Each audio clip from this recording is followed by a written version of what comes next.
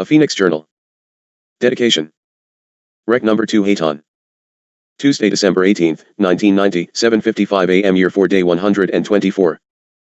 To Albert Monet is this dedicated, in behalf of all of you readers who would question and ask. All are seeking truth and light, and we humbly honor those who speak out and allow interchange beyond the personal debate. These documentations are set forth to give you thought material to measure growth and understanding, for confusion reigns at the time of unveiling of the mysteries of this wondrous experience journey through life. We are all moving through various veils of learning and growth, each from the higher plane given to assist the ones in less understanding, and those higher than we, give unto us at is the path back unto oneness with God, within the wondrous creation. I salute you. Introduction.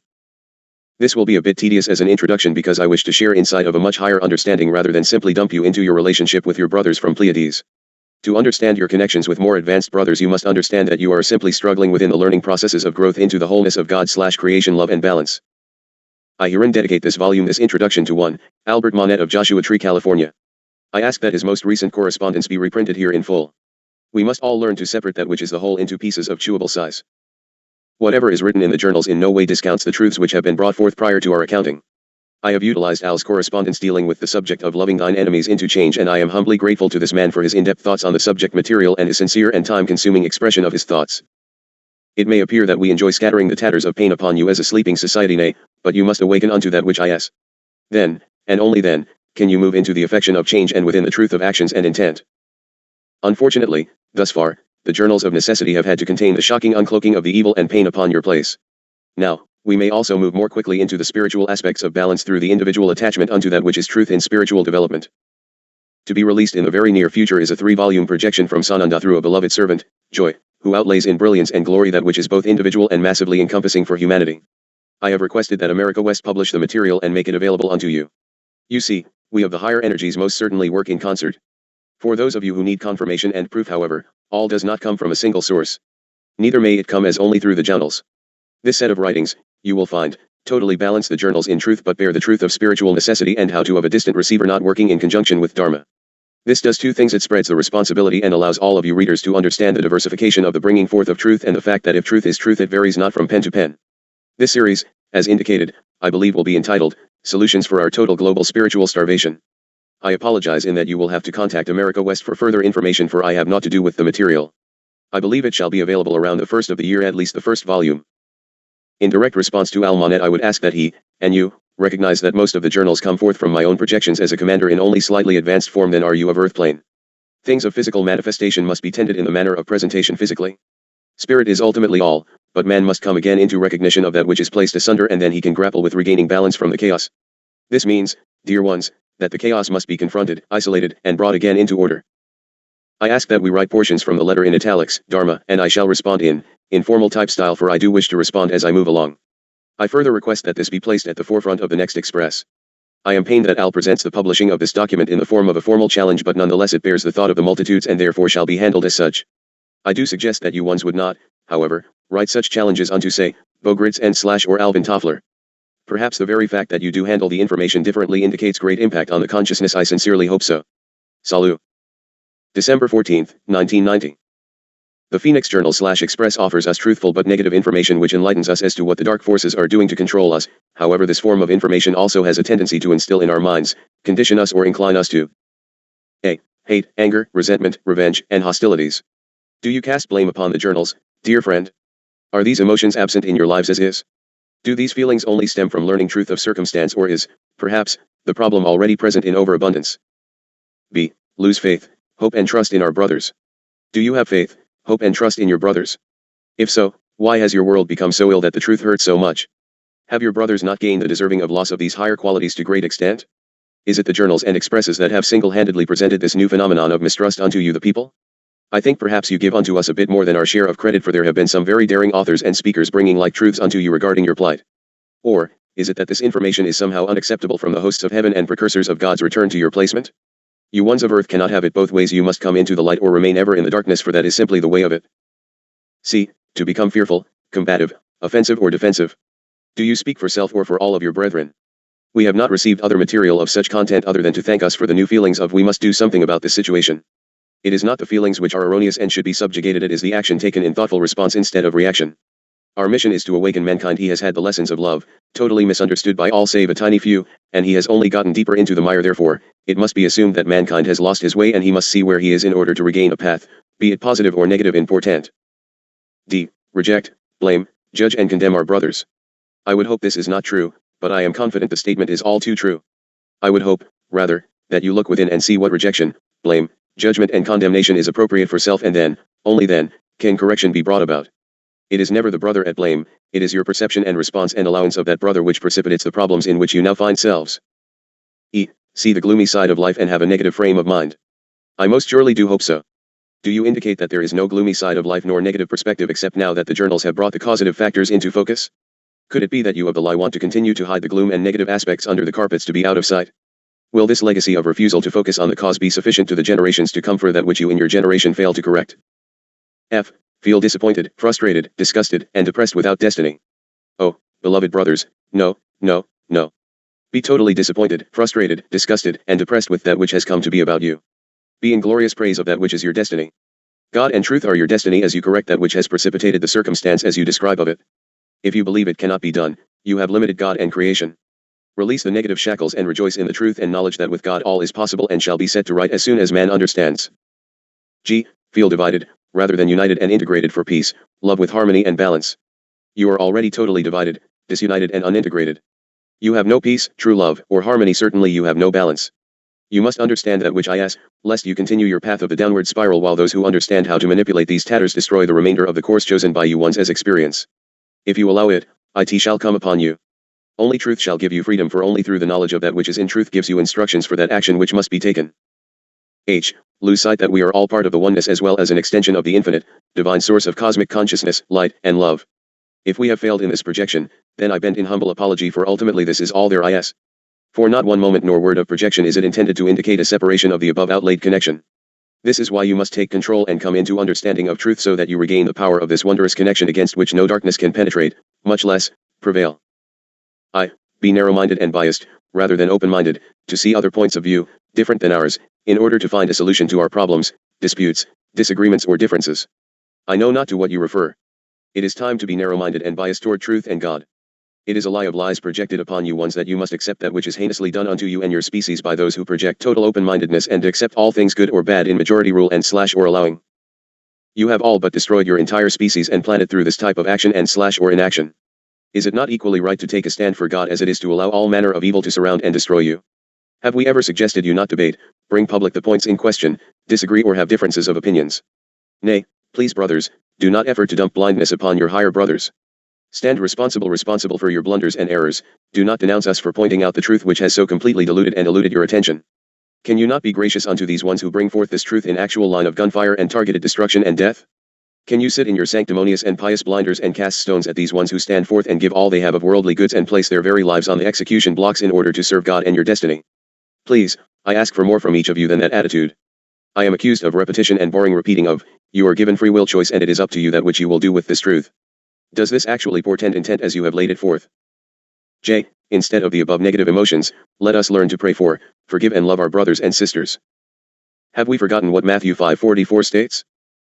But I say unto you, love your enemies, bless them that curse you, do good to them that hate you, and pray for them which despitefully use you, and persecute you. Aren't the dark forces our biggest enemy? Do you also believe in eye for eye and tooth for tooth, death for death regardless of cause, etc.? Why do you ones so selectively present your biblical passages unto us? Is not each grouping upon your place claiming truth of their own holy books?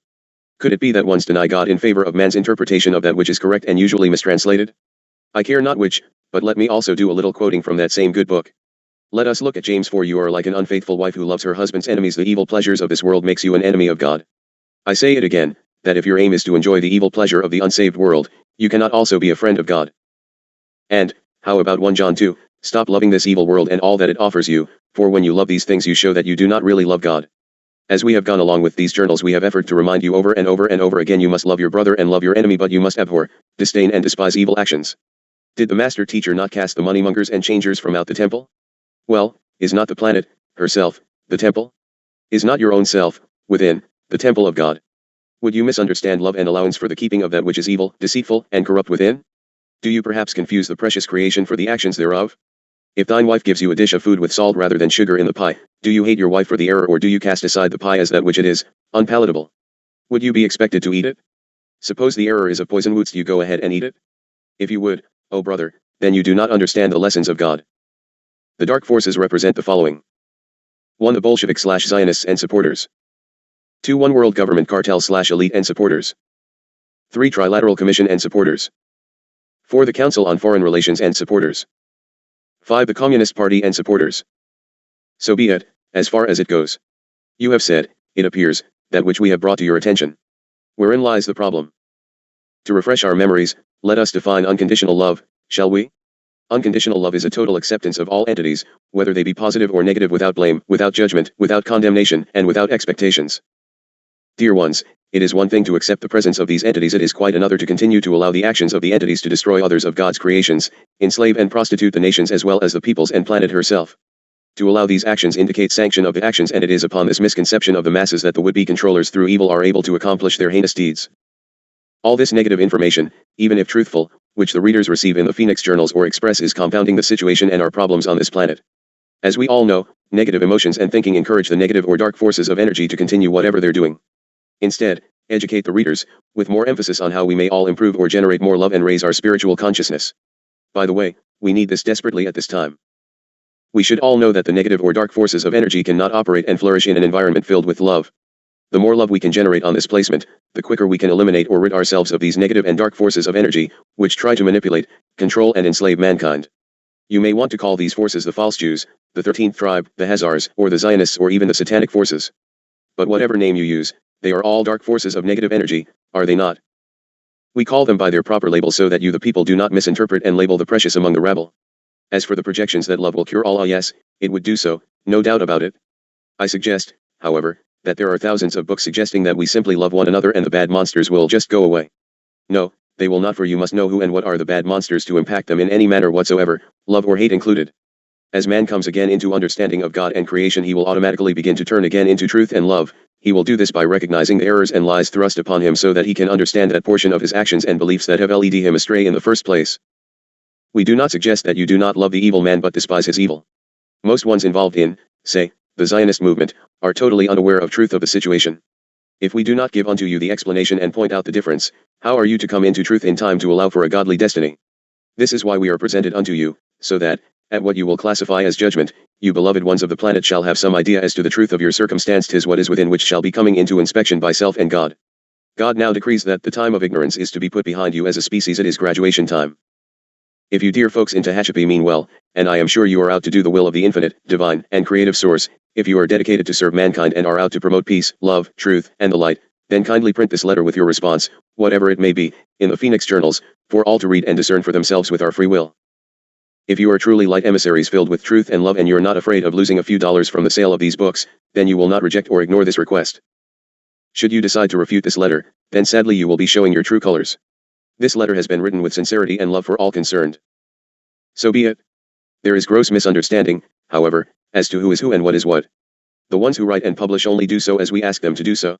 They do not make the decisions, for they work in true service unto the God who brings this message of truth unto you. They remain hundreds of thousands of dollars in debt for the presenting of this information, so it is not of kind service unto them to suggest they would withhold truth or sharing in order to glean a few dollars by not printing your thoughtful information. We know that your message is sent with great love for all concerned, especially your fellow man, so please know that we know. Further, please understand that even though you did not fully understand why you felt compelled to send this document, God knows and appreciates your responding to his call that others might share the expression you would take the time to pronounce. Please accept our humble dedication unto you, brother, for service which might appear to be responded with egg on the face.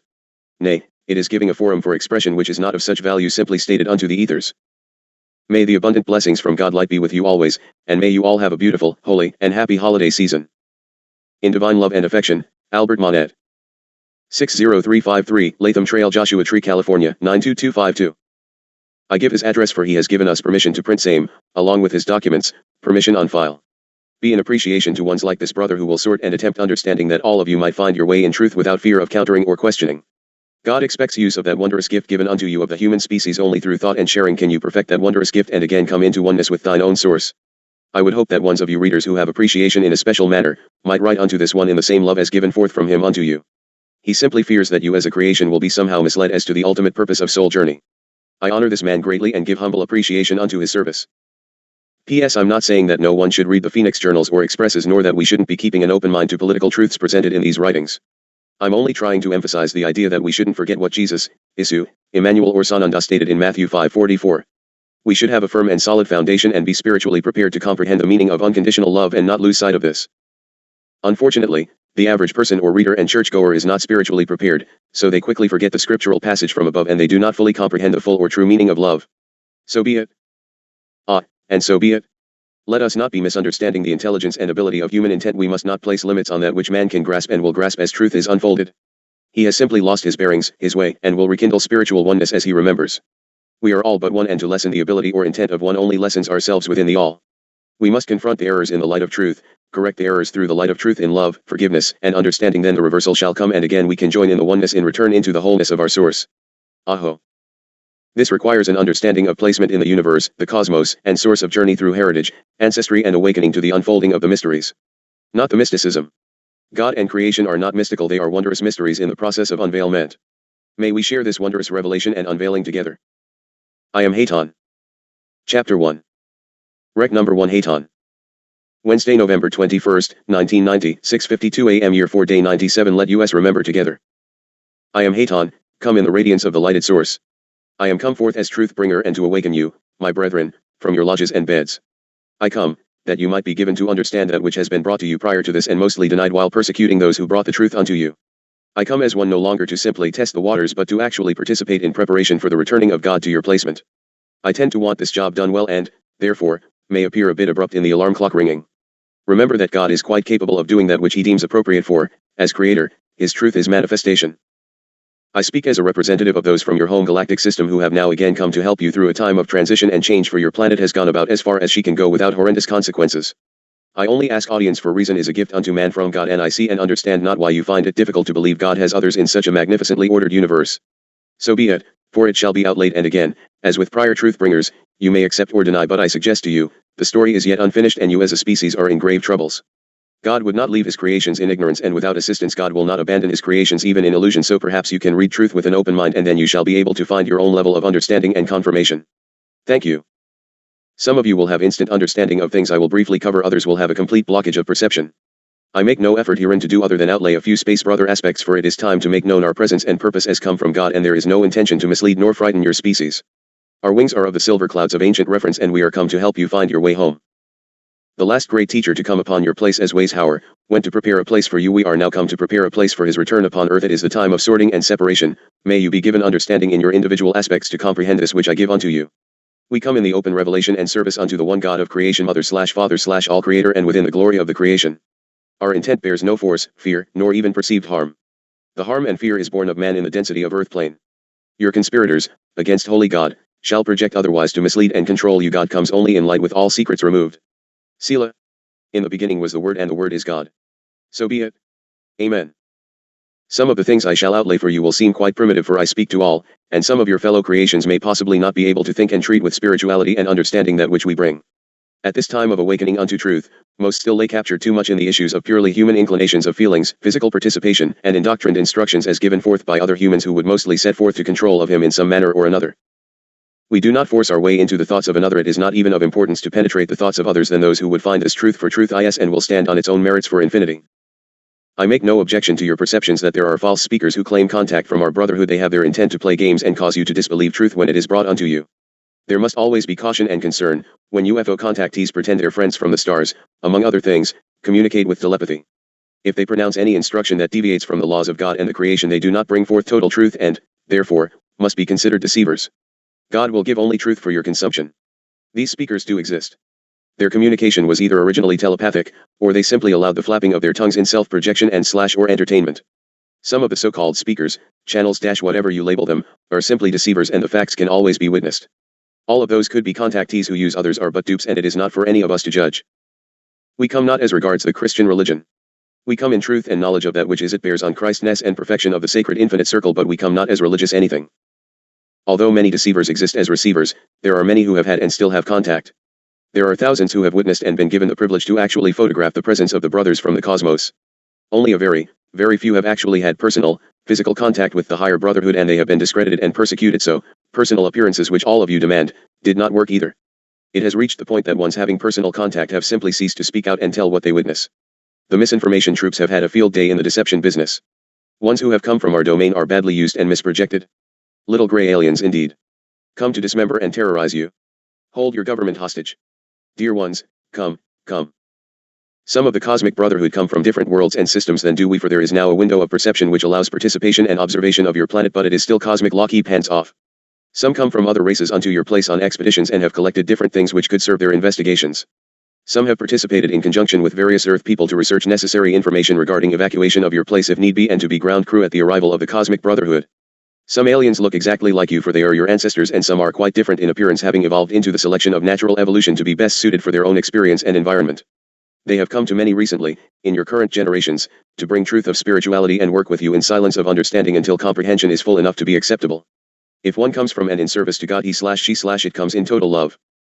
Some of these members of the Brotherhood are quite new at space travel, and so perform their expeditions to expand their knowledge and understanding. Hereby, it also can happen that they come into contact with Earth humans quite unexpectedly, and then never return. These are not hungry and thirsty for might and power and such, and are happy to finally have some calm and order in their own worlds of experienced existence. It can also happen that they, here and there, take communication with Earth humans, bring them within their craft, and sometimes examine them very carefully. But any being capable of coming a great space distance from out of your solar system is technically oriented indeed, and would inflict no pain nor trauma. The humans thus participating are, in every instance, released, for there is not intent to harm you ones in any manner whatsoever. If ones coming from space at this time of planetary evolution and transition, are able to reach your orb, they are allowed entry only through the absolute guidelines of the cosmic code of behavior. In every instance, any visitor from out here is more humane than any upon your place in the form of human, as you recognize the label. There have been some quite barbarous creatures who have also traveled through the cosmos, and have come to Earth, too, many being power-hungry and quite wicked indeed. How do you think evil was introduced upon your place from a snake in an apple tree? They have sometimes kidnapped Earth humans, as well as other planetary human beings from other systems, and abduct them away to their home planet. There these poor creatures might then have been caused to be placed on exhibition, etc., as you do with aliens who are captured voluntarily or involuntarily by your governments. It is now come to be that in these times of closing cycles upon your planet, that the evil is already perfected upon your sphere, working now in your own density of perception. You are already infected and infested, and you must awaken to your plight, for you have let the demons within. These ones carry great power in some instances, and they are malignant in nature, for they use the power of feelings and other physical human characteristics and movements which are often quite strange for them, and thus, a life means very little to them, for they do not abide by cosmic law, although now, they cannot get off your planet in these closing days of sorting and separation. This is why I tell you again and again that, it is what is already on your planet which you must attend, not we who come in these days of perception, to assist you. Many deceivers have come forth with their fantastic UFO tales and gained great publicity, but there are many who do not deceive. There are ones who have encountered our ships and even have made contact and physical radio contact with our craft or other ships from strange visitors. These ones have been discredited and often simply murdered to stop the stories of truth, and one sent from the CIA, etc., to start cover-up stories to denounce and spread panic and fear. The worst scenarios are yet to come as your conspirators and one world global cartel sets up actions which will be blamed on the Space Brotherhood. I ask you to mark my words now, for it shall be in the coming. Earth human is very difficult to convince of anything, and you are so focused and centered on the false projections that you no longer know which is false and which is truth, so you cling to the physical elements. But I remind you that lifespan is only averaging about 75 years of counting seasons, and I suggest that there is something of which you are not aware, afoot. If it is not of the physical plane as you know it, does it not stand to reason that it might perhaps come from the heavens, as you refer to the cosmos? If you are expecting a return of God, and you have, by majority projection, stated, yourselves, that it is soon or now what is it that you do not understand? Why would you denounce the very truth bringers who would bring you into truth and bring about the return of God which you expect? How long will human of earth deny God? How long will you choose ridiculous fabrications when the truth of that which is coming is so much more perfected and wondrous? All of you wish to take your human forms. Would it not be more credible to suggest taking them to places prepared for human form than to reside on floating clouds where human forms would simply fall back to earth? I suggest it is not our truth which is in question, brothers. Brothers are not super beings. Most of the assistants from the cosmos are not super beings, as Earthmen like to call them in their imagination. Most are not even teachers, missionaries, or way preparers, for that matter only a few, for, with God, it requires very few. There is an obligation in duty to preserve the existing life already developing in this universe. This means that we endeavor to keep order and maintain peaceful presence. Now and then, especially we, your Pleiadian brothers, make contact and open communication with inhabitants of different worlds, search out single ones and give explanations unto them that you might become informed of that which you perceive to be beyond you. Most of your cosmic brothers are only advanced from your status, and the contacts are for the purpose of allowing growth and the ability to realize that you are not the only thinking creatures in the universe. I, Haton, come as an etheric being leader, experiencing in a format which can be better understood as the times of transition come and the higher beings make presentation upon your place. Our roots, yours and mine, are in the Pleiades, and therefore the fleet most involved with your evolution is from Pleiades. You are human, and that requires physical care. Clarify material information. In the bringing of historical knowledge to fill in some of your missing links, I must point out that I have the information per scanner. I am a commander, not an historian, and do not even wish to spend this time in contemplation of such, but the barrage of inquiries are great, and I will share that which is most frequently under question. What about longevity in the other experiences? Man can become 1,000, or even hundreds of thousands, of years old, in your mode of counting, when he reaches a certain level of spiritual development and evolution. But beyond this state, the spirit no longer needs a material body. He then does live in pure spirit and within such high spheres that one can no longer communicate with him in typical human manner. I would give you some comparison at this point for your own historical research projects. The 1,000 or so years of average experience of ones of Pleiades coincides with that reported for the average longevity of Earth humans prior to that which is known as the Great Flood, when the dense vapor envelope surrounding the Earth came down in torrents everywhere for scores of days. Loss of the vapor envelope reduced the atmospheric protection of Earth's creature species from the harsh radiations of your sun, and the lifespans of all creatures decreased dramatically and rapidly to well under a century for humans. Vegetable and plant yields were reduced accordingly. Oh, you ask, well, how did the sun get through the vapor envelope? Very simply, your sun was young and easily pierced the veil.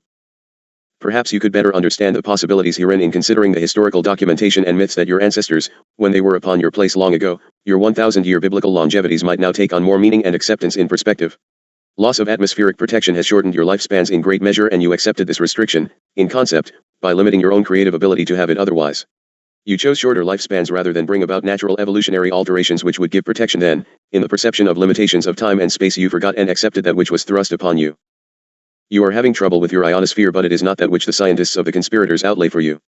What you are being told by the controllers upon your place is to intimidate and frighten you. What is happening in the ionosphere is of a magnitude and cause beyond your Earth projections, and worse, your more learned scientists know what it is and what could be done to shore it up, and yet, are not allowed to do so. You will know through the ages that even drawings of space creatures appear and have protective coverings about their beings. These are not in the form of bubble suits as you would recognize them relative to your astronaut uniforms.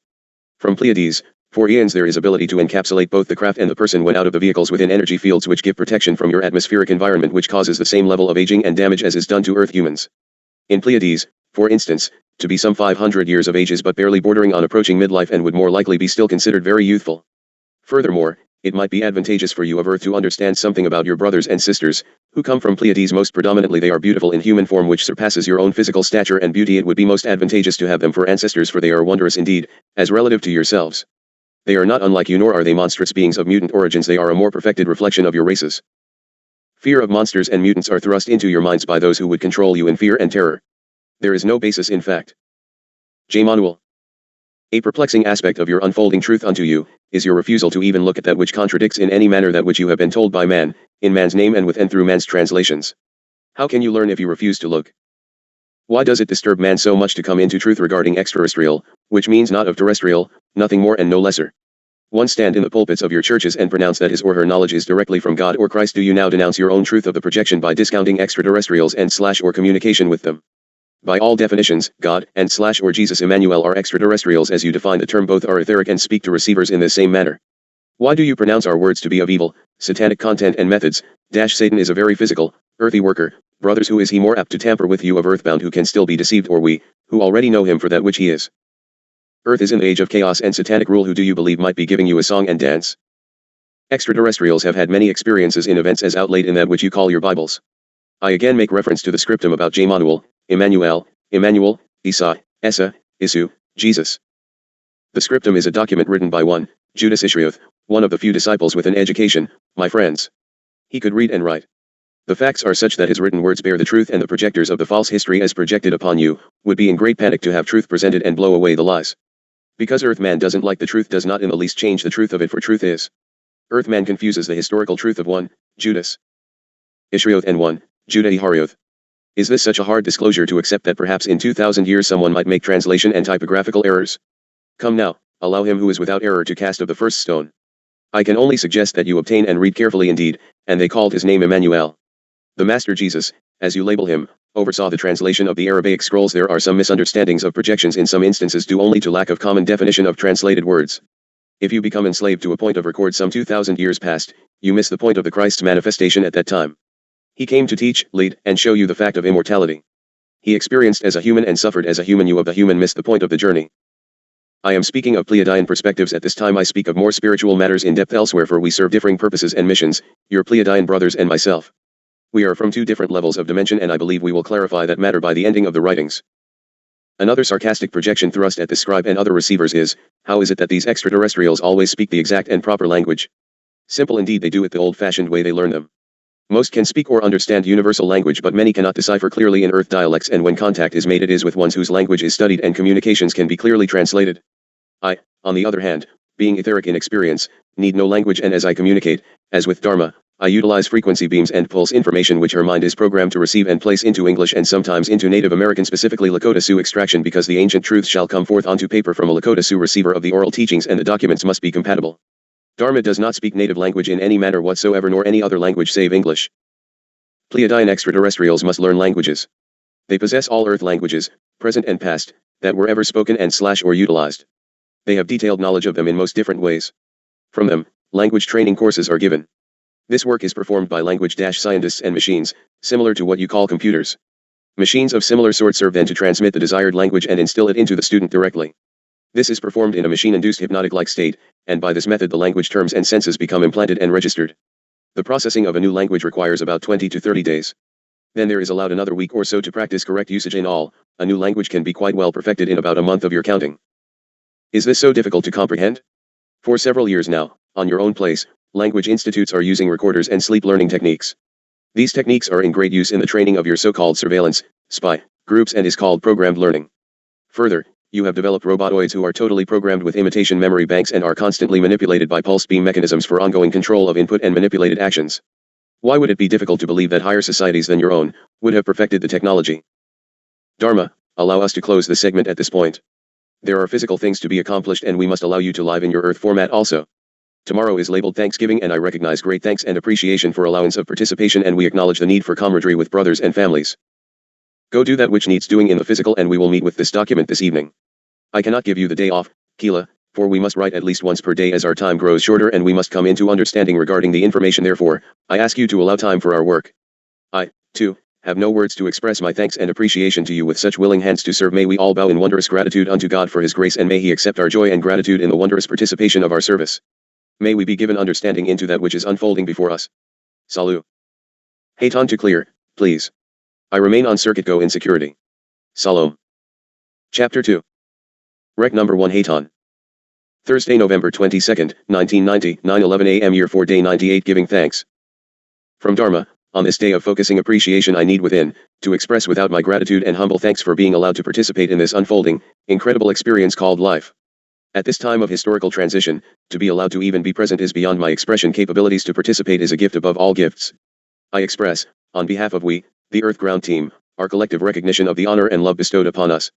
We come, as do you, in service unto God, fellow man, nation and truth. May your will be done, Grandfather, for you have walked with us while we have grappled our way through the veil and into flickering memories of our purpose. There is nothing we would not do for you in the light of truth if you but ask us, for too long have we only asked of you and the brotherhood. May we assume the responsibility of this mission in the glory and truth handed into our care for the sowing of the seeds of truth upon the fertile ground. If you can give unto us such a gift, may we never be found intentionally negligent of the commission.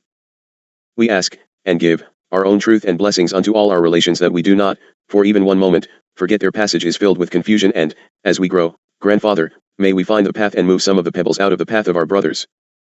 Thank you for walking with us, and may we come into understanding, for it is difficult to be human in this day of chaos of which there seems to be no understanding, and may we come home soon in fulfillment of that which you have sent us to do. May we ask only for our brother and then hear that which you give us to do, that his way might be easier and truth come into his being. May your will always be that which we acknowledge and bear action, for in the knowledge of that truth we, too, shall come into the lighted halls of your lodge and rejoin our family. We are homesick and lonely for our home, but may we serve well that our arrival back to our place among the stars shall bear glory, love, and peace which moves always beyond our understanding. May your will be done, and may your power reveal itself in each of us, that we act, always, in your truth and light. May our lodges be always in perfection, within, that you find a place of perfection in which to dwell. In appreciation unto the councils and the sacred circle of infinity to be allowed to serve, I ask your continued guidance and presence as we journey forth upon this planet in the mission granted unto us. Thank you, Grandfather, for your sheltering wings, for sometimes we are so lonely and the way seems impassable and impossible. May we always be given to persevere and see the way as you would have us walk, within the wondrous creation. May we represent our brothers of the tribes from the heavens, and we ask that you of the unseen tribe be in knowledge of our love and service unto you. I am humbled to be allowed to be your hands, for I have so little else to give and you have given all. Hear us, Grandfather, that we not be a blind voice in the dark, but rather, a knowing example and presence within the light. In behalf of my brothers and sisters, I petition you to accept our gratitude, for you have gifted us with all there is. May we keep this ever present in our consciousness. Aho. Asterisk asterisk asterisk asterisk asterisk asterisk asterisk asterisk asterisk asterisk. Today's watch. Haton present, to walk with you ones within the light of which you give appreciation. We can only bind as into one, the prayer of petition that we might serve together as we walk through this journey home. Salut. I would not take time this day to speak of many world events, for you are capable of seeing the facade on this day of projected banterings and harangues. I do, however, ask that you follow the trail of the Russian representative on his journey to high-level meetings with China. This is indeed important. There is much going on behind the sham of turkey dinners and crass facade, but allow us to give appreciation for the brotherhood which does come forth on the special days set aside for unity. May the peace and love of your holiday season override the clang of battle and war cries. Every turn into the direction of God is blessed indeed. Pleaides connection. We have often spoken of your connection with Pleaides, and for a while we shall write about these attachments, for your brothers from the stars have great insight which they willingly share with you ones who are still grappling with the dark corners of memory. Your brothers from Pleaides have witnessed those of you who were and are unable to determine the truth or were frightened when confronted with it. This serves no purpose for terrestrial man nor themselves. The fear should never be present in any manner, as all men hold the truth within themselves and must only know this to find it. A human may deliver himself from all manner of ignorance if he generates the will to seek truth and then does so. Wisdom is the light, and wherever the light flashes upward, there darkness and ignorance disappear. Ignorance is the essential darkness and can only be overcome by the light of wisdom. Further, little brothers, wisdom is the mark of a human who has recognized the existence of spirit and works with and according to the creational laws, for wisdom and the spirit are two factors which react as one, much in the same way as the sun and light of the sun. Both give warmth and both give light. Wisdom is the mark of the existence of the spirit and disguises itself in the qualities of truth, knowledge, love, beauty, grace, harmony, and peace. You ones of earth desire to remain bound to passing time, but you cannot measure age by that which you perceive as passing years. The human may be very old as witnessed by the exterior perception, but this is only a passing state. A century ago human was not old, and a century for this present moment he will not be old. Only the physical body can age in any manner whatsoever, for the spirit only renews and grows in knowledge and experience. The spirit remains forever young and is never subjected to the appearance of age, for age is like youth and every other experience, it is only a passing state of being. You want to hold it all. You ones of earth-bound attachments dream and ponder and wonder about your brothers of space. You ponder about whether or not they are out there, and if so, how can they reach you and how can you reach them. You want ideas you can understand, and yet, there is no mysticism regarding these states of actions and being, but only mystery until the puzzle is accomplished. You want to know about propulsion systems and physical elements of construction of ships and be reminded of how it is where you came from, so that you might be reminded of that which makes you lonely and homesick. You want to remember the whys and hows, and you are impatient to move on, and yet you lock yourselves into the cement of that which you have created to shackle you to the physical experience. I can speak of the general of that which you consider physical, for your brothers move about in a most physical manner, for the most part, having learned to overcome the compression of the dimensions as they differ. We, of the etheric presence, move by the projection of intent through thought, so I shall not go into that deeply at this writing, for we need to speak of your connections with your kindred. Let us consider propulsion, for the largest number of questions come forth as how can you travel such distances, how do your craft function? For traveling through cosmic space, a drive is necessary which surpasses the speed of light by millions of times. But this propulsion can only come into action when the speed of light has already been achieved. From that it follows that a further drive is necessary, regulating normal speed up to that of light. This means that a starcraft, or beamship as referred to by the Pleiadians, requires two drive mechanisms, first the normal which accelerates up to the speed of light, and then a second for the hyperdrive, as you might refer to it. A drive then, which generates a millionfold, and even billionfold, the speed of light, thus producing the hyperspeed by which hyperspace is pierced and penetrated. This is a space in which the mass seems to increase in relationship to the speed attained. So time and space simply collapse, and they become zero time and zero space. This actually means that time and space cease to exist. Thusly, distances of numerous light years are traversed in a mere fraction of a second with no lag of time. The actual time required to make a journey, say, from Pleiades to Earth is in the speeding up to light speed and the slowing down again at destination. In thought transference there is no time involved whatsoever except the split seconds required for disassembly and reassembly. The actual time of physical transference by craft is less than 10 minutes of your calculations for such a distance. You will not be given statistics of detail as to function because you ones have enough toys beyond your ability to control without bringing them into outer limits of the cosmos. It is not in the best interest of the cosmic brotherhood that Earth human be given the ability to penetrate the cosmic spaces you have all you, and we, can handle right on your orb and solar space. To great extent, however, many of the problems have been overcome by some of your Earth scientists, and the Soviets, as you call them, have developed great technology in space flight and solar exploration. The US has done very well, also, but you all utilize the wondrous technology to produce wars and not grow in grace, peace, exploration for knowledge and brotherhood in love. In time, you will be given to solve the problems yourself when the sequence of growth becomes safe for the universal existence. Your thrust systems, of course, will work on the basis of light pulses from light-emitting drives. Light-emitting drives work for normal propulsion and move the beam ships to nearby planets and a safe distance away from an orb, and then another drive is activated when the distances are great. We could refer to the second drive mechanism as a hyperpropulsion system, which surpasses time and space. It is a bit hard to describe these systems in Earth terms, for your language is different, and so are the labels given to such minerals as mercury, which is utilized, as well as the various programming crystals necessary for craft apparatus. We refer to things such as tachyons, which are generated and harnessed in both drive systems with only differing magnitude and attitude. Pleiadions predominantly utilize disc-shaped craft, especially for long-distance travel, because of the aerodynamic qualities. Once in motion, we ride a boundary layer much similar to the principle applied to Tesla's bladeless turbine/pump. The boundary layer, for brief explanation, is the tiny distance, let us say, between the wing of an aircraft and the atmosphere passing across the surface. There is a totally static area untouched by the atmosphere itself to the surface. Once in motion, there is nothing that touches the skin surface of the vehicle. The disc-like form, therefore, vouches the least resistance, and also offers the largest surface which rides the energy currents, to enable drives to be most efficient. Gravity of gravity. This is a bit easier to discuss, and further, is no longer a secret to Earth scientists. The beamship is completely surrounded by a protection beam girdle, excuse me, ladies. This allows every interference to simply glide away, without pushing. The same also occurs in the cosmos, which swarms with particles. Therefore, the beam protection screen functions to protect the ship against all influences and resistances, with anything contacting the screen becoming pushed aside or disintegrated as the boundary layer spoken of above. All things which would otherwise penetrate or are resistance offering are simply diverted without evoking pressures in any manner. Resistance must be eliminated to reach sufficient speeds for distance travel. Removal of this protecting screen brings into play another very important effect, which is of great importance especially to passengers and crew. The glide-away effect of the beam protection screen diverts the gravity and attractive forces, and the beamship in effect becomes a microplanet which can travel at near light speed through any atmosphere without any risk at all. The gravity of a planet does not influence the beamship, the passengers feel nothing abnormal, and there is no force levied against their beings, just as if they were on a home planet where the balance is adjusted by natural selection and where the planetary gravity is in accordance with their anatomical capabilities. In the beamship itself, the gravity, of course, is balanced to the passengers and is completely controlled. When passengers on spacecraft from other worlds move in atmospheres alien to them, or on hostile planets with unbearable gravity and atmosphere, they must utilize controlled environment coverings, light aura shields and transportable instruments and apparatus to measure, maintain, and produce protection for the beings. These things will be, and some already are, developed on your planet, but Earth human must develop behavior balance before all technical knowledge is allowed perfection, for as I stated prior, Earth man always utilizes the wondrous inventions and higher scientific knowledges in detrimental ways. As you develop, the menace is ever present of the Earth human exercising his technical knowledge, abilities, and inventions for evil intent and power control motives. This continues to happen over and over again, not only with Earth humans, but with other humanoid beings on other worlds as well. As man develops these techniques which will allow him into the outer cosmos, he will not longer be allowed to continue this behavior without recourse. He will not be allowed to fly from planet to planet intending to capture and control and become victor over another race. In cosmic space, many dangers of many proportions lurk where other cosmic inhabitants are not helplessly exposed to attack by other races. There could follow deadly defeats for the Earth humankind, and complete slavery, which could equal the falling back into the primary existence. It could also be possible that the planet Earth could be completely destroyed, because there are inhumane and hostile as well as humane races inhabiting planets, etc., in the cosmos, as well as humane and advanced races. When Earthman desires to take his barbarous thirst for power, material possessions, and control into the cosmos, then he must count on his complete destruction, and no other creatures from other planets will come to his assistance, for he will be the aggressor, and such behavior will not be allowed according to cosmic order. Earth human must understand that his world is in transition, and herein comes the separation and sorting.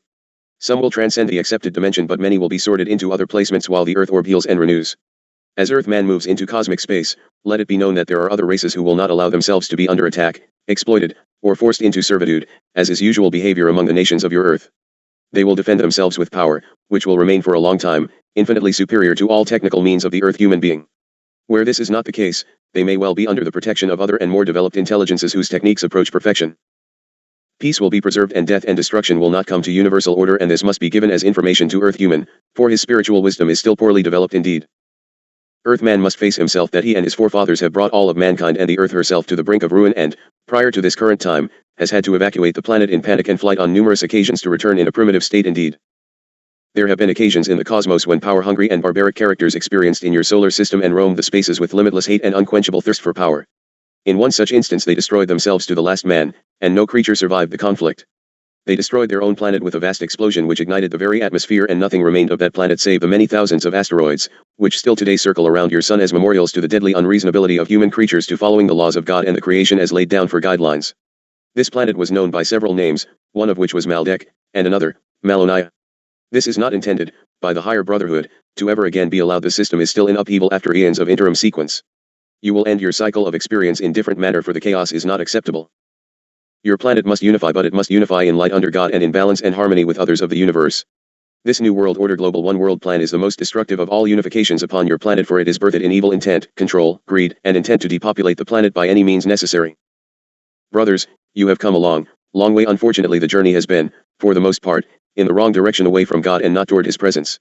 The actions have caught up with you and you endure a time of chaos and unbalance which threatens your destruction. May truth and knowledge flow in time to make the necessary changes to return to sanity. Man must return to spiritual balance and come into love within the highest definition.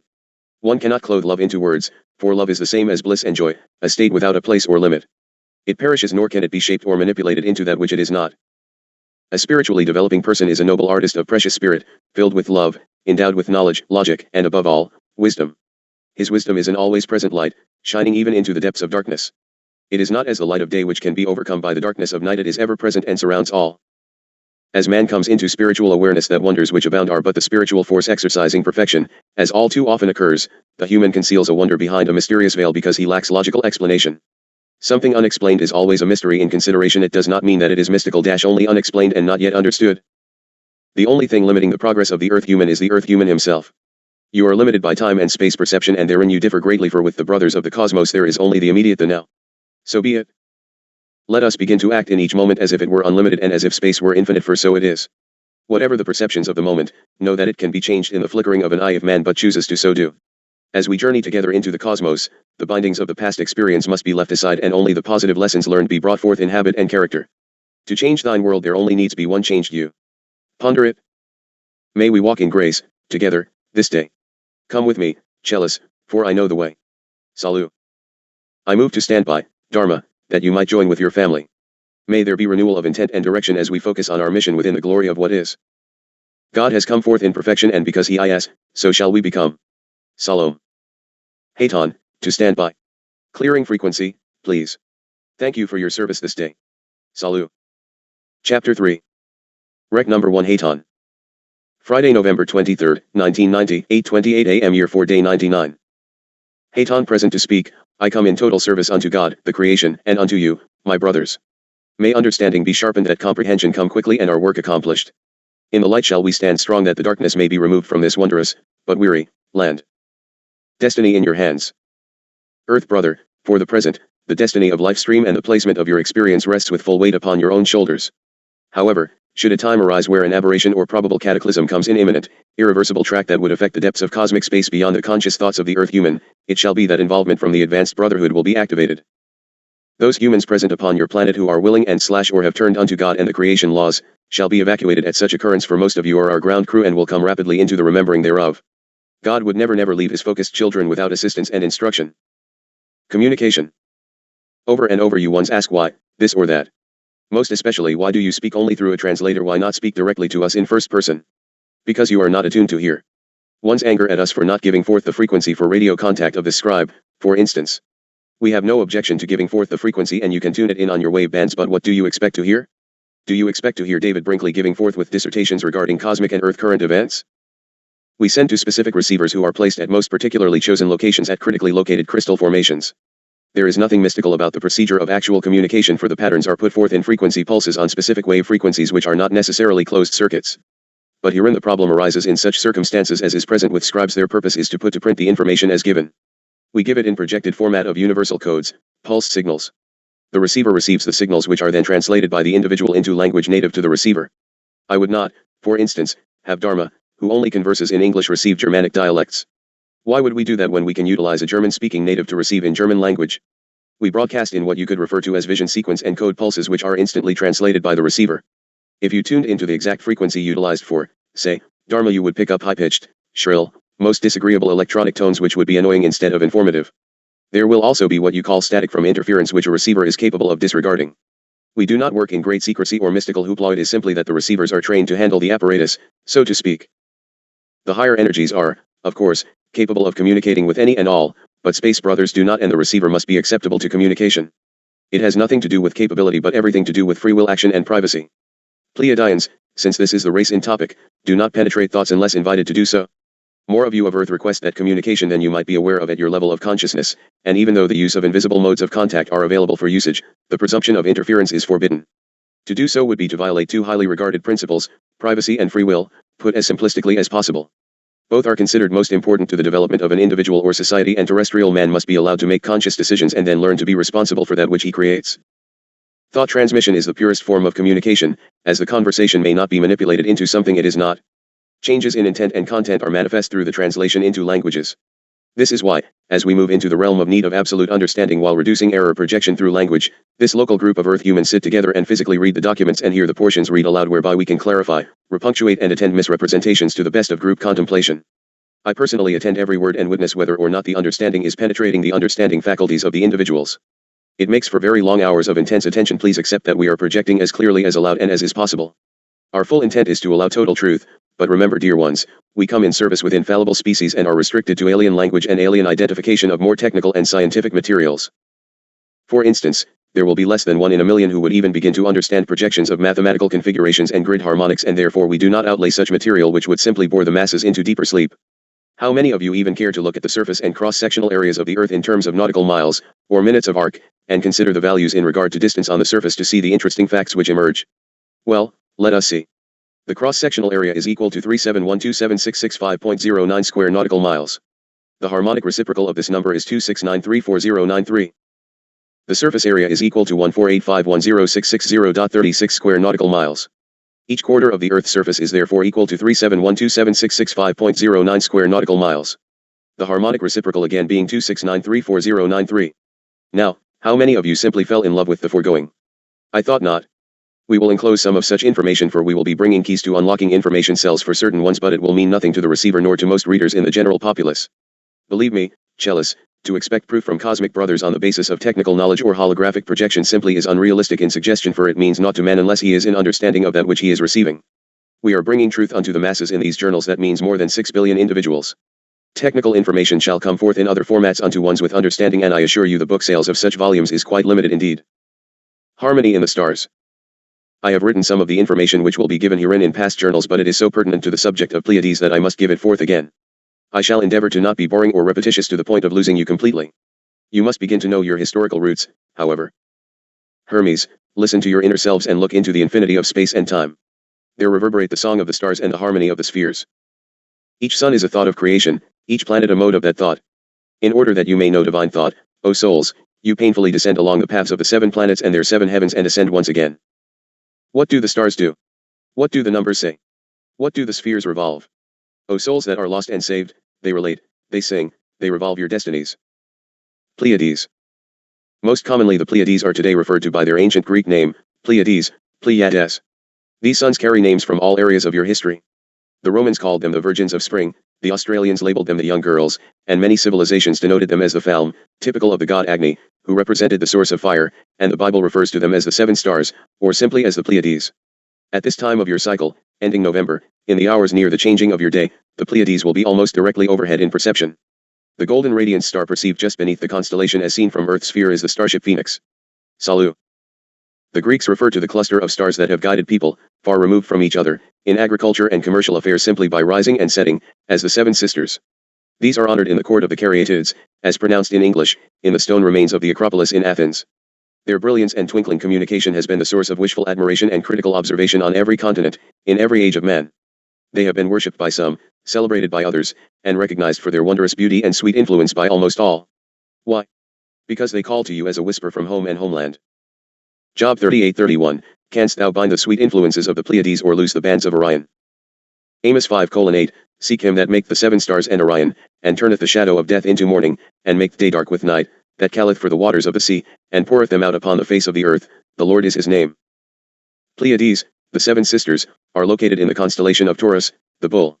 Clearly visible in the northern hemisphere on winter nights, they resemble a tiny reproduction of the Little Dipper and are often called such actually, in Greek. They are often referred to as the Microdipper. These are one of the most carefully studied regions of the firmament. Man of Earth is drawn to them as if to a magnet by iron shavings. These wondrous orbs have enraptured minds for centuries of your counting, and we give honor to your 18th century comet hunter, Charles Messier, who was first to chart and identify them. The primitive equipment of the day often allowed amateur astronomers to mistakenly label stationary objects as comets, so, to assist his fellow celestial watchers, Messier worked diligently from his observation atop the Hôtel de Cluny in Paris, France. In 1771 he published his first catalogue of some 45 non-cometary objects, and it was in this register that the Pleiades were designated the label of M45. Now for you ones who keep up with such happenings, the alien recently taken by your CIA in Virginia, comes from the system designated as M31. These are simply designations by Earthman to more easily place the heavens into a grid system. Many astronomers have charted many suns in the area of M45. There are several thousand in this tiny sector, of which some 250 are recognized as members of this galactic cluster, the rest lie in the depths of space beyond the system. Once all of the more faintly visible stars have been examined, the total shall be far greater, closer to some 500,000. This celestial group is easily tracked by first locating the giant red star which is visible beyond Starship, known as Betelgeuse, which appears in the Orion constellation as the shoulder of the Great Hunter. Next, finding Aldebaran, a first magnitude star in Taurus, draw a line between the two. Extend the line in a northwest direction almost an equal distance past Aldebaran. Here it will terminate just south of the beautiful Seven Sisters. This is an attempt to visualize from Earth perspective but will be accurate enough in description in your language to allow identification. Herein, to the publishers, place a copy of the diagram as described, please. This tightly grouped cluster of suns is in your own galaxy. 6 of the 7 are discernible by the unaided eye. Alc1 is the brightest. It has a magnitude of 2.9 and is classified as AB5, blue-white star whose primary element is helium with an approximate temperature of some 13,000 degrees centigrade.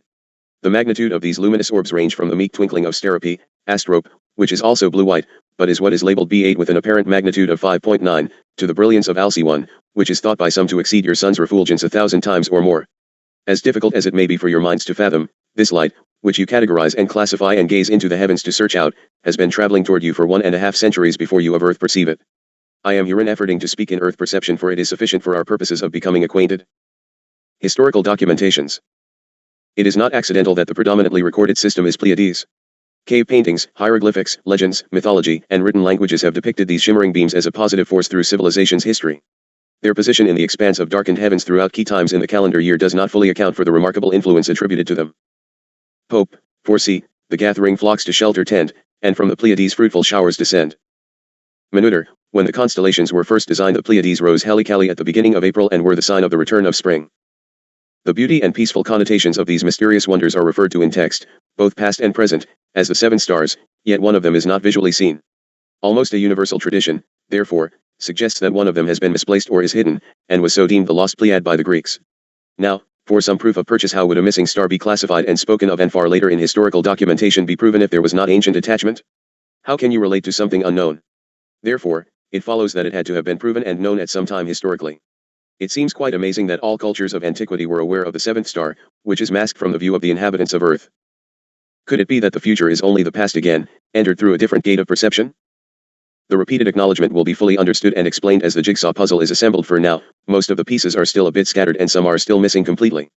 There is little room for doubting, however, that since the dawn of your recorded time, these stars have been a most powerful influence and are believed, upon your place, to be a powerful influence and to hold at least a portion of the responsibility for molding the destiny of humanity. Throughout time, thousands of cultures, religions, and beliefs have been introduced to this delicate planet you call home in this present experience. Many of these ideals and ideas conflict or contradict one another, and existing in every single one is a positive/negative flow of information. However, in all of the societies and civilizations that have been researched for this connection, one topic remains alluded to as a consistent enlightening force, found in the earliest texts and legends. It is the mystifying cluster of suns, called Pleiades. You will find that tracking the source of verbal legend is most difficult, if not impossible, until the oral tradition and teachings are brought forth and unfolded, as we will now be doing here and through the Lakota brother, Little Crow, of the Lakota Sioux, in permission and commission from Wakantanka/Tunkanchula, grandfather, here at the closing of the sacred cycle. In proper sequence of information projection with the journals, the sacred hill within will come forth as confirmation of this truth within the journals, as a gift unto man from Creator/creation, that you might know your source and your roots. Shocker. You can find truth in the hereditary conversations, from most unrelated areas of your world, which correctly reflect upon the Pleiades as the center of the universe, the seat of immortality, and the home of God. Intangible as these sources might be, it is only circumstantial that these legacies left a definite mark in diverse civilizations. Well, let us move beyond circumstantial and into correlations exhibiting evidence of a massive contact with Pleiadian cosmonauts somewhere in your past, little brethren. Let us peer into history. The Hopi named them Chu-Hogan, meaning those who cling together, and they, too, consider themselves direct descendants of the inhabitants of the cluster. The Hopi, as well as the Navajo and other cultures dispersed around the world, used a calendar that allowed them to chart the seasons, special events, and ceremonial rites with uncanny accuracy. They used a system based on a 260-day sacred round, or minor cycle, and a 365-day year, a major cycle, which equaled a period between the midnight culminations of the Pleiades. Any day calculated on these cycles would not repeat itself for 18,980 days, or 52 years. In the Kiva of the Mesas, sacred temple of the Mesas, the Hopi ceremoniously light the new fire. This occurs every 52 years when the temple's sacred points align with the stars, Chu Hogan. All fires are extinguished throughout the nation and rekindled from a sacred fire produced by the holy men. The young men of the tribe learn the importance of the Pleiades early in life, for initiation into the spiritual ways takes place only when the cherished cluster is directly overhead at night, so you see, this is a most powerful time of the annual cycle.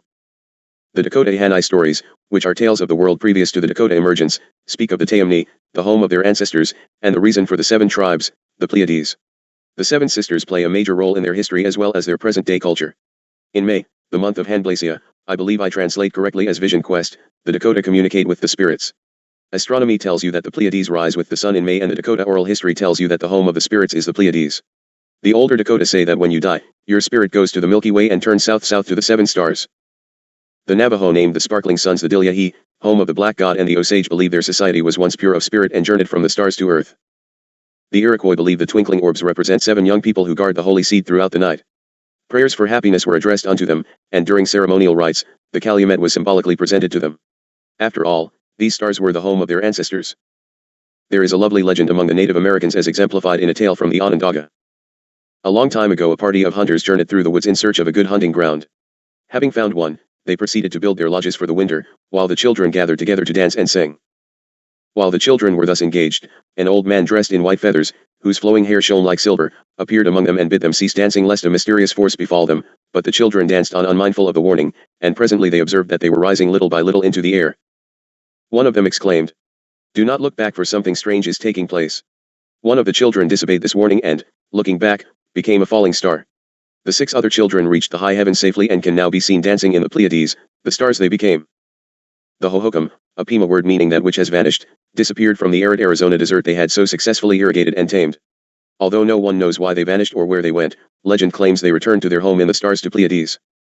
The Creeks claim to have come to earth from the stars in spirit form to become flesh and blood.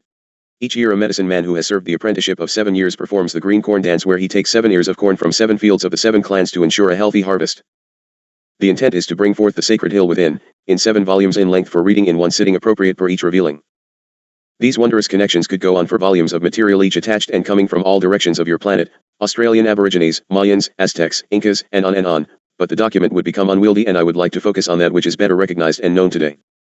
I would, however, like to give you one more illustration of the connections and point out the diversity of geographic location for original belief traditions. Huangti, the Yellow Emperor of China, 2697 to 2587 BC, is considered by many Taoists to be a miraculous being who succeeded in attaining immortality. During his reign utensils of wood, clay pottery, and metal were manufactured, boats and carts were constructed and utilized, and the medium of currency was originated. Provinces of the vast country were mapped, acupressure and acupuncture became sciences, and the emperor is generally acknowledged as the father of holistic medicine. Huangti claimed that much of this rapid development began because of conversations held in court with his consultants, beings from the Pleiades. I would like to herein point out that in 1975 AD, on your planet, contacts from Pleiadian persons began in regular sequence. The original thrust was in Switzerland, which was a non-warring country, neutral in political arenas and open of mind. There have been photographs, materials for scientific study, etc., left for you to examine. These have caused great pain and suffering for the contacts. Work has been discounted and disinformation thrust upon a deceived public. We herein intend to repeat the information, and again, man can do that which he will with it. I would, however, stress the suggestion that you consider this information most carefully indeed. You as a species locked to the planet Earth had better come to grips with your circumstance and look beyond the lies thrust upon you by your controllers. You are in the time of Kali, chaos, and if you look into your prophecies, you will find this is very nearly the closing time of the cycles. When that loop closes, it will be a hot time in the old town tonight. Separation impossible.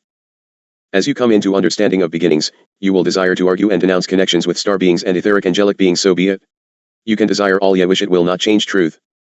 You are descendants of that which was referred to as the ones from the skies who could fly in many and varied manners. You are what has been referred to as the clan of the winged ones, or more generally put, the bird tribes. Is it not time to preen your flight feathers? Salut. Hayton to stand by as we close this segment. Thank you for your service. Salom. Chapter 4. Rec number 1 Hayton. Saturday, November 24, 1990, 5:25 a.m. Year 4 Day 100. Hayton present in the light and in service unto God and unto man. May our truth be ever present, and may we find understanding in our projections. I am sorry to call you forth at such an early hour again, Dharma, for the fatigue is taking toll, but other ones shall simply have to tend of the earthly matters, for I cannot sacrifice the day of writing in order to have guests. Please lean upon me and I will give you strength and energy to do that which we need do. Aho. Today's watch. Allow us to bypass today's watch, for we must do a segment for the journal. I do, However, ask that you be cautious as the surveillance has been increased, as have the bombardments of elves to your place. There was a deliberate focus of sonic blast against this place yesterday, and apparently more are in the staging. Keep the protection and security tight, as so many come and go through the dwelling. Naught has changed, as ones come and go in curiosity and non-decision. Remember, ours is not a mission of entertainment nor social picnics, it is the time of decisions within the group, most especially, and ones functioning for their own selfish reasons, within, are erring greatly, for this is not the place to find fulfillment of self-indulgence in earth physical fun and games. Those who use another in controlling power for self will find the welcome mat turned upside downward, for ours is a place of production, and one cannot put him/herself above another, nor take the precious time remaining in drifting in directionless wandering. It is a time of definite choices and maturity. If ones just wish to play games of catch the gold ring, it must be done elsewhere. So be it. Domes and terrain. I will take this opportunity to discuss structures intended for the most efficient utilization of space and functionability, since we will have guests which are working in perfection of the domed structures. The subject is especially applicable to the point of Pleaides, so the segment will not be lost to the journal. First, I shall be reminding you of expected events of natural nature which shall be making themselves increasingly difficult with which to deal over the time of transition. Man-triggered or nature-triggered makes no difference if the winds are blowing at a steady 150 miles an hour, dear ones. Dwellings cannot stand long against such assault. As man continues to tamper with the atmosphere and devastation of the lands, all manners of changes shall come upon the orb, but allow us to speak of the why of domed architecture and underground structures. Adequate layers of earth or cement are barriers against many of the elements which may come upon you, i.e., radiation, extreme temperatures, winds, and, if made properly, water. If introduced fragments of metallic powder or particles, the shield shall guard against microwaves and several types of particle beams. Further, the shape of the building itself will deflect, instead of allowing piercing by projectiles. Your goal must be to build downward within the earth where feasible, but remember, if you utilize care, an above-ground shelter can serve many varied needs. In time you must be prepared for the possible, for you will not be given the extent of such possible hazards to life of physical beings. Therefore, you will wish to utilize the optimum advantages of architecture as pertains to aesthetic desirability as well as durable and protective styles. Architectural shape, lighting, and heating forms are most critical. Also, the mode of living must be considered most carefully, for no matter if a man survives if he is rendered mad or infirm by his environment. Materials. Please, you who are self-styled builders and engineers, do not come forth saying a thing can or cannot be done. Remember, if it can be conceived, it can be achieved. Do not, for instance, tell me that compressed earth is not possible for use as shelter roof. It not only is possible for such use, but fitted properly will stand against all elements, be they ones that shake, rattle, or roll. I suggest you look at the architecture of the great cathedrals, for the principle of arches and domes never fails if structured properly with balance and proper infrastructure. If the world as you know it never changes, you have nothing to concern about, but, if it does, you face having no metals with which to fabricate domes and no way to refine or roll the finished product. If you do, you must move to that which you can produce for self, and anything short of that need is but frosting for your cakes. Let me paint a vision for you as regards that which is practiced in the more progressive planets of your homeland. We are speaking of a solar system wherein, as with your system, each planet varies with one exception. There is availability of interplanetary interchange for the most part, and the backward planets do not intermingle much with the more advanced brotherhood of the solar system of Pleaides, for instance. I would interject herein that on some of the habitable planets of Pleaides, the societies are in growing above that which is bringing Earth to her knees. But in many societies the humans were evacuated to safety off their own planets and placed in security in other compatible facilities in which to continue physical experience. These planets remain as isolated and landlocked as does Earth. To play among the stars in the universal cosmos requires integrity, godliness, and an adherence unto the laws of God and creation. I prefer that you once turn from the attitude of simple survival and move in the direction of change, because it is a better way in which to live. If you move into the better way, it matters not that which comes to pass. Let us consider typical Pleaides living for the ordinary inhabitants in a suburban setting or rural environment, for, within the cities, the principles of architecture are the same, but of course the needs are different and therefore the setting differs. A typical family will have a considerably large dwelling of any size, desired mostly underground. The typical tunneling is in the shape of a spoked wheel which can be enlarged, closed off, or done in an desirable manner pleasing to the family and according to means available. Homeless brothers are not acceptable. Facilities are provided wherein the homeless are housed for participation in upkeep. We do not speak of an unchanging planet which is ongoing in pastoral sublimity, we speak of a changing planet whereupon humans dwell and the lands and people are in constant change as the planet changes. Earthquakes, etc. are as prevalent, or more so, than on Earth orb. The main living quarters of food preparation center, family gathering quarters, entertainment room, living rooms, pools, and atriums are in the central hub. Sleeping rooms and baths are located off the hub in the tunneled spokes. The areas between the spokes are partially excavated and finished into underground gardens. Enough natural formation is always left untouched for a support system of the caving roof. Near the windows of the housing are located aesthetic gardens and beds of plants and shrubs. Growing dens for foodstuff are then in mid-equal segments between spokes. The garden for the most used kitchen vegetables is grown adjacent to the kitchen area. The energy of our suns is harnessed and underground lighting is plentiful anywhere we wish it. The lighting is on automatic cyclic timers for balanced optimal growth and rest. Since clutter is not conducive to mental order, There is abundant storage facility in all dwellings whereby the living areas are kept totally uncluttered. From the main hub are exits to the surface, as are there exits from every living area to the surface. However, most exit/entrance opening is aesthetically and protectively constructed. There is a garden room above the hub which can be opened or closed as desired, but is more in appearance of a garden setting arranged with natural or formally arranged plant life and/or pools, etc. The pools are available for aesthetic reasons, bathing, exercising, and in addition, water supply if needed. The sunroom is enclosed in a transparent glass with high metal content for protection and shielding. However, the area can be completely closed off by a sliding shield should radiation protection be necessary. Remember, this is not Camelot, Milk and Honeyland, or the city with the golden streets and pearly gates. This is a planet much as your own. Off of each spoke room is much storage, a hearth center and a large bathroom. We recycle water and therefore have abundance which is carefully monitored and unwasted in any manner whatsoever. All waste materials are treated and returned to natural state, and byproducts utilized, both human and animal. The allotted amount of land for individual use varies, but a typical plot is sufficient to have a luxurious underground dwelling, home park above ground, and pasture for animal grazing and domestic stock. There are, however, underground facilities for protection of the stock in inclement weather of any type dangerous to their well-being. The source of energy is from solar resources, however, and trimmings of plants and shrubs, orchards, and such, are utilized in the fireplaces which are the central focus of the dwelling. Think now, you are living underground or above ground in earthen structures, which minimizes changes in temperatures, and therefore, a fireplace is more for the needs of soul than for necessary heat. The materials rearranged from underground excavation are utilized in the structure walling, foundation shoring, and above ground retaining walls, fences, planters, and such. We compress the material, earth, just as we suggest you do. Most doors are not, but rather screening is utilized by sliding covers or maze-type entrances. This gives ability to generalize heating/cooling and reduces need for hardware, knobs, hinges, etc. We have far more energy for use in powering such closures than we have metals which are utilized carelessly for such nonsense. The cities, of course, are structured greatly underground also, but that which protrudes is treated with great care with gardens and natural grounds. A lot of metal glass is utilized. I suppose you would call it crystal, but it is as durable and unbreakable as is metal, hence the perception of crystal cities. The architecture is pyramidal or domed.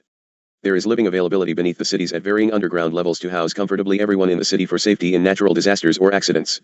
We have a different solar system than do you of Earth, and therefore protection must be available against sun flares, etc. The elements can be most extreme for evolution of the planets have, of course, been cyclical, such as yours, and the inhabitants of these planets have learned just as you must. As more and more history of your planet is brought to the surface for your attention, you will find that you, too, had such cities in many, many locations. Remember that what you call North America, for instance, is a new portion for the most part. As the old continents again rise and old portions of Lemuria and Atlantis are unearthed, you will find designs much as I have described above. Dharma, find Sipapu Odyssey and write the portion regarding winds and specifically the shifting expected in North America and reprint it herein, please. Future revelations. As described. And it is said, there shall be winds, and there shall surely be, in the time when it is winter, and the trees shall bow down their boughs, and the winds shall sting with the cold, and there shall be great suffering among the people, and they shall fall down and cry for mercy. And there shall be a mighty earthquake, and it shall split in twain the country of North America, and it shall be as nothing the world has known before, for it shall be that there shall be a great part of the great land of the North Continent go down, and a great sea shall form within her center part, the dominion of Canada, into the Gulf of Mexico. And there shall be great ocean liners which shall travel within its waters, which will be propelled by solar energy of the next age. But with this, they shall be unable to travel east to west or from west to east, through what is now the Atlantic Ocean, for it shall have a mountain range which has been thrown up from the bottom of the Atlantic, and it shall be extended into the air to the altitude of 10 to 18,000 feet, and it shall be the city of old, for it was the light of the world. She went down amid a great shock and a great wave, and it shall be that she shall come up the same way as she went down. And the west side shall be as the sheer side of granite, and it shall be without foothold, and the way shall be as the eagle flies from the place which is Upper Virginia 300 miles due east, and at this point it shall be 1,800 feet from the waters, and not an entrance through the land shall there be to the east, for it is not for them, which are to be the remnants, to communicate by water, for it shall be with a new science, and a new method shall be given unto them. For there is not a place which is that shall remain the same in its present state. And not a person shall be left which is not prepared for that which shall be. And there are many called, but few are chosen, for there are none which have been chosen which have not been carefully prepared, and they have been unto themselves true, and they have given credit where credit is due. And now it is given unto them to be the seed of the new civilization which shall come upon the earth. And within the time which is left before this shall come upon the earth, it shall be that many will be called, and they shall doubt, and they shall fear, and they shall faint, and they shall fall by the way, and they shall be in no wise, for it is given unto man to fear that which he does not understand, and for that does he wait. And it is said that there shall be winds, and there shall be the winds, and they shall be as none the earth has known, and they shall be as the winds from the sea and from the land all rolled into one great tempest.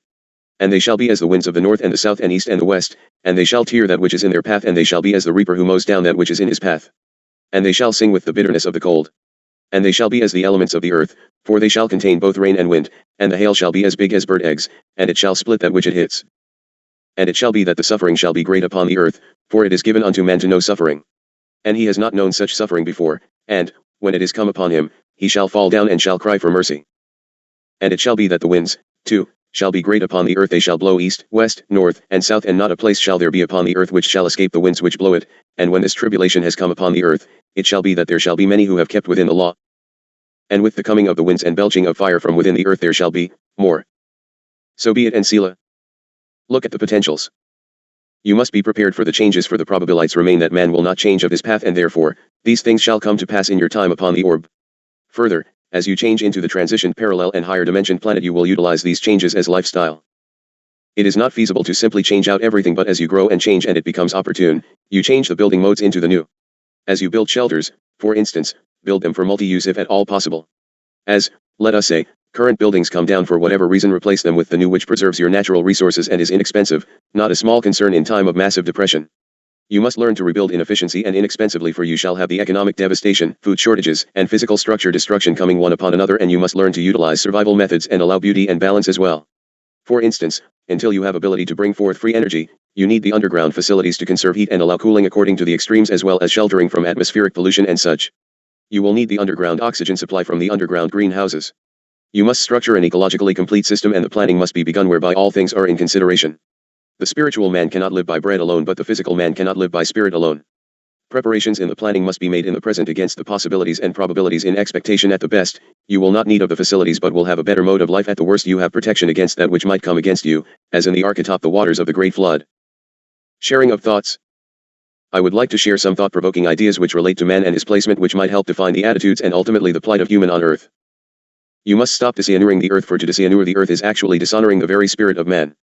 Man acts out as if he is a creator, which he has ceased to be, for the replenishing of creation, and not that of a user which he has become. This delusion is robbing him, not only of his natural heritage, but of his future as well. You abuse land because you regard it as a commodity belonging to you. When you see land as a community to which you simply belong, you may consider using it again with love and respect. The earth you abuse and the living things that you kill will, in the ending, take their revenge, dear ones, for in exploiting their presence you are diminishing that which is conceived as future. The nation that destroys its very soil, destroys itself. Everything is perfect coming forth from the Creator, everything seems to degenerate in the hands of man. We must come into awakening of the sleeping destroyers, for it is a serious sequence, indeed. The long fight to save wild beauty represents democracy at its very best. It requires citizens to practice the hardest of virtue, self-restraint and self-discipline. America, for instance, today stands poised on a pinnacle of wealth and power, about to plunge over the edge into the crevasse of collapse and depression, wherein the power shall be shifted from the people unto the elite. Yet you live in a land of vanishing beauty, of increasing ugliness, of shrinking open spaces, and of an overall environment that is diminished daily by pollution and noise and blight. The more you get out of the world, the less you leave, dear ones, and in the long run you shall have to pay your debts at a time that will be most inconvenient for your own survival. So be it. You must utilize memory and past for that wondrous gift which it provides, learning. Then, you must look forward to that which may come in anticipation and with forethought. Then, dwell in the present moment that you might take action to correct that which is incorrect from the past and become perfection in the anticipated future. In every action, consider that which came before and lessons learned, and then consider that which may follow, and then undertake it. A danger foreseen is already half avoided, for the time to repair the roof is when the sun is shining and rain not yet upon you. Watch it even as regards the proper sequence, which came first, the chicken or the egg, for in either case you cannot hatch a chicken from a cooked egg. Only those ones who are within a thing or concept with eyes open to truth can find the safe way out. Look to the end, no matter what it is you are considering. Often enough God gives a man a glimpse of happiness and goal, and then allows man to ruin himself, so stay in the path of lighted truth and reap the happiness and security of the goal. If all of you could but remember, in this passage of confusion and chaos, that the certainty of God giving meaning to life far surpasses in attractiveness the ability to behave badly with impunity. And I suggest that the following is most true indeed: though God's attributes are equal, yet his mercy is more attractive and pleasing than is his justice. I further suggest that you who believe you have all the answers and demand that God meet your specifications, I would point out that no one has the capacity to judge God. We are all but droplets in that limitless sea of mercy and grace, and we had best remember it. Everyone, whether he is self-denying or self-indulgent, meek or demanding, is seeking after the beloved source of truth and the word. Every place may be the shrine of love, but he temple is within, and all searching without shall merit the only disappointment. God is what man finds that is divine in himself. God is the best way man can behave in any occasion and opportunity of life, and the farthest point to which man can stretch himself. When men vote in laws and call them gods and manufacture God, you have just removed God. There is nothing good or bad, it is only in the thought perception which makes it so. Salut. Might we close this segment, as you have many ones coming very shortly?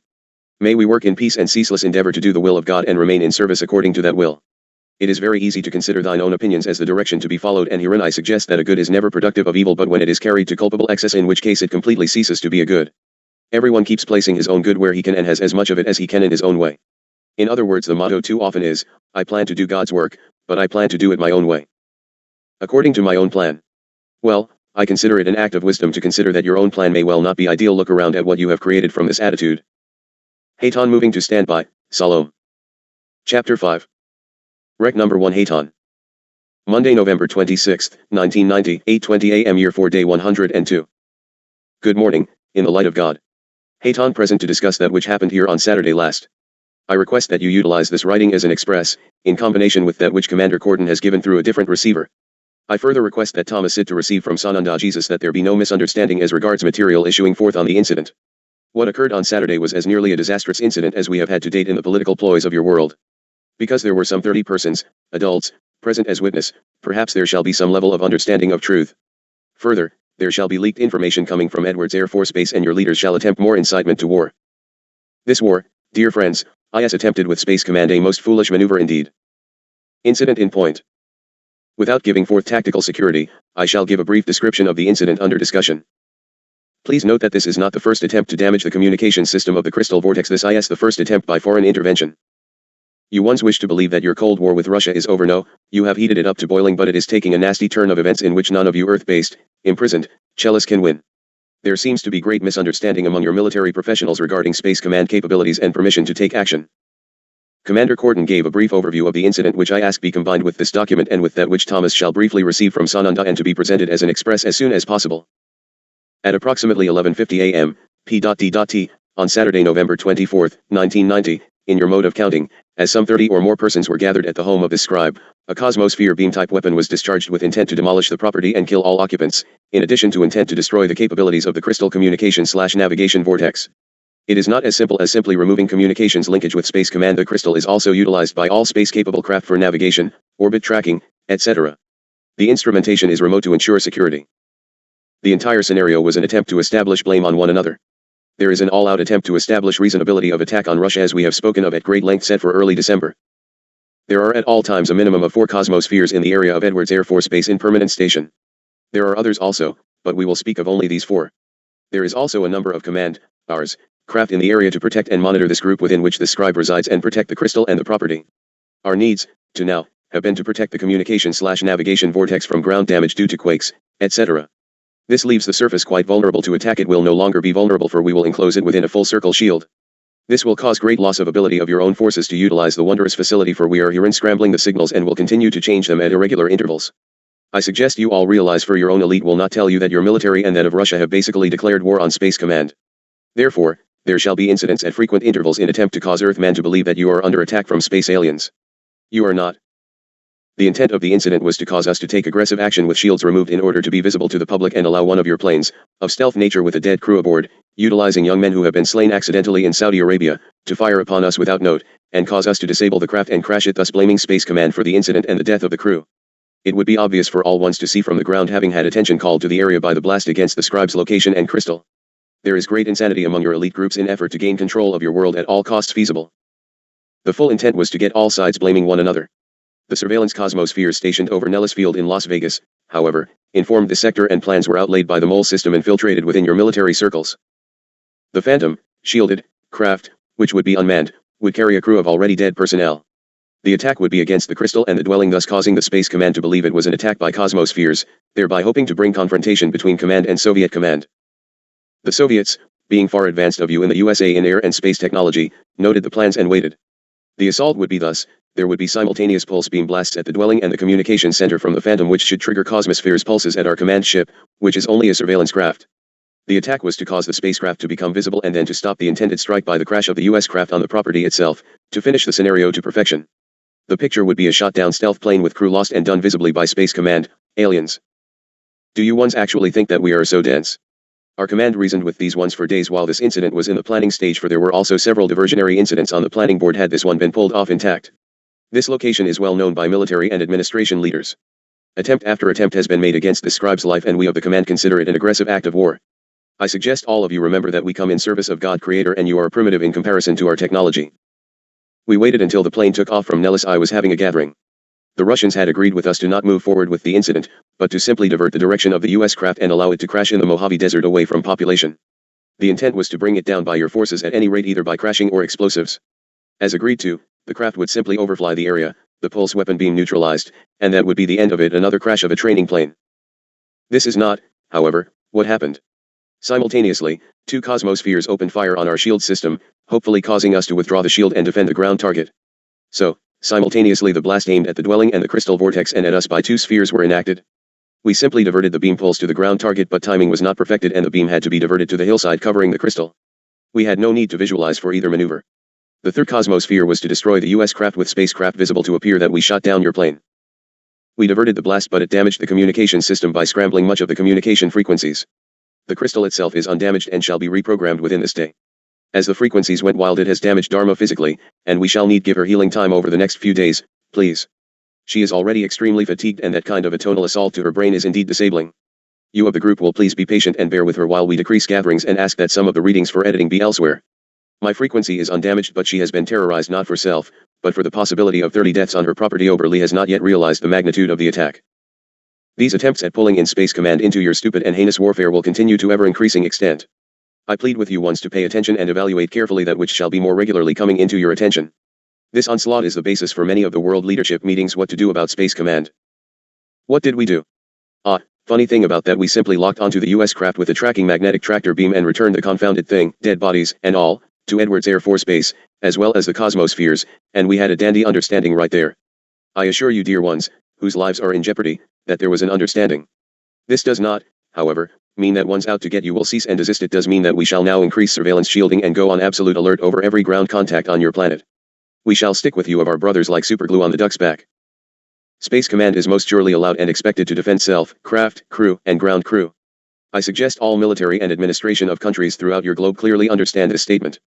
We do have capability of removing attacking craft without utilizing one weapon, and the craft is gone forever. Further, we can set your crew, if alive, safely and very confusedly on terra firma, intact and without more than confusion of mental explanation. I most surely suggest you accept this as warning. The merit of being able to blame Space Command was that the Cosmospheres utilize the crystal for tracking also, and certainly there is not the desire for being blamed for such a shootdown. The Cosmosphere crews had no way to know the crew was already dead. I remind you who will read this and continually ask for proof and just do something so we can believe. How do you feel about 30 people who were intended targets for death? So be it, for you will also denounce the very truth you seek and continually petition for. Well, they have to do something with those dead soldiers at Edwards, and I suggest that there are officers in that location who will not approve such actions, for the confrontation of council was done with full recognition of ground base at Edwards. We shall see if there is not at least 1 or 2 who will come forth. Remember, ground crews die as easily as the enemy. Never shall the deaths be at the hands of space brothers. Never. We, further, do not have need of death dealing with humanoids nor any craft you can send against us. Let it so be understood. I hereby also request that this information be forwarded to one Bogritz, Wendell Stevens, and others who continue to discount command. I care not whether or not anyone believes. I shall no longer tolerate the attacks against my ground people. I shall, henceforth, bring truth of circumstance of writers and speakers who discount this work, for I weary of foolish James Bond false projectors inventing discredit upon our work. This is not true for Gritz, he simply doesn't yet understand that which he is doing. Others are sitting at ready to publish more of Billy Meyer's work in their own profit-making mode of operation and have embellished and falsified much of it to make it saleable. I herein pronounce that it is not total truth, and the truth shall be made known. I further suggest that Billy Meyer be given royalties and be allowed to discount that which is not of his notations and receivings. Through your ground manipulations and foolish games, you have caused a bit of angry response from our command crews, and I suggest you consider that situation most carefully indeed. Perhaps you will enjoy a spacecraft in your front yard? You see, there is no consideration of any negative impact from Space Command. Your own brothers right in human format will take you out, and you know it. The CIA is trained and operated by the Mossad, and they will take you once out without blinking twice. If that be your wish, then I suggest you continue your games of stupidity. I remind you, however, that your families are safe within our shields. If that is the chosen route, they most certainly are not safe from the CIA, FBI, Mossad, nor any other terrorist group who is setting up this global catastrophe. So be it. Mark my words carefully indeed, for this is the word, and so shall it be. I salute you who have the wisdom to see that which is coming down and your own jeopardy at the hands of those you serve, not Space Command. How many of you mouthpieces are brave enough to step forward and truly protect self, nation, and planet? Or do you wait for a little grandmother to do it for you? So be it. Pride goeth just before the fall. Salome. P.S. It was further assumed that the alien who escaped the Virginia incarcerators, in Washington, D.C., would also be picked up, for he is known to be in the area, and this would cement the episode as planned. Too bad about that assumption, I will just let you once ponder that point. Why do I dare write this and send it forth in the express? It has very little to do with you readers, unfortunately, but this computer is monitored by several of your resources, including the Edwards Air Force Base. Salut, brothers, I hope you find this interesting reading, for the messages may get ever more revealing as we take our own actions to bring this under control. You ones don't have any protection whatsoever from the Cosmospheres monitoring every move you make at that base. Cosmospheres are Soviet craft and have nothing to do with space aliens. I suggest you ponder that most carefully indeed, for you have been fed tons of B.S. bitter swill. Asterisk. What do you ones in the good old U.S.A think Gorbachev, the Chinese leader, and Henry Kissinger are doing in meetings? Oh, you didn't know that? I suggest you pay a little better attention. Further, I think you should pay close attention to Mt. Etna erupting in Italy, then watch for the volcano in the South Pacific. Pele, I believe you call her. Then I suggest you may wish to reread Casey's projections. May God have grace and mercy upon you, sleepy ones of the lie. May his word touch your hearts that you can see in time. Salut. Dharma, let us close this. I care not whether or not it is a full or insufficient express. Please disperse it as soon as is possible. Thank you. I am Haton to sign off. Dharma, I remain in your presence, Kila, for you shall be fine in a few days. Do not remain in such fear, for God is thine shield, Kila, and none shall prevail against that shield. So be it, for I am present to ensure of it. I ask that all of you use caution. Remember, God allowed ones to invent seat belts for your safety. I suggest you use all things given in protection and do not dance in front of your enemy with the assault weapon, for you will get hurt badly indeed. It is expected that the crew in service be ever more vigilant than any other, for you do not test God, if you have wisdom, in that manner. Good day. Chapter 6. Rec number 1. Haton. Tuesday, November 27, 1990, 5:50 a.m. Year 4, Day 103. For instance, I suggest you not allow another express to go forth until you urge receivers to give journals and/or expresses as gifts of life at the Christmas commercial exchange of earthly matters. Allow reminders in the express itself or as additional insert. You are coming under one world rule by the 5 permanent member nations of the UN Security Council now, this week. This, dear ones, is what all this push and shove is about, not for the US to declare war or even invade it, is to bring the world under the control of the UN Security Council of the cartel nations. It has nothing to do with Saddam Hussein, human rights, or anything else under the claiming it is for one world global control by the elite. Further, IT is working to perfection while the world sleeps on. Your military comes forth in frantic uprising saying that Saddam has never had a weapon he hasn't used. Have you? It is the US who has used the atomic bomb. So far, Saddam has not. I suggest you look with open eyes and ears and watch the moving and silent hand at work, not the mouth with the blathering therefrom. So be it. While all of you are distracted, yes, you are. How many of you know that the Federal Reserve is going to cut the reserve requirement? Yes, the Federal Board is going to reduce the fraction of deposits that banks are required to hold as reserves. This would be viewed as a strong message from the Fed that it wants banks to lend some more, thus sinking you further into economic destruction and total disaster. If you do not understand this information, I suggest you not ask me to explain it. Go reread and study the information given forth in the journals as to the banking reserve and fractional banking as outlaid. This is as serious a move in the financial clincher division as any confirmation you will ever get, and all of you missed it. At present, the banks are only required to hold either as currency or in interest-free deposits at the Fed sums equal to 12% of all checking deposits and 3% of certain certificates of deposits with maturities of less than 18 months. Reducing the reserve requirement would give banks more money to lend or invest at a profit and, if not offset by other Fed moves, would increase the supply of credit in the economy. Now, the FDIC is broke and the banks can loan 22-1 already. What does that tell you? It should tell you that if you put in $100 you are apt to get out less than $12 as it now stands, and henceforth that spread shall increase drastically. In other words, the banks will hardly need hold any of your money for return to you. I would suggest this is something that should be given attention, and I see not one of you even being aware of it. Moreover, all the hoopla surrounding the proposal is accompanied by total lies as to safety, problem solving and live happily ever after jargon. It is massively damaging to say the very least regarding the matter. Japan and movies. How many of you realize that Matsushita is the new owner of MCA? Okay. How many realize that that is Universal Studios, etc.? How many realize that Sony already owns a major portion of your Hollywood industry? Matsushita is paying a piddling little $6.8 billion for the operation. They already control, along with Sony and 1 or 2 other Japanese businesses, the industry in VCRs and television sets. The biggie now is a 150-inch screen which will be sweeping the market. How many wondrous middle-class Americans even have a room in which to place such a set for viewing? They will, of course, go to their local bankers who are now lending more money due to the above outlay of plans, and hook you even more deeply into the bottomless pit of debt. Oh, by the way, they have no intention of changing the quality of films being produced. We want the record rights and technical production controls along with the theme parks. Not to worry. Relax, however, America for your president is down in Mexico doing the Mexican two-step and wool in the eye Joe instead of Cotton Eye Joe, and dancing with Carlos Salinas while they give away your factories and have this wondrous new free trade alliance. Does anyone feel your job slipping away? How about another little TID bit? Just as you took care of all that nasty budget mess, your federal budget deficit widened to $31.46 billion in October and rising like a tidal wave. Oh, well, you do have these unexpected expenditures like S&Ls and war, so be it. How does this compare? Somewhere around $1 billion is how it has increased. How about just a few more taxes? Back to Mexico, and this new love affair. Mr. Salinas has badly irritated the people and his opposition. He has said that if the United Nations approved military action against Iraq, I offer Mexican troops to fight alongside the U.S. Marines that once stormed the halls of Montezuma. Repeat please, what you believe about the UN and who and how it is run. Who is going to war with Iraq? I thought you might begin to understand. Read my lips.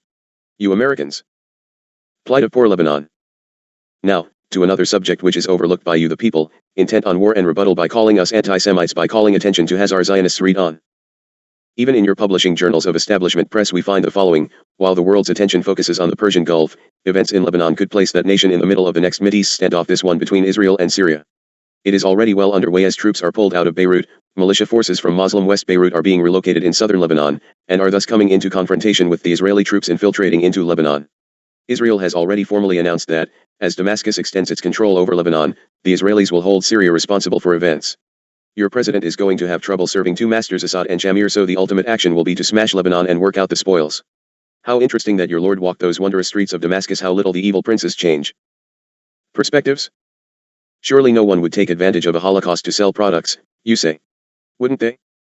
Anheuser-Busch touts its shipment of 22,000 cases of O'Doul's non-alcoholic beer to desert-bound GIS, which it calls especially appropriate in light of the Middle East climate. Max Factor says it is providing a form of protection for the troops by sending about $1 million worth of sunscreen lotion. Kransco Group's Whammo division donates some 20,000 frisbees, pitching that, given the current situation, the troops are looking for recreational outlets and can't have either alcoholic beverages or pin-up girly pictures. Then the American Contract Bridge League is sending 5,000 decks of cards to the Navy. Free services also are in. American Telephone and Telegraph is running ads offering free messages to loved ones as part of its Desert Fax service. Philip Morris's Marlboro cigarettes brand is paying for relatives of troops to send holiday cards that play personalized 10-second voice messages. That, of course, means that the troops need players, and so it goes. I would herein point out, however, in case you wonder as to the value and truth of the journals and expresses, every effort is made and mail opened and restricted to keep this material from reaching your sons, husbands, daughters, mothers, and other relations. Do you still doubt that we bring you truth? Your husbands, etc., are allowed near beer, but truth is denied their eyes and ears. God have mercy, for most will never know what it was that killed them. Only you, who allowed it, shall writhe in pain and guilt in the middle of the cold nights wondering what went wrong. So be it. Dharma, allow us to close the segment herein, for we need to return to the journal in writing regarding your cosmic connections. You need to come into understanding, for you are going to be meeting your brothers long before you are ready, and truth is usually denied until face to face with reality of the circumstance. Haton to stand by. May understanding be our commitment. Salut. Chapter 7. Rec number 1. Haton. Wednesday, November 28, 1990, 8:15 a.m. Year 4, Day 104. Today's watch, Express. Haton present within the light of God, with perspectives and notices from the lighted perspective. May God grant understanding within that man can again find freedom. Truth of Iran-Contra entanglement. You who seek continual and continuing proof and confirmation of that which I give unto you, please obtain the Frontline Public Broadcasting System transcript of the program aired yesterday evening called High Crimes and Misdemeanors, hosted by Bill Moyers. It gives factual, documented statements which prove everything that I have told you regarding the scenario and, moreover, gives you the proof you need to realize that you remain totally encapsulated in the lies and secret ongoings and cover ups of your elite reformers. It is shocking indeed if you have not been following the journals, and expresses confirmation if you have. Video information of the above, PBS video, 1320, Braddock Place, Alexandria, Virginia, 22314. Transcript, send $5 to, Frontline Transcripts, Journal Graphics, 267 Broadway, New York 10007. If demand is high for further information, I can give coverage in an express, but I feel you ones would prefer other pertinent information. I do ask that a copy of the transcript be obtained by the editor hereof, and we shall give it forth in an upcoming journal. Thank you. Slaves. As your government sends your young men and women off to die in a desert far distant from home, let me point out some misinformation. You are, and the children are, told that they march off to defend humanity, American interests, freedom, and democracy. Allow us to look at this in truth.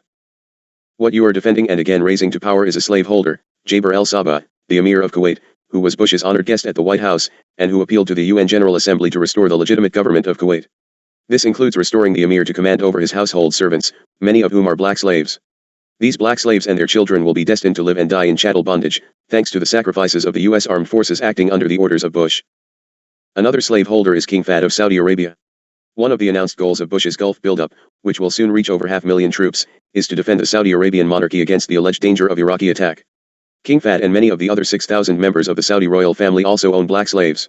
King Fahd keeps his in a special slave compound in the precincts of his palace, now shielded by the U.S. Army. And beyond this, the rulers of Qatar, Bahrain, the United Arab Emirates and Oman are also owners of black slavery there. But Bush demands that the U.S. sacrifice blood and treasure, courting possible World War III, in order to restore black chattel slavery to Kuwait by driving the Iraqis out and putting the slave-holding emir back on his throne. Now, dear ones, this Fahd of Saudi Arabia is also the same one who gave $2 million per month to the Contra effort through the Bush vice presidency. If you obtain the transcript listed above, you will find that Bush knew and participated completely and then lied openly to you the public on numerous occasions which were absolute lies and not even hedges regarding the most heinous of activities. Why do you believe he speaks truth unto you now? Many of the black slaves of the Gulf trace their origin to Ethiopia. A slave trade between Ethiopia and the Gulf states was in existence until about the time of the Second World War, although it declined somewhat thereafter. A League of Nations report of some years past confirmed the persistence of black chattel slavery in the Arabian Peninsula. Today, slave quarters and slave compounds are commonly adjacent to the luxury palaces of oil-rich princes, emirs, and sheiks. Slaves are slaves for all their lives, and their offspring are also slaves and are the property of the slaveholder. Many of these slaves speak very little Arabic, and communicate with those they serve through signs and gestures. Of course, they are kept illiterate and totally uninformed. The native language of the slaves is often a dialect of Ethiopian, passed along in the closed society of the slave quarters and the harem. The institution of slavery in Saudi Arabia and the Gulf states is officially denied, of course, by the feudal monarchical regimes in question, but the existence of black slaves is an open secret that can easily be verified in any street or market. Groups of black slaves go to the souks or bazaars to do the shopping for the households which they serve. These slaves receive priority service from merchants as a sign of respect and deference to the princely masters whose slaves they are. Every larger town and city in the Gulf has a public square that served as a slave market until quite recently when the activity went undercover, and the names have been changed to deflect attention from the continuing presence of slaves, who continue to be bought and sold by princes privately and behind the scenes. You will note that in a prior journal I referred to the Israeli Zionists making incredible efforts to bring their Judaic believers out of Ethiopia in the middle of nights by private plane and rounded up and forced aboard. Herein you have the real reason and resource for a very large money-making operation on human life. Black slavery has a long history in the Gulf. In the Arabic language spoken there, the word abed signifies black and slave at the same time. It is considered less a term of notoriety than a simple statement of fact. Any American politician, black or white, who protested against apartheid in South Africa must find the existence of actual chattel slavery in Saudi Arabia and the Gulf states far more abhorrent. And all the more so because President Bush has ordered the biggest buildup since Vietnam in order to defend the Saudi slaveholders, and will soon order American troops into actual combat, with horrendous consequences around the entire world, in order to restore the Kuwaiti slaveholders to power. If American troops invade Iraq, they will be bringing black slavery with them. Certainly many black GIs would rather use their guns to free their fellow black men, women, and children from slavery in Saudi Arabia than attack the Iraqi defensive positions in Kuwait. If Saudi slaveholding becomes widely known among the U.S. forces in the Gulf, it is highly doubtful whether they will share in the Bush-Thatcher-Kissinger war psychosis against Iraq. Where is Jesse Jackson? Why has Jesse Jackson just joined the conspiracy elite of the Council of Foreign Relations? Slavery was officially abolished in open forums in 1962 in Saudi Arabia by King Faisal as a quid pro quo. Funny thing about quid pro quos, as Bush denied any such thing in the Contra crisis, also he said, again, read my lips, there is no quid pro quo, and yet, he personally delivered the money quid to the Central American dealers for American military assistance against the Egyptian regime of Gamal Abdul Nasser. The Saudi reforms were never implemented. Recently the slave trade has been maintained by kidnapping African Muslims who came to Mecca for the religious pilgrimage of the Hajj. Many of these very poor African Muslims sold their children into slavery, or were themselves enslaved, because they could not finance their trips home. The primary sources for the slaves have been the hardest hit parts of Africa, Senegal, Sudan, Chad, and Ethiopia and Eritrea. Preference has been given to African Muslims because the Saudi elites were reticent to have non-Muslim slaves in the holy places of Islam. Filipinos, too. More recently, there has been a flow of Filipinos, who come to Saudi Arabia with the promise of high-paying jobs. When they arrive, they are deprived of their passports, made to sign contracts in Arabic, which they do not understand, and prevented from ever leaving the country. These ones are further prevented from speaking in any language to anyone outside the compounds. The Emir of Kuwait has had the most lavish lifestyle of any royal emir, and the practice of slaveholding is widespread. As a matter of fact, the Filipinos who were recently released from Kuwait were fortunate indeed for the so-called invasion by Saddam. These slaves come mainly from populations which are Muslim, from war-torn areas. They come from Ethiopia, Eritrea, from Tanzania, etc. It is an old tradition. The painful thing about it is that the British not only know about it, but it is done with their consent. It goes back to the end of the Second World War. In Madagascar, since that new socialist regime came in, it has been done much more strongly. As late as year 1966, some 4 years after the official abolition of slavery for public consumption, even the United Nations has been, for political reasons, somewhat reticent to deal with the slavery issue in the Arabian Peninsula. I guess that figures to be because you must realize that the 5 permanent members of the UN Security Council run the UN and the world. There is even a recognized slave route from Dubai, Muscat, Barami, Al-Hassa, Riyadh. Merchants make seasonal trips to Dubai and Muscat, returning with a group of 50 to 60 slaves at a time. They are first put up for sale at Al-Hassa and later, if unsold there, sold through brokers at Riyadh. The slaves are often kidnapped from towns and villages in the Qatar and Barami area. The slaver contracts groups of entertainers and musicians, who give performances outside the village or town, arranging for a dancing party on a particular day. The slaver then gets in touch with the tribe living in the vicinity to arrange for a raid on the dancing party and to kidnap the girls, for whom an agreed sum is paid per head to the sheiks of the tribe. The slaver then takes over. Funny thing about the involvement of the Mossad in the kidnapping, oh yes, they are right there training the slavers. Here is just one common example of how commonplace the practice is. A group of Italian businessmen boast openly how, because of a lack of easy access to women in Kuwait, they buy slave girls who do all their bidding. When the business is finished and individuals leave the country, the girls are sold to a fellow businessman or sold back to the original owners. These business arrangements made at original point of sale. And so it goes. Is this that for which you are willing to lay down the lives of your family and relations? Oil, greed, slavery, and control even of self? Then, it would behoove you to awaken your eyes, for the takeover is underway and speeding toward an irreversible finale. Where is Henry K. and what is he doing? Well, he has been efforting to get China to join with the UN Security Council to declare war by whatever name you label it. The Chinese, however, give indecision as an open projection. Don't be sucked into the subterfuge. Now, he will testify this very day before the Senate Armed Services Committee. Why? Kissinger holds no office and is no longer openly accepted even as an advisor to the president. How is this new importance to world affairs? Could it be that he is one of the most powerful humans in your world? I think you had better pay attention, for he is about to have the world brought down through you. Turn on your TV and you will likely find Kissinger spouting off, or look into any newspaper these days, and you will find Henry Kissinger pontificating on the Persian Gulf crisis. Kissinger is demanding that President Bush follow the same balance of power prescriptions that the Nixon administration carried out in Vietnam, when Kissinger was Secretary of State. It doesn't seem to matter that the Vietnam policy Kissinger masterminded not only resulted in needless butchery of both American and Vietnamese, but also left Southeast Asia in the communist sphere of influence. Kissinger, worse yet, is accepted as the foremost expert on such matters. The gist of Kissinger's thrust is that Bush must act soon against Iraq because waiting for sanctions to work would likely destroy the ability for the U.S. to strike at all, and hence the unrelenting push on Bush's part to pull this off immediately, in secret upstart and while Congress is on recess. At the same time, he urges that a ground war be avoided, in favor of airstrikes which would cripple Iraq, but keep it around as a power in the area. When questioned openly, Kissinger won't come up with much. He argues that since the U.S. has already deployed troops into the area, it has to go ahead and use them. This is what you call circular reasoning, and absurd to say the least, but proves the intent. Would you like a little Freudian slip of the lip? At times it is not clear that Kissinger realizes what part of the world he speaks about. On ABC's This Week with David Brinkley on November 11, Kissinger vigorously denied that there was any parallel between the Persian Gulf situation and Vietnam. Unlike Vietnam, he insisted, our demands in the Gulf have been clear from the beginning: immediate and total withdrawal from Vietnam, Kuwait. So be it. In total arrogance and disregard for the U.S. Constitution, he maintains the same situation vis-a-vis the Constitution of the United States as he always did. Just as he himself took orders from Britain, so he wants Bush to follow British Prime Minister Thatcher, and it matters not that Thatcher has stepped down, believe me, and not listened to Congress. Congress, of course, has the constitutional responsibility to declare war. That, therefore, is why there cannot be a declaration of war. It would botch the whole facade of UN substance. Kissingerism bloodbath of Lebanon. Just last year, 1989, former Secretary of State of the United States of America, Henry Kissinger, commented publicly on the dictator of Syria, God may punish me, but I rather like Hafez al-Assad. Well, he now has the blood of thousands of Christian martyrs on his hands. Those Christians, who died as Kissinger's Syrian friends murdered Lebanon, had followed General Michel Aoun in trying to free their country from an occupation and de facto partition between Greater Syria and Greater Israel, an insane policy crafted and orchestrated by none other than Henry Kissinger. First-hand accounts continue to come out of Beirut on the continuing slaughter of Lebanon's Christians. Eyewitness reports and testimony from credible first-hand experiencers report hundreds of corpses of Christians in military uniforms killed with shots in the head and on whose chest the assassins had drawn a cross with the shots of machine gun bursts. The martyrs were the officers of General Aoun's army, who were massacred after their surrender to the Syrians.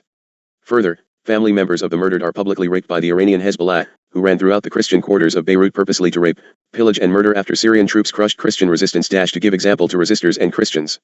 Does this sound like something out of ancient times? So be it. Official hypocrisy. The set-up witnesses who are currently testifying at the UN are pathetic indeed.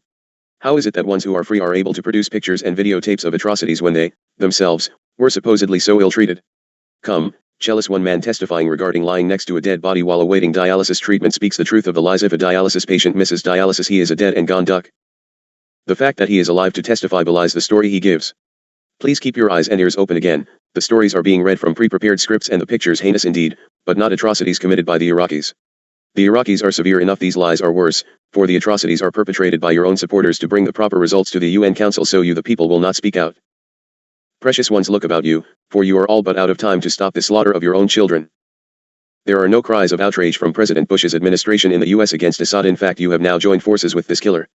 The incidents in Lebanon are not even given first headline on the newsbreak, simply underplayed, and always with the emphasis that Lebanese are out to attack and kill Israelis. What are the Israelis doing in Lebanon, at any rate? That seems to be missed in the reporting of any of these incidents. Since the Lebanese Civil War in 1975-76, the official U.S. foreign policy has been to welcome, as then Secretary of State Henry Kissinger did, Syrian occupation of Lebanon. While this evil, immoral policy originates with Kissinger, nevertheless, every single top official of the Bush administration is culpable for Syria's latest bloodbath against Lebanon's Christians. There is a widespread blanket of cover-up of the martyrdom of hundreds upon hundreds of Lebanese Christians by the Bush administration. Defense Secretary Richard Cheney, in Paris, stressed that, most reports I have heard so far have been unconfirmed through government sources, and I would want to have confirmation before making any comment regarding these matters. It is a matter of record in Kissinger's own memoirs that he preferred Assad to any other Middle East leader. Direct from Amman, Jordan. The word from Amman, Jordan is that the American media's coverage of the Middle East is totally biased and propaganda inserted in gross misinformation. This comes from editors and correspondents efforting to bring truth forth in order to stop this insane march to war. There is total effort to corrupt every statement made by Saddam. Even if the actual footage of film is shown, it is always slanted grossly toward the Israeli point of view. As a good example, in reporting on the Israeli police shooting of the Palestinians in Jerusalem outside the Al-Aqsa Mosque, the U.S. media continually referred to the area and used the word which has been coined by the Israelis, the Temple Mount. This is a new word which has proliferated in the Western media, to emphasize that this particular place is actually where the temple used to be, although, scientifically speaking, no excavation has revealed that this mount was actually the site of the temple. I would suggest you consider this most carefully, for God may not like usurpation of his property for evil reconstruction at any rate, manner, or form, and herein you might find clues to Zionism's thrust, versus that of the Jews. When the U.S. emphasizes Temple Mount, the Palestinians are demonstrating at the Temple Mount, you are actually stressing the fact that this is the site where the temple used to be, so that one day when you destroy the Al-Aqsa Mosque, then this was on the Temple Mount and somehow it is perfectly alright, expected and correct. This is the kind of technique which the American media tends to use at every turn. Saddam Hussein is not correct in his behavior, but you must learn that an attempt to paint a black picture of the man, and his power and country as well as ambitions are to make war palatable, attractive, and the sacrifices acceptable through eliminating a monster, and this is the whole intent of the controlled establishment media. You must realize, dear hearts, that the elite and the spoon-fed establishment papers are pro-Israel in every issue, and this shall ever increase in publication attitudes. The effort is to hectically and chaotically use the build-up against Saddam Hussein in order to destroy Iraq for reasons which have absolutely nothing to do with Kuwait and nothing to do with peace, but everything to do with Israel and control of the Middle East and oil. The Global 2000 plan moves ever onward, a bit ahead of schedule. Why doesn't God just give you free energy and solve everything? Well, let us look at that which you call cold fusion. Remember that? What did the establishment do to those nice young scientists from Utah after they were ridiculed and denounced? Let us honor them. At Brigham Young University in Provo, Utah, at the end of October, cold fusion scientists from around the world discussed new experimental results that confirm once again the startling announcement of room temperature fusion made by scientists Martin Fleischmann and Stanley Pons back in March 1989. Most spectacular, a University of Hawaii cold fusion team announced that it had produced a significant amount of helium-4, a byproduct of the deuterium nuclear fusion reaction, in palladium rods. The Hawaii experiment measured 4 x 10 to the 9th atoms of helium-4 after 100 hours, significantly above any background levels. Another young scientist who has had his life attacked over and over and will not be named herein has created usable fuel for cars as they now are, from this same heavy water, deuterium. The Hawaiian experimental setup is different from the Fleischmann and Pons configuration and is carried out in a molten salt with palladium as the anode, instead of as the cathode. It produced an energy output that was 5 times the amount of energy input into the experiment. Fusion, the process that powers the stars and the sun, cosmic energy, is the energy released when atoms of the lighter elements, like hydrogen, are fused together. It is the opposite of fission, where energy is produced from splitting the atom apart. Attempts to achieve fusion in the laboratory have made use of very high temperatures, millions of degrees, and relatively large reactor devices to fuse together hydrogen atoms in a hydrogen plasma fuel. In contrast to hot fusion, cold fusion research is carried out in a simple electrolytic cell, bathtub size, consisting of a palladium cathode and a platinum anode submerged in heavy water. At some point rhodium and/or iridium as cathode might be a rather feasible consideration. Although the equipment is simple and the scale is small, the experiment itself is not simple, and there are many variables that are not understood even by the scientists who have succeeded in producing excess heat, neutrons, or tritium in a cold fusion apparatus.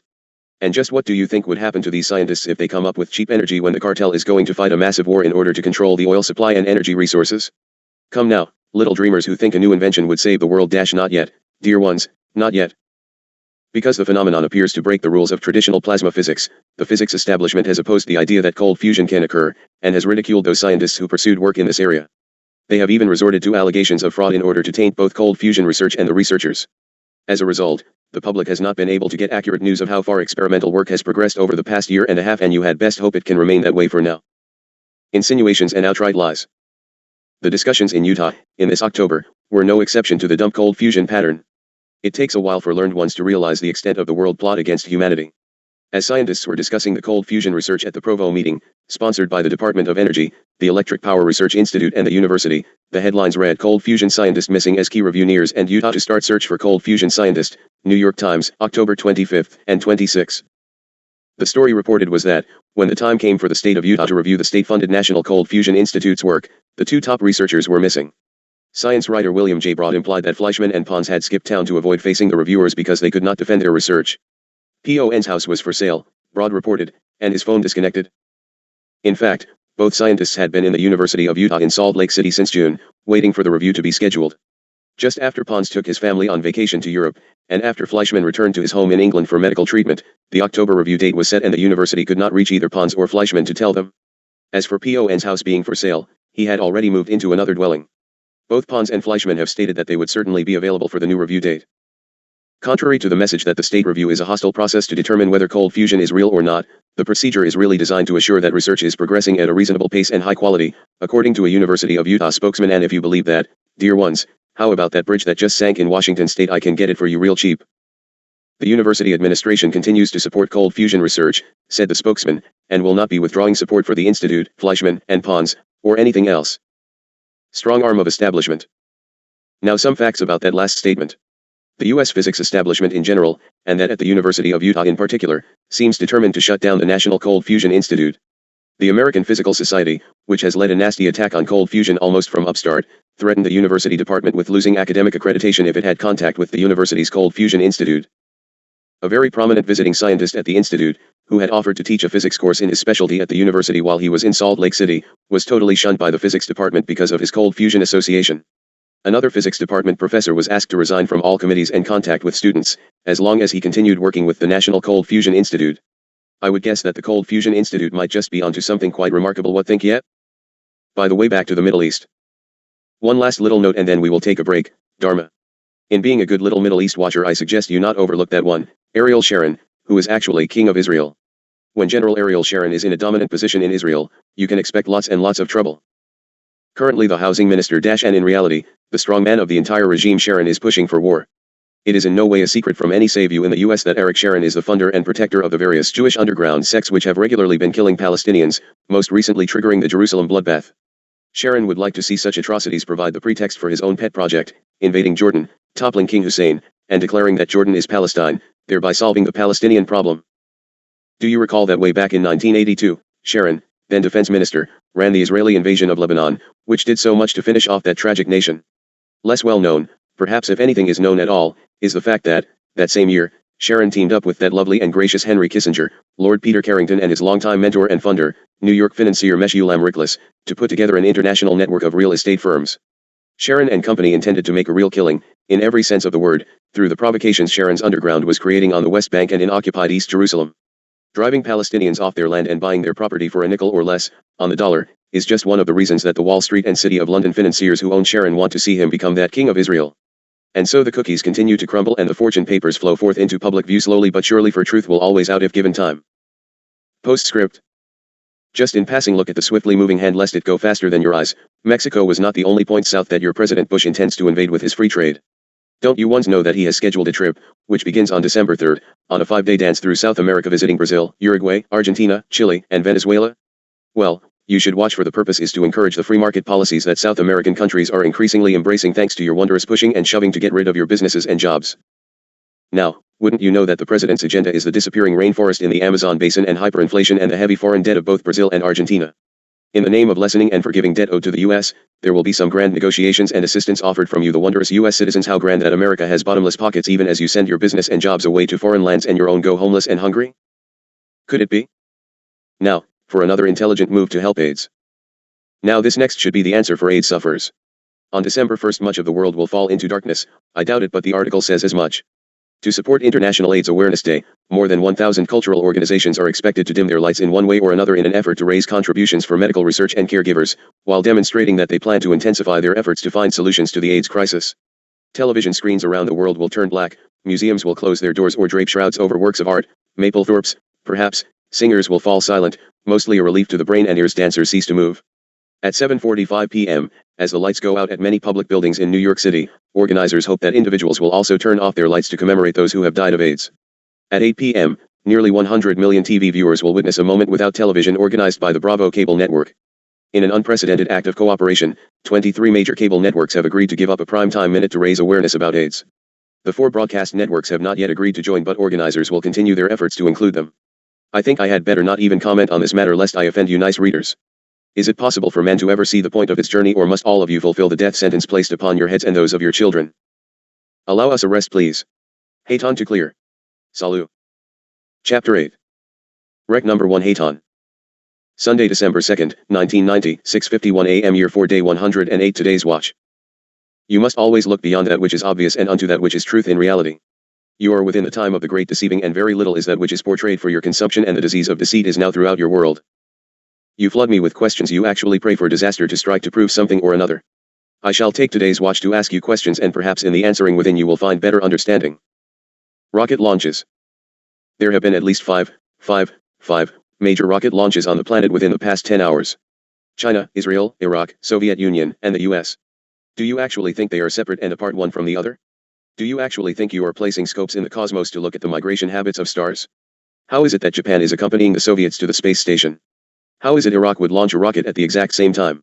Can you not feel the death knot about your necks? How is it that in the Israel area whole busloads of people are slashed and then hit with assault weapons fire? How is it that bombing raids by Israelis continue into Lebanon with not hardly passing interest or mention? How is it that the Israelis are gathering Jews from every part of the world in a final frantic thrust to gather all Jews home? Jews from Ethiopia are being gathered even against their will, and yet the gathering goes on in frantic measure. How can tiny Israel house and feed the hundreds of thousands of people they are gathering? They now have gotten some 28,000, reported, Jews into Israel from Russia, and some 20,000 are expected from Ethiopia alone. The Israelis say, no expense will be spared to gather our people home. Who pays that no expense spared? You in America already give Israel straight across the board with no strings attached and the best investment programs available, over $4 billion a year in cash. What chance do you think little Palestine and Lebanon have in sustaining their nations? Everything is being set up to simply allot them to Israel through the United Nations as soon as the radioactive dust settles in the Middle East. Will you have earthquakes? Oh, indeed you shall. On December 3rd. Who cares? If you are in preparation, you have naught to concern about, and if you are not, you will have to face it one day, so what difference does it make to those who will not prepare under any circumstance? Oh, but you say, you ones and earth ones are always predicting, and it happens not so, we aren't going to bite again. So be it. What if it does? Will you then say, why didn't you tell us? No one comes out and tells you, there will be a quake at such and such a time at such and such a place. You of the hearing public place the word will onto the predictions which have said, I see a very good probability / possibility of a quake on such and such a given time frame in such and such a place. I can promise you, however, that if the US does what it hopes to do, there will be immediate retaliation in the form of earthquakes and all manners of things. This very day the Siberian Express will be moved within the boundaries of the US. There will also be further flooding of the Northwest, and China is mobilizing. What of the New World Order, and how could this come about? Well, in 1983 your then President entity Ronald Reagan finalized a document into law and Congress ratified it. It is the treaty which authorized President entity George Bush to establish a new world order. Unlawfully but legally. It is headed on the cover page by the following, Constitution of the United Nations Industrial Development Organization. Please note the word Constitution. Then, message from the President of the United States transmitting the Constitution of the United Nations Industrial Development Organization, UNIDO, adopted by the United Nations Conference on the Establishment of the United Nations Industrial Development Organization as a specialized agency on April 8, 1979, and signed on behalf of the United States of America on January 17, 1980. October 5, 1981 – treaty was read the first time and, together with the accompanying papers, referred to the Committee on Foreign Relations and ordered to be printed for the use of the Senate. 97th Congress, First Session, Senate, Treaty Document No. 97-19, U.S. Government Printing Office, Washington, 1981, Form 89-100, and 18-0. On the UN level, countries of the world are called UN states. This was ratified by the U.S. Senate and signed by the President of the U.S. It was signed by 80 other countries and ratified, this Constitution, and it is now in force worldwide. Do you recall giving your public officials power to do such a thing? Dear ones, This Constitution of the United Nations Industrial Development Organization UNIDO is used as authority to set up this new world order, and it is now acting as official law even though you know nothing of it. The abuse of treaty power allows this Constitution to supersede the United States Constitution. Is it too late? A new social order, the states parties to this Constitution, in conformity with the Charter of the United Nations. Bearing in mind the broad objectives in the resolutions adopted by the 6th Special Session of the General Assembly of the United Nations on the establishment of a new international economic order, in the UNIDO 2nd General Conference's Lima Declaration and Plan of Action for Industrial Development and Cooperation, and in the resolution of the 7th Special Session of the General Assembly of the United Nations on Development and International Economic Cooperation. Now, let me point out something which might be disturbing to you the people. Any person working for or within the United Nations, even for one session, must give oath of loyalty to the United Nations, and their loyalty to the United Nations must supersede loyalty to the United States Constitution, while the United Nations Charter goes on destroying the United States Constitution. This means that every one of your government who even participates in United Nations activities have taken this oath. I solemnly swear to exercise in all loyalty, discretion, and conscience, the functions entrusted to me as a member of the International Service of the United Nations, to discharge those functions and regulate with the interests of the United Nations only in view, and not to seek or accept instructions in regard to the performance of my duty from any government or authority external to the organization. Serious note, the United Nations Charter was also done by unlawful use of the treaty-making power. Now the United Nations is calling for all U.S. citizens to be totally disarmed. Aided by Public Law 87 to 297, and other new laws, their disarmament treaties will confiscate every gun. Then the police force of the world will fall under the direction of a Soviet general. The United Nations, you will note, will henceforth appoint a world president from the permanent members of the Security Council. Do you actually believe Bush cares whether or not he is elected president of the U.S. after this little TID bit? He believes he will rule the world. I think not, however, for the head of the Zionists, Henry Kissinger, and of the cartel, David Rockefeller, entities thereof, have the same notion, and I would guess that they will have the final say about such a thing. Now, America, do you have problems or do you have problems? I suggest that you have serious problems and a war ahead of you that you can do nothing about. Is it not time to hear Satan knocking at the door? I apologize, Keela, for causing you to need do all this extra work, but I herein ask you to type the entire document so that it can be reprinted for use to send to congressmen, etc. I honor one, Bernadine Smith, who has provided us with a good copy. Just retype it and please use her emphasis as shown by underlining of passages. I ask that this portion, perhaps this entire express, be put to 8.5x11 format for ease of handling. Please ask the printer to simply enlarge the cover page exactly as is. We would utilize the document provided, but I desire that you of my group know what is within the document, and this is the only way I know to ensure that you study it well. Constitution of the United Nations. Industrial Development Organization. Treaty Document No. 97-19, The White House, October 5, 1981. Transmittal letter of the President of the United States to the Senate of the United States. With a view to receiving the advice and consent of the Senate to ratification, I transmit herewith a copy of the Constitution of the United Nations Industrial Development Organization, UNIDO. This Constitution was adopted by the United Nations Conference on the establishment of the United Nations Industrial Development Organization as a specialized agency on April 8, 1979, and signed on behalf of the United States of America on January 17, 1980. The report of the Department of State with respect to the Constitution is also transmitted for the information of the Senate. The Constitution would establish UNIDO as an independent specialized agency of the United Nations system. It does not create a new entity, but rather revises UNIDO's existing legal framework in a way that significantly improves the position of the United States and other major donors in budget, program, and assessment determinations. UNIDO's principal purpose is to foster the industrialization of developing countries. It is currently the third largest executing agency for the United Nations Development Program. UNIDO's wide-ranging activities are geared to aid developing countries in establishing the technical and institutional skills necessary for the industrialization. Many of these activities are consonant with the United States development priorities, including development of indigenous entrepreneurial and productive capabilities in the private sector. United States commercial and academic interests also benefit from UNIDO activity. In recent years, there has been growing recognition of the need to formulate more effective institutions within the United Nations system to deal with the problems of development in an increasingly interdependent world. Such institutions need to serve the interests of all member nations and to be governed in a manner that realistically reflects the political and economic situation in the world today. The Constitution would give UNIDO a new governing machinery that will make it more responsive to its member governments and that will give greater recognition to the special role of major donors, including the United States, other industrial democracies, and the Soviet bloc. If they act together, the major donors will be able to block decisions on UNIDO's program and budgets. In this respect, the Constitution is a precedent-setting document. The Constitution would also provide a specific right to withdrawal from UNIDO if the United States should ever determine that its interests are not served by continued membership. This could not be accomplished under UNIDO's current statute without withdrawal from the United Nations.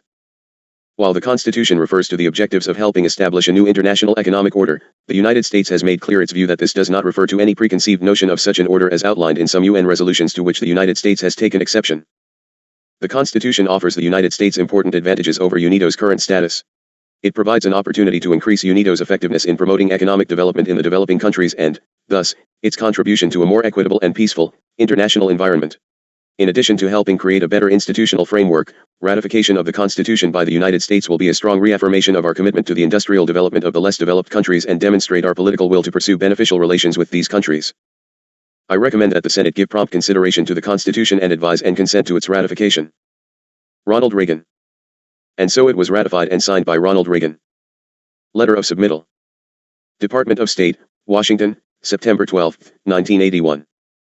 The President, I have the honor to submit to you, with a view to its transmission to the Senate for advice and consent to ratification, the Constitution of the United Nations Industrial Development Organization, UNIDO, adopted by the United Nations Conference on the Establishment of the United Nations Industrial Development Organization as a specialized agency on April 8, 1979, and signed on behalf of the United States of America on January 17, 1980.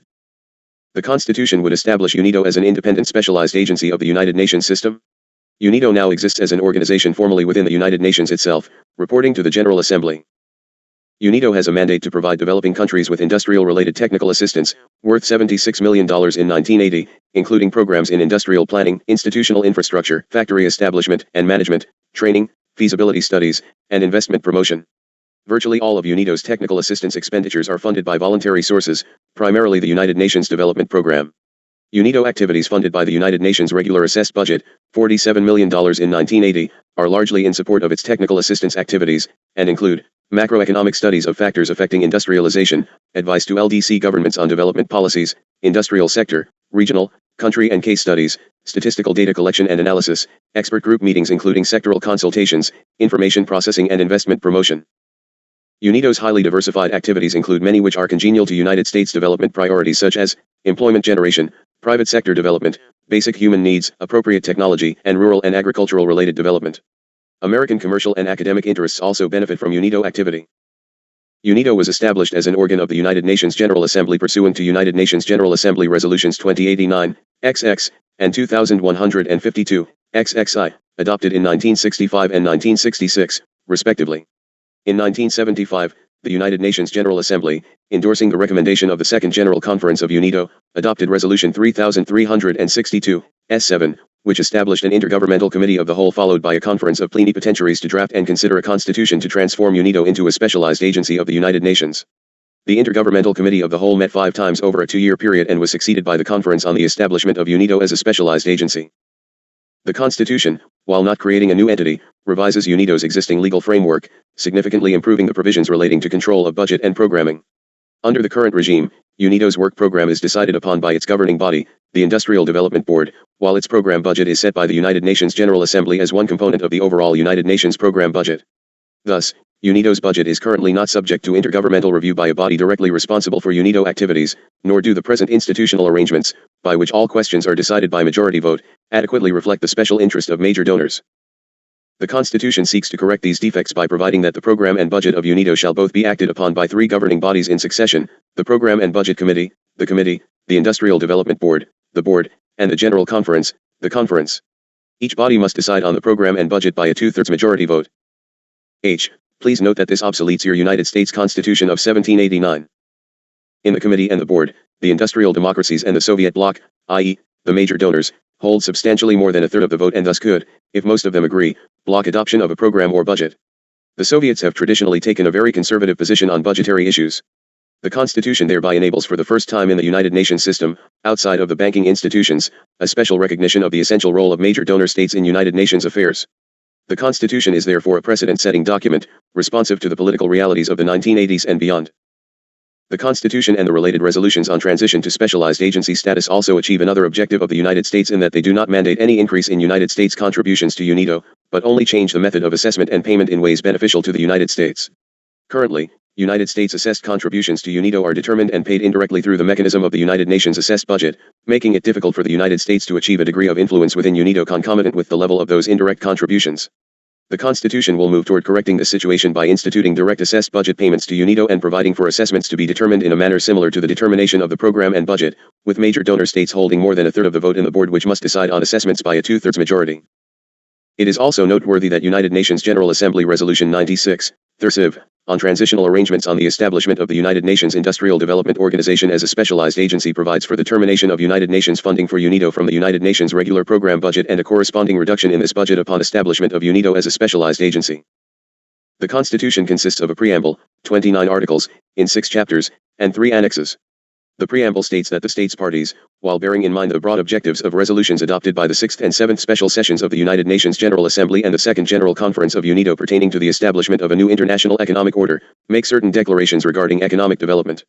The declarations include the necessity of establishing a just and equitable economic and social order, the essential role of industrialization to rapid economic and social development, the right of all countries to pursue industrialization, the necessity of concerted measures to promote the development, transfer and adaptation of technology internationally, and a determination to promote the common welfare through expanding international economic cooperation. The preamble is basically hortatory, and contains no operational links to the rest of the Constitution. Please note that this requires a new economic and social order. The objectives and functions of UNIDO are contained in Chapter I. Article 1 states that the primary objective of UNIDO will be the promotion and acceleration of industrial development in the developing countries with a view to assisting in the establishment of a new international economic order.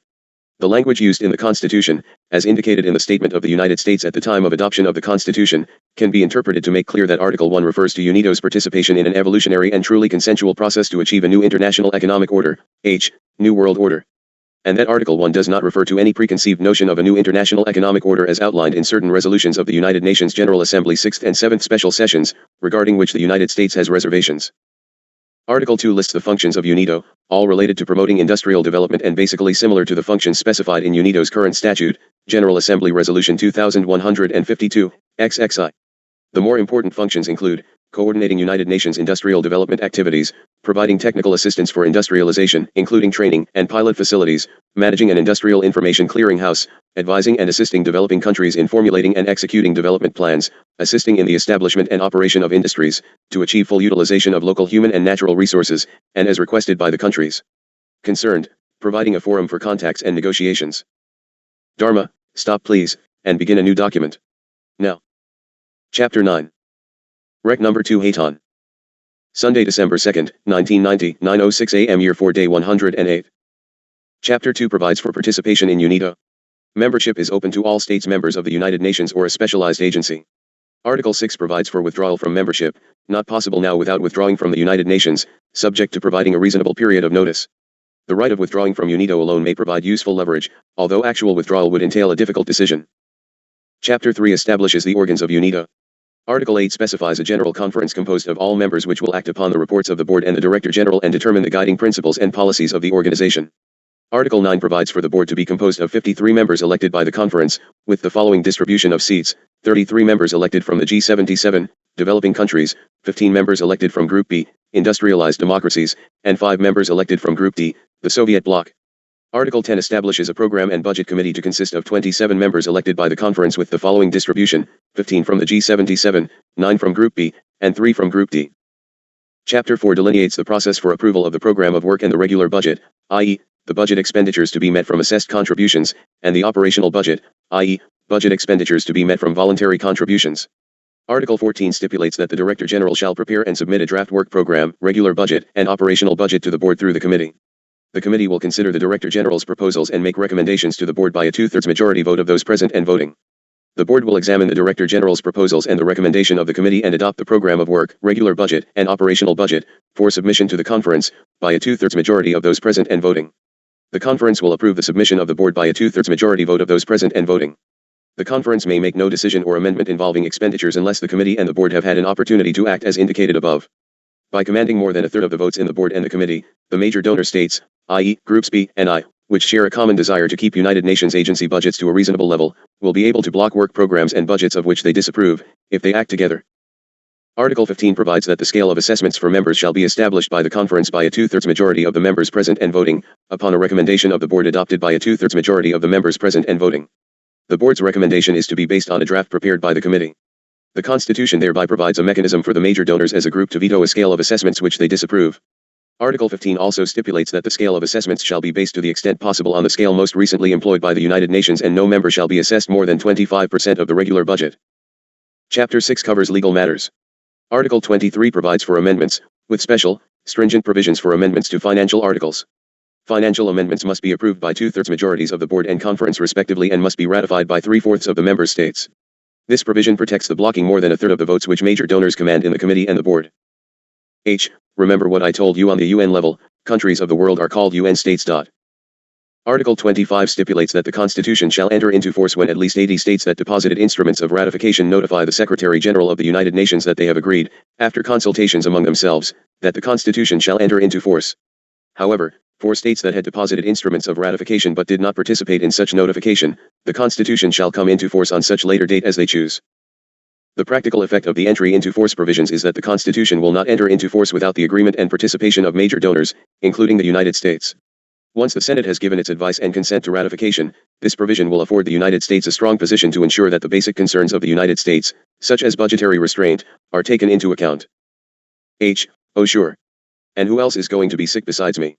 Article 27 states that no reservations may be made to the Constitution. A major problem in the constitutional negotiations was to balance the desire of major contributing countries for control over the regular budget with the insistence by developing countries that funding for technical assistance activities continue to be available on an assured basis. Under current arrangements, a portion of UNIDO's activities in the field of technical assistance is financed by assessments from the regular budget of the United Nations. Under Annex 2 of the Constitution, 6% of the regular budget of UNIDO will be set aside for technical assistance activities which have heretofore been financed by assessed contributions to the United Nations budget. The 6% figure sets a constitutional ceiling on the portion of the new organization's regular budget which can be devoted to technical assistance. All other technical assistance activities must be financed by voluntary contributions. Since the United States together with the other major contributing countries will have more than a third of the votes in the board, which must approve the regular budget by a 2/3 majority vote, we will have substantial influence on the overall figure with regard to which the 6% technical assistance figure will be calculated and, therefore, over the absolute amount of technical assistance expenditures from the regular budget. The combined effect of the 6% ceiling, the major donors having more than a blocking third of the votes, and the withdrawal provisions will provide the United States with much greater capacity than presently exists to ensure that regular budget funds for technical assistance are used for programs which we believe should qualify for such funding.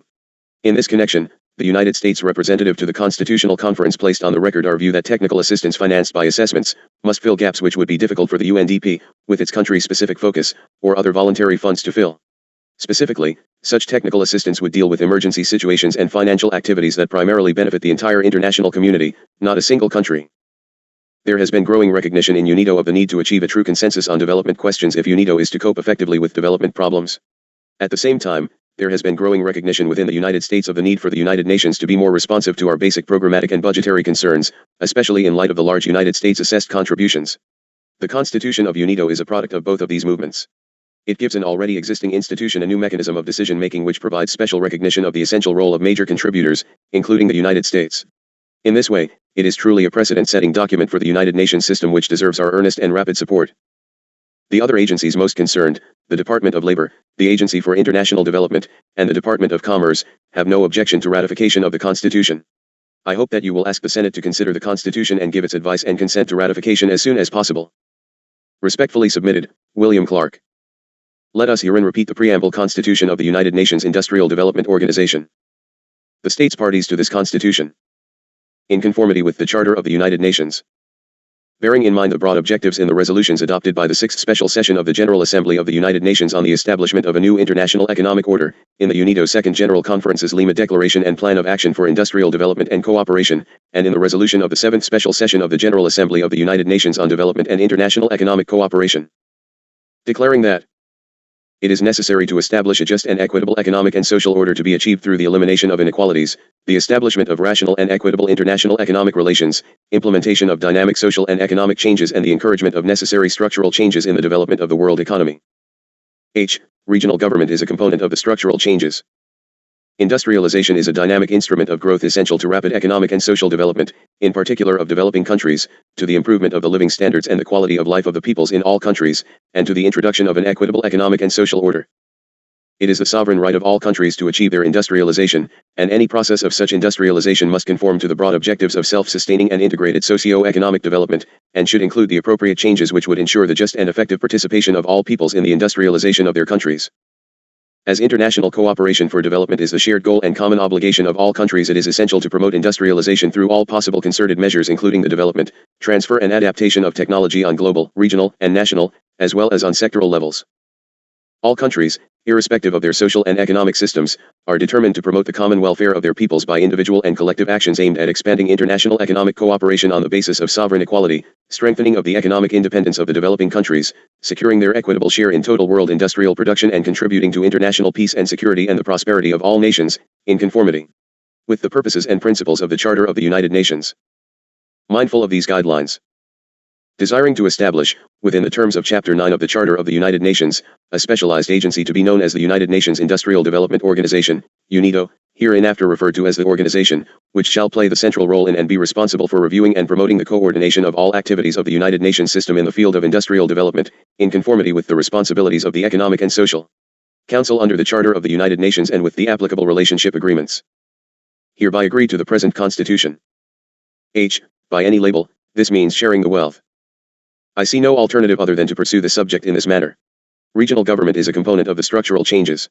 Further, you may not know it, but in 1945 the UN Charter was proclaimed law of the land.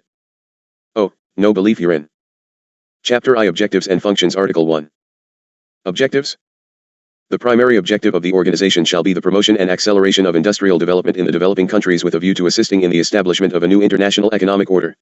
The organization shall also promote industrial development and cooperation on global, regional, and national, as well as on sectoral levels. And so it goes. New World Order. Treaty #97-19 IS a constitution. This constitution is only one of many constitutions that the United Nations has in force upon the United States, causing your once free people to be merged with the communist nations of the world. This is the basis upon which President George Bush and the U.S. State Department hinge their authority for converting the United States system of government from a constitutional republic into a segment of the international socialist world government, the New World Order. When asked about constitutionality of that which he is doing, Mr. Bush smiled to the press and all the world and said, "I know all of my rights within the Constitution, I also know what presidents before me have done and." This speech was given only 2 days ago just after ringing the death knell of your Liberty Bell. The treaty discussed herein is in force, right now, worldwide, having been enacted on behalf of the American people, who not only do not know that this treaty exists, much less the serious changes that it makes in your lives as the treaty helps overthrow the United States Constitution. Consent of the governed has never been granted to permit such destructive treaties and changes, nor will it be easy and probable that you can change of it. Some 2 centuries ago your forefathers engineered the best form of government that could ever be created by man as it conforms to the natural law, places limits on the power that man can exercise over his fellow man, and safeguards your natural rights, which come as an endowment from the Creator. By the way, this also includes the right of the people to keep and bear arms, which is also being removed from you. The PPBS, Program, Planning, and Budgeting System, which plays an active part in this scenario, is an accounting system but not an ordinary accounting system. It is a computerized command and control system, based upon predetermined goals and objectives. It is in operation in the United States in order to socialize the American people and their government in all the economic, social, and political aspects of human endeavor. Government funding is granted only when recipients comply to given management performance. Recourses. Yes, fortunately there are. I wonder if you will take action? There is a principle in international law by which treaties can be nullified, rebus sic stantibus. If you fail to stand against these intrusion to your sovereignty, your independence, your right to keep and bear arms, then you, as individuals, as a state, and as a nation, are ruined. Important. Important. Important. Along with the other information, take this to your state representatives. It is probable that he is not versed in international law and will not know how to proceed to nullify these disastrous treaties, which are the reason why your guns, etc., are being taken away from you, as well as giving of your armed forces into a communist United Nations under a permanent arrangement. Tell him/her that there is ample reason to void the disarmament law, and the INF treaty which has already been signed. You can stop the additional and worse treaties which the State Department and the President have already worked out for you, by knowing how to proceed. Your representative will find the premier principle of international law in Black's Law Dictionary. The page number, definition, and documentation are reproduced below. It is the highest reason in rank for voiding a treaty. The principle is called rebus sic stantibus. It means that the situation has changed. This set of papers has been given to document what is really happening to the United States and to give you principles in law which will assist you to proceed to arrest the evil. Black's Law Dictionary, rebus sic stantibus, on page 1432 it gives the definition as follows: at this point of affairs, in these circumstances. A name given to tacit conditions. Said to attach to all treaties, that they should cease to be obligatory, so soon as the state of facts and conditions upon which they were founded has substantially changed. Documentation. Taylor International Law, Section 394, 1 Oppenheim International Law, Section 550, Godius, Chapter 16, Section XXV. What your representative needs to know is that there is more to the treaties than what meets the eye, more than the states and citizens are aware.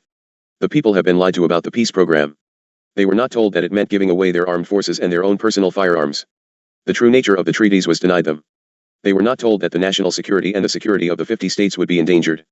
They were not told that they were being restructured for world government under a communist set of operating documents. Now that they know the truth, the situation has changed. This knowledge is grounds for nullification of the treaties. It is the duty of the states to see that the Constitution is enforced as well as the Bill of Rights. It takes only one state to force the Supreme Court to rule on the issue. If the ruling comes down unfavorable, the only recourse is to repeal. To repeal takes 38 states to override the Supreme Court. If the attempt is not made, your government is irretrievably gone. When the Second Amendment goes, all of the amendments will go because it is the Keystone Amendment. This includes the right to own land and to vote for elected representatives. Elected representatives will find themselves in conflict with the military government that will supersede them. The use of dual speak, also called dual use, sophistry and legerdemain strategies were applied to fool the people into inaction. The people are the ultimate power. The evil being done is without the consent of the governed. Your constitutional government was written in perpetuity, and what the federal government is doing is against the law. The United Nations Charter was slapped onto your country as a treaty, also. Since it is causing all the damage, it should be gotten rid of, also, by rebus sic stantibus. Keela, you need a break, and this is probably mind-shattering enough to cause need for digestion assistance. The clock is running out for you precious children of the lie. The ones in charge of your nations know exactly that which they do. If you do not act to counter this thing, you will simply be absorbed and the game finished. So be it. May God walk with you, for you lost your way. Salut. Haton to clear and move to standby. Salom. Chapter 10. Rec number 1 Haton. Tuesday, December 4th, 1990, 6:40 a.m. Year 4 Day 110 Today's Watch. In the light of the love of the universe, I come to commune. In service unto you little doubting Thomases. Haton present. December 3rd came and went and nothing happened. Where were you? From where I sat, I saw 5 space missiles sent up. I saw you effort once again, in America, to launch a spy/sensor satellite system which, by the way, was again prevented from its appointed task. I saw Japan place a journalist aboard a Russian spacecraft to monitor independently that which you once planned to do if you managed to do it. I watched the Siberian Express move into cities and areas of the Midwest and bring record-breaking snow and ice to Chicago unseasonable, they said, and further pronounced that if this continues, it will be a long hard winter with fuel shortage for heating. I saw Miami erupt in riots because of your injustice system. I watched General Powell go to Great Britain. I saw 2 massive planes collide in Detroit while witnesses said something flew past the wing prior to the accident. I saw a deep earthquake in Mt. Fuji which vented ash all the way to the surface some 50 miles from the cauldron. I witnessed tides higher than recorded prior. I watched Israel pronounce intent for war over the upcoming Iraq/U.S. meetings. I watched President Bush give away billions of dollars from U.S. taxpayers to Brazil in free trade and aid. I watch Argentina erupt in response to Bush's visit there this day, where he will give a rotten government more billions of your dollars. I watched as Saddam Hussein agreed to release 3,000 Russian nationals by Thursday if Russia does this or thus. What about the other 6,000 Russian military instructors and advisors?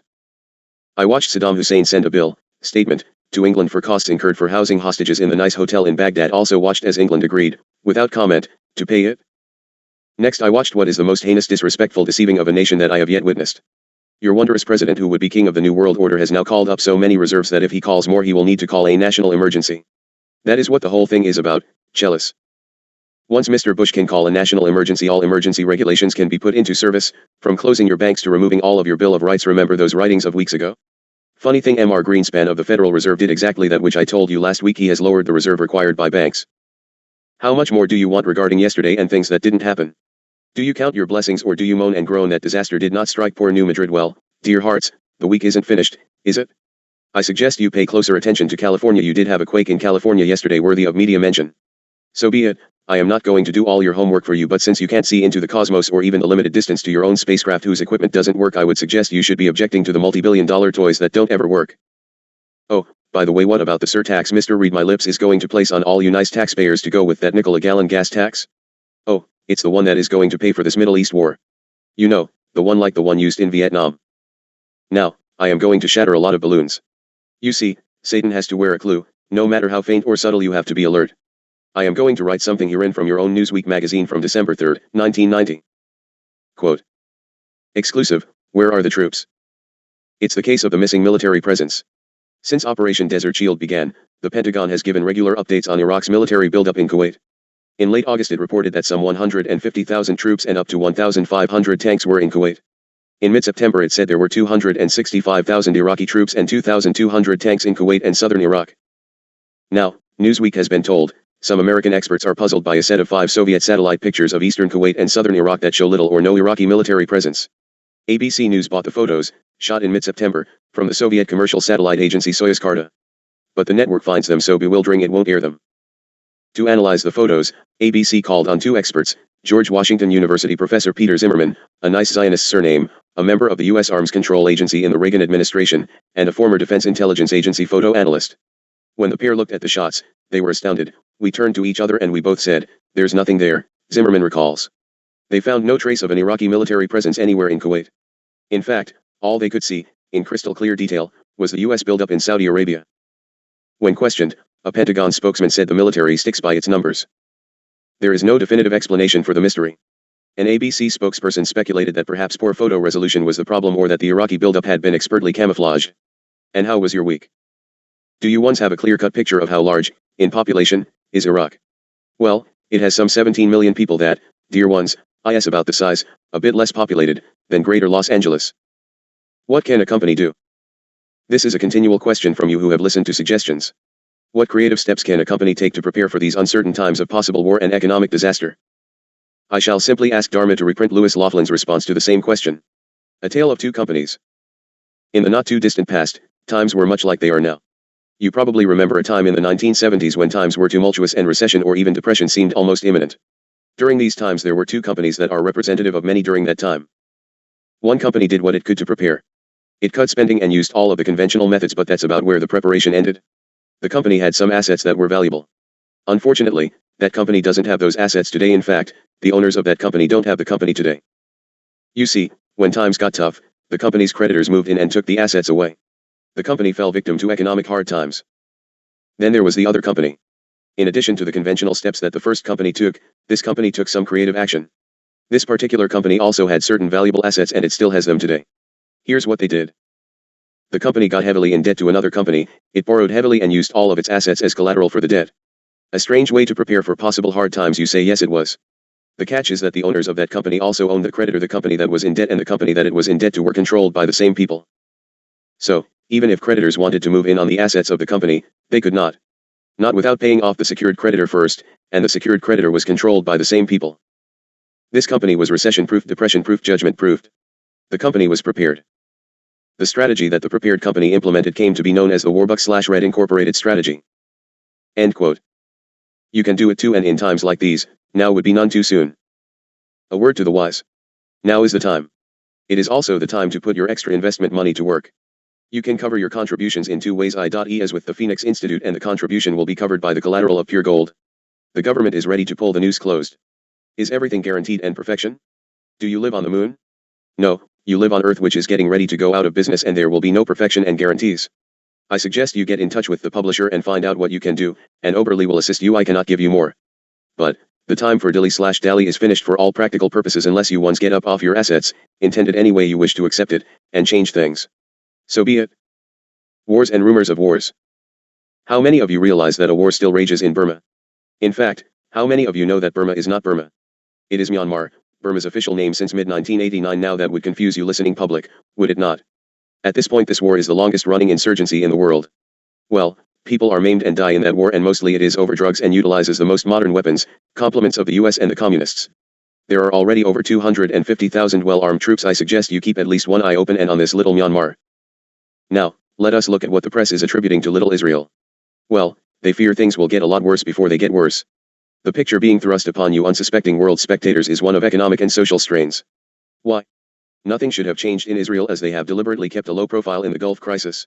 They claim to now worry that Saddam will be given a face-saving way to escape a knockout blow and emerge as an even more dangerous Arab hero.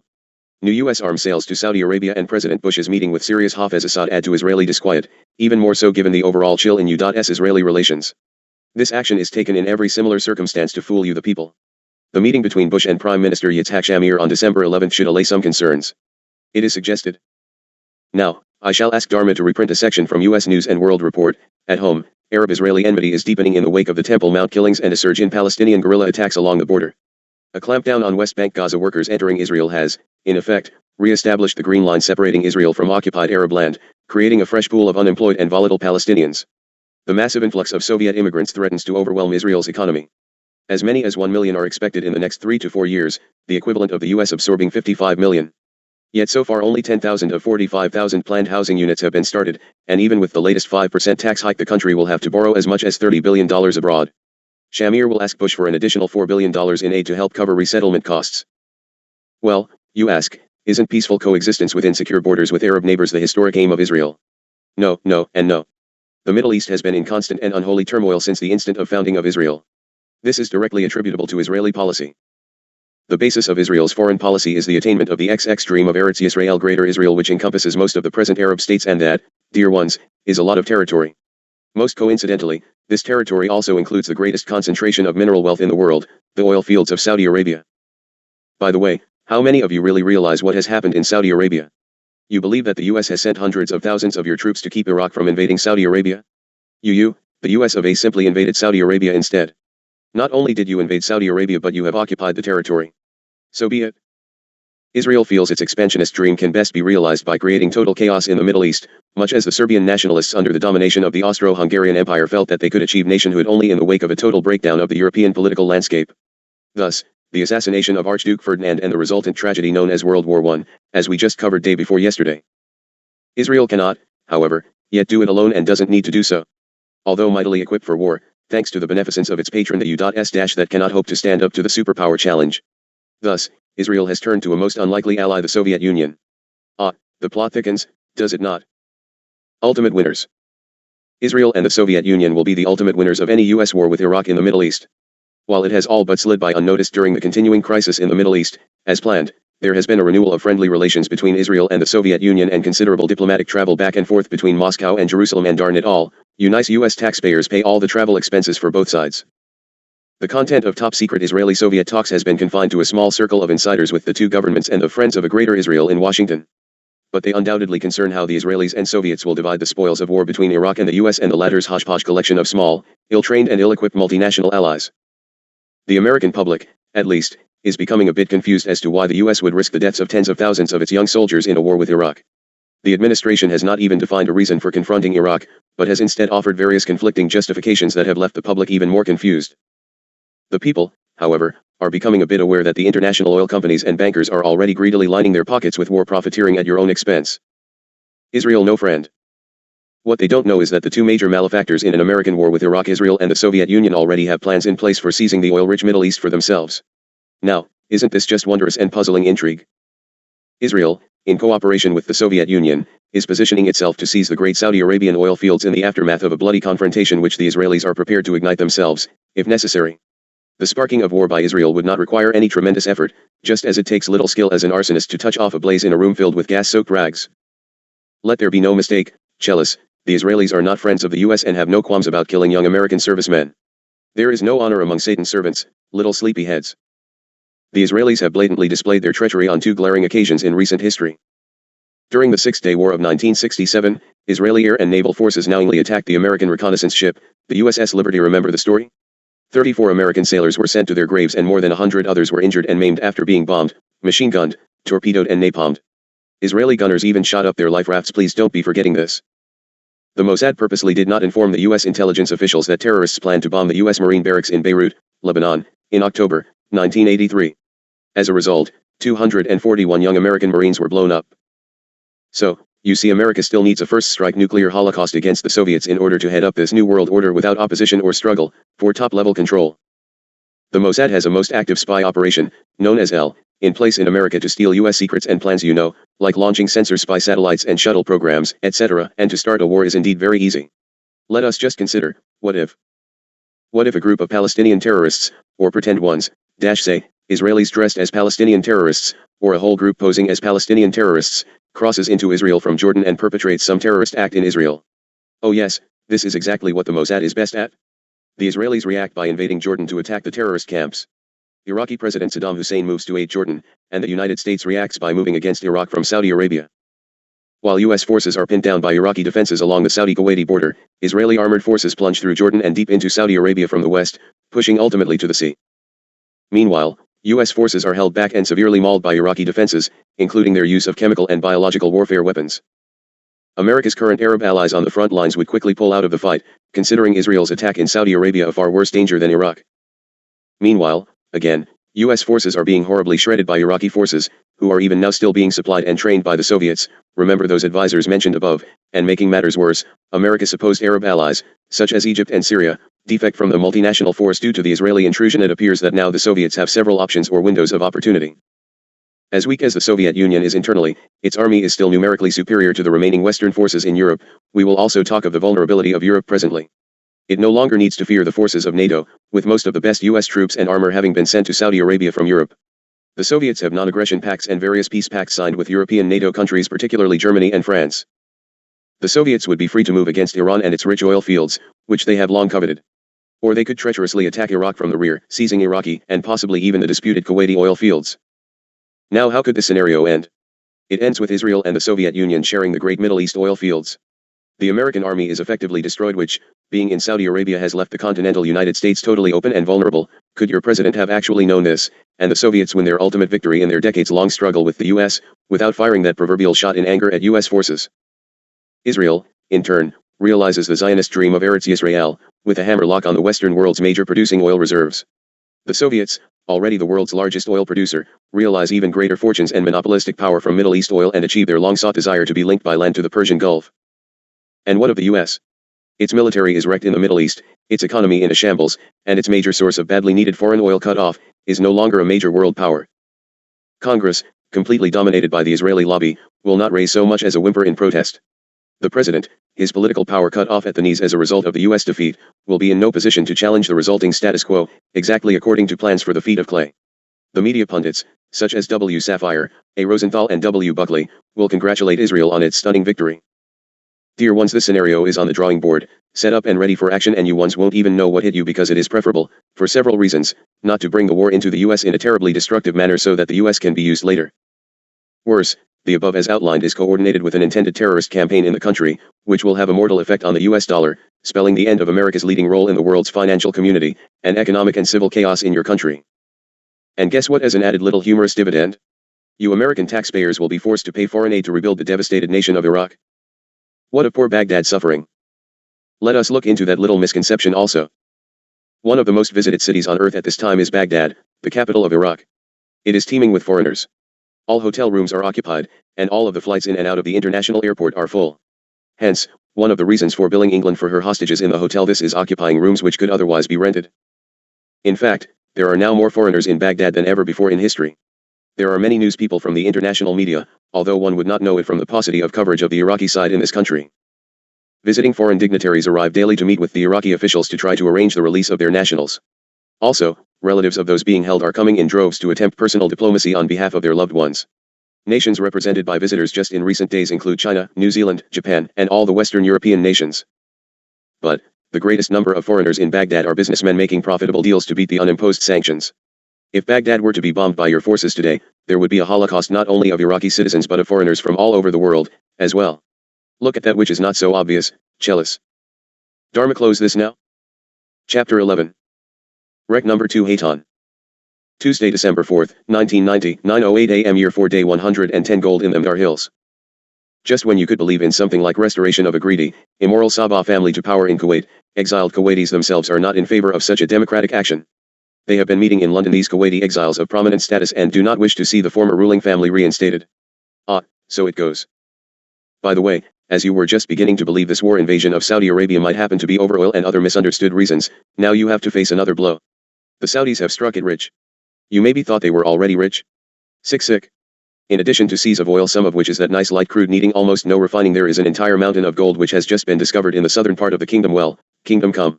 Could this possibly partially explain this sudden protective urge in the breast of the Trilateral Commission and the deployment of 500,000 American troops in Saudi Arabia? One more little socket to ya. One of your own congressional reports states that the Agriculture and State Departments approved $5 billion in taxpayer, guaranteed crop export credits to Iraq between 1983 and 1990 despite concerns it could not repay the loans. The General Accounting Office concluded that U.S. desires to build a relationship with that nasty old Saddam and Iraq in days leading up to the Kuwaiti invasion outweighed those fears. Iraq has already defaulted on a $2 billion taxpayer-guaranteed loan and certainly has absolutely no intention of repaying this larger one. Well, you dear bottomless pockets don't object, do you? After all, you can think of the hostages eating while you go hungry, wondering what happened to all your grain and dairy storage items and your money. European trap. I will herein speak of Europe and possibilities which will also curl you hair even if you are bald as a billiard ball as I am. President George Bush has fallen into a fine trap, perhaps the greatest trap ever set in history, and this nice little trap was baited by his key intelligence advisor. It stems from the transfer of those nice NATO troops, some 200,000, to the Middle East. The 2 armored divisions and other units being transferred from Germany to Saudi Arabia will leave NATO as naked as the plucked turkey at Thanksgiving and no head to boot. Europe is wide open to possible attack from the formidable armed forces of the Soviet Union, which they will surely do if the above scenario gets too botched to pull off. Now just why do you think no one in the White House seriously considered this obvious danger, thanks to the clever manipulations of the president carried out by Robert M. Gates, the Deputy Director of the National Security Council, NSC-a man long known in intelligence circles for his pronounced pro-Soviet bias? Could it possibly be that someone's in your administration believe they have a seat on the board of the global one world government? Could you have provided a nice secure ticket for them to be wardens of your U.S. prison? Dr. Gates is the official who briefs the president every morning on the world situation when he is not traveling with his close friend, Secretary of State James A. Baker III, to Moscow, Paris, London and other capitals of Bush's New World Order allies. Why do all these other countries, such as Brazil and Argentina, etc., go along with this world takeover? Because they have nothing to lose and everything to gain. Moreover, Brand Scowcroft, director of the NSC, has left the day-to-day operations of the White House Intelligence Center squarely in Gates' hands, not that it matters in the least, for Scowcroft is a part of the inside planners, along with Mr. Eagleburger. On top of that, Gates chairs the powerful Deputies Committee comprised of his counterparts from the Pentagon, CIA, Mossad, and other security agencies. Control flow to President. In short, Gates controls the flow of intelligence to the President as well as to the Department of State and to key cabinet-level officials. A nice lot for a devout communist Zionist, don't you think? It certainly should come as no surprise to insiders who have been watching Gates for years that the Soviet threat is now almost totally ignored by the Bush administration. The fact that the Red Army is not only still totally intact but far stronger than it has ever been before Gorbachev ascended to power is quietly and simply brushed aside. Indeed, the most salient security factor of your time, i.e., that only the Soviet Union has the strategic capability to utterly destroy the U.S., is now deemed to be of no consequence in the rarefied one-world atmosphere prevailing in the White House. This is obviously the view of the whole Pentagon as well. The evidence that Saddam Hussein would never have invaded Kuwait without at least a green light from the Soviets is underwhelming, to say the least. Yet under Gates' guidance, the fact that Iraq got 4/5 of its arms from the USSR and couldn't move its 5,000 Soviet tanks and other materiel without assurance the spare parts would keep coming from the Soviet Union, is thought to be irrelevant in the Oval Office. Also brushed off by Bush and Gates are the thousands of Soviet military advisors in Iraq who are guiding the Iraqi army's every move and manning the deadliest high-tech weapon systems. Most dangerous of all the USSR's heavy contributions to Iraqi military might is the SS-12, a missile capable of firing both nuclear and poison gas warheads up to 1,000 miles with deadly pinpoint accuracy. Under the Intermediate Nuclear Forces Treaty signed by the United States and the USSR in 1987, the SS-12 was banned from the face of the earth. How quaint. However, this highly accurate weapon system has since popped up in large numbers in Poland, Czechoslovakia, and other East European countries and is now reportedly deployed in Iraq. Indeed, the SS-12 was planted solidly in Iraq prior to 1988 when the war with Iran ended. Although the Defense Intelligence Agency notified the White House of the persistent reports of this SS-12 capability in Iraq, Bush, Gates, and their trained SEALs in the CIA are looking the opposite way at this dangerous development. Bush has now doubled the size of the American forces in the Middle East while espousing that the Soviets are our blood brothers, having changed their leopard spots. The Soviets are now your beholden friends and allies. It would appear to me that there is great suffering from acute myopia induced by Gates, Baker, etc., etc., etc. The president seems to perceive absolutely no danger to Europe whatsoever. How could this be? Could it be that he is consumed by his ethereal vision of the New World Order? Or, does he know more than you know and it isn't a vision problem at all? The world is set for total takeover, but the prime movers and shakers haven't totally shaken each other down, yet. Vision. Blind. Mr. Bush blind? I seriously doubt that, dear ones. But, has no one dared point out to Bush that it was the same insane vision that broke the presidency of Woodrow Wilson as he played into the hands of the Bolsheviks then taking over Russia? Is there no one on Bush's staff who can remember that this identical vision of a world ruled by the United Nations led Franklin Roosevelt, then under the influence of Alger Hiss and other pro-Soviets, down the primrose path to Yalta and the surrender of Eastern Europe and eventually mainland China to communism? With more than 500,000 Americans in the Saudi desert and on their way from Europe, this has the makings of a mammoth trap, perhaps a bear trap. What if the battle happens?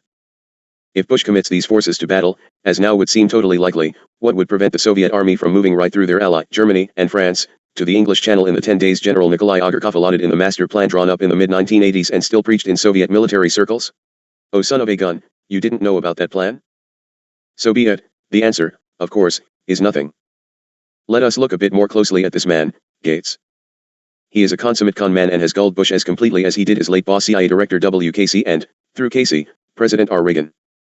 By simply telling them what they want to hear and constantly leaking prepared stories to the press, Gates has persuaded both conservative and liberal columnists he is a hardliner adamantly opposed to the Soviets and suspicious of glasnost. But the quality of the intelligence Bush now receives on a daily basis from Gates may be better judged by several tidbits in the closely held dossier several officials have been keeping on Gates. As CIA's Deputy Director for Intelligence, Gates helped sell Casey and Reagan on Israel's wacky plan to exchange U.S. arms with Iran for the release of American hostages in Lebanon, the nutty idea that tempted Reagan to tiptoe into the Iran-Contra morass.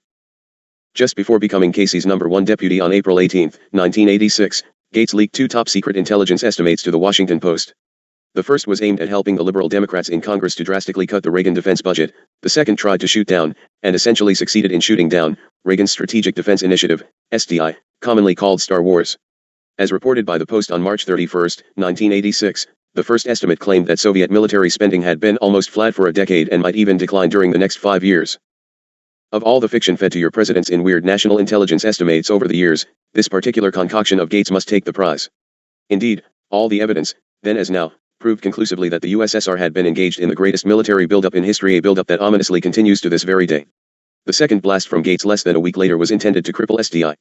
This intelligence estimate claimed the Soviets had not violated the Anti-Ballistic Missile, ABM, treaty. But 3 years later the Soviets themselves freely admitted they had violated the ABM agreement, just as they have violated nearly 200 other solemn agreements made with the US and the West. US deployment of SDI hangs on the issue of observance of the ABM treaty. Gates' target in trying to defend Soviet claims that they were not in violation is certainly obvious. Tragically, he scored a perfect bullseye.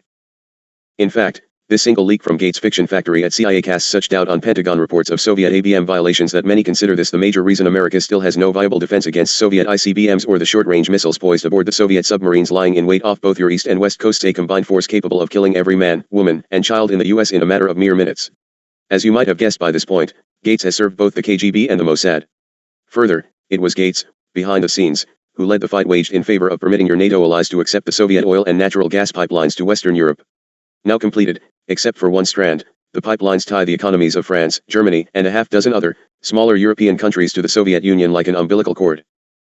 Gates' many coups on behalf of the Soviets began when he joined the CIA in 1966, fresh out of Indiana University, where he had picked up an MA in history after being at William and Mary. In 1974 he got his PhD in Russian and Soviet history from Georgetown University while working at the CIA. And in the same year, 1974, Gates transferred to the staff of the NSC, then under the iron thumb of none other than the great detentist, Henry Kissinger. Mentor Kissinger. Kissinger became Gates' mentor. The younger man did his job at the NSC so well as Presidents Nixon and Ford cozied up to Brezhnev that he was kept on at the NSC by Jimmy Carter. In January 1980 he went back to the CIA as the National Intelligence Officer on the Soviet Union, and 2 years later he was appointed CIA Deputy Director for Intelligence in charge of all the national intelligence estimates prepared for the President. A short, husky, boyish-looking operator, Gates has made a whole career out of ingratiating himself with the older men who have been his superiors. He completely mesmerized Bill Casey, who came to look upon Gates as his son.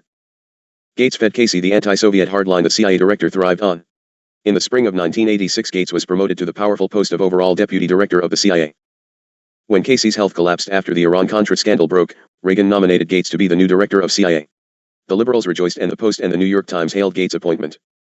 With powerful Democratic senators backing him, Gates' confirmation appeared assured. But several conservative Republicans on the Senate Intelligence Committee were given the file on Gates. Almost overnight, support for Gates moving up to director of the CIA caved in, and Reagan was persuaded to withdraw the nomination. However, no publicity was released of negative nature and the subject was instantly hushed. Gates was kept on as deputy director. William Webster, who had been appointed by Jimmy Carter to head the FBI, was named director of the agency, and he apparently was as completely taken in by Gates as Casey before him. When Bush became president he picked Scowcroft to head the NSC, a post that required Senate confirmation. Gates was named deputy director of the NSC, a job that sidestepped the painful confirmation process in the Senate which had so recently thwarted Gates' promotion to the top post at the CIA. In the Bush White House, Gates has presided over the accelerated disarmament of US and NATO forces. The Conventional Arms Treaty which was signed in Paris on November 19 is Gates' biggest coup to date. Thus, now having helped strip NATO naked, Gates is free to concentrate on steering Bush into the Middle East trap. If the Soviets do make their move in Europe when a huge US force is nailed down in the Iraqi desert, Gates may well go down in history as the rook that helped the Soviet Union checkmate the United States of America. So be it for little Robert M. Gates. The web is tangled indeed. Privacy alert. In case you haven't noticed, you ones who feel safe and private in paying with money orders, beware. No individual postal customer may purchase money orders in excess of $10,000 in face values on any one day. There are no exceptions to this rule. This is, of course, from the U.S. Postal Service's Domestic Mail Manual. Please be alert and act accordingly if you buy your money orders down at the good old post office. Big Brother is watching. This means exactly what it says you cannot, for instance, buy $10,000 worth in the morning and $6,000 in the afternoon. It means in any one day. Here is a postscript regarding the subject above regarding a cutting of required bank reserves. The following notice was received by a business colleague of our publisher who had shared it with him this day. It has just now been brought to the scribe to be shared with you. Bulletin. Fed cuts some bank reserve requirements. Reserve required for some categories to be cut to zero. Fed says reserve cut response to tighter bank lending. And you thought nothing happened on December 3, 1990. I would like to leave you with a thought this day: he who passively accepts evil is as much involved in it as he who helps to perpetrate it. He who accepts evil without protesting against it is really cooperating with it. Where might you fit? Hayton to stand by. Salut and good day. Chapter 12. Rec number 1. Hayton. Thursday, December 6, 1990, 6:52 a.m. Year 4, Day 112. Today's watch. Good morning, in the light of radiance. I am Hayton. Beware, jealous, you are about to be sucked into the trap because suddenly everything looks very good and promising for that peace they are preaching unto you.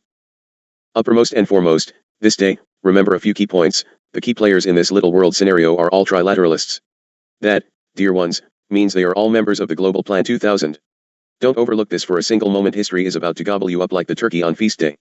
This membership in the Trilateral Global 2000 plan of one world government with the citizens of the world totally enslaved to the elite, runs from every head of government that Bush is visiting to Saddam Hussein and Jesse Jackson, newly inaugurated into the clan. What does this mean? That you are had. You are getting from your television exactly that which they want you to have. Let me outlay a few things of current interest. The plan, of course, is to deliver to the American people some sort of Christmas present saying, look what we've done for you. There is no intent to make Saddam lose face, for he is a consummate ruler, not a martyr for God. You are simply watching the new strings being tightened around the people of the world. Look at today's headlines. For those of you who have had opportunity at this early hour to get any fragments Dharma, you will get it later. Keela, please just write for now. Saddam/hostages. Saddam claims to have been touched by the petitions of families flocking to Iraq regarding the hostages and will now release them all. He will turn this duty over to his government councils to work out details, and therefore there will need be no dickering with Saddam nor Baker, nor Bush. The negotiations which are claimed to be absent will simply not be between the parties against whom Lip said there would be no negotiations.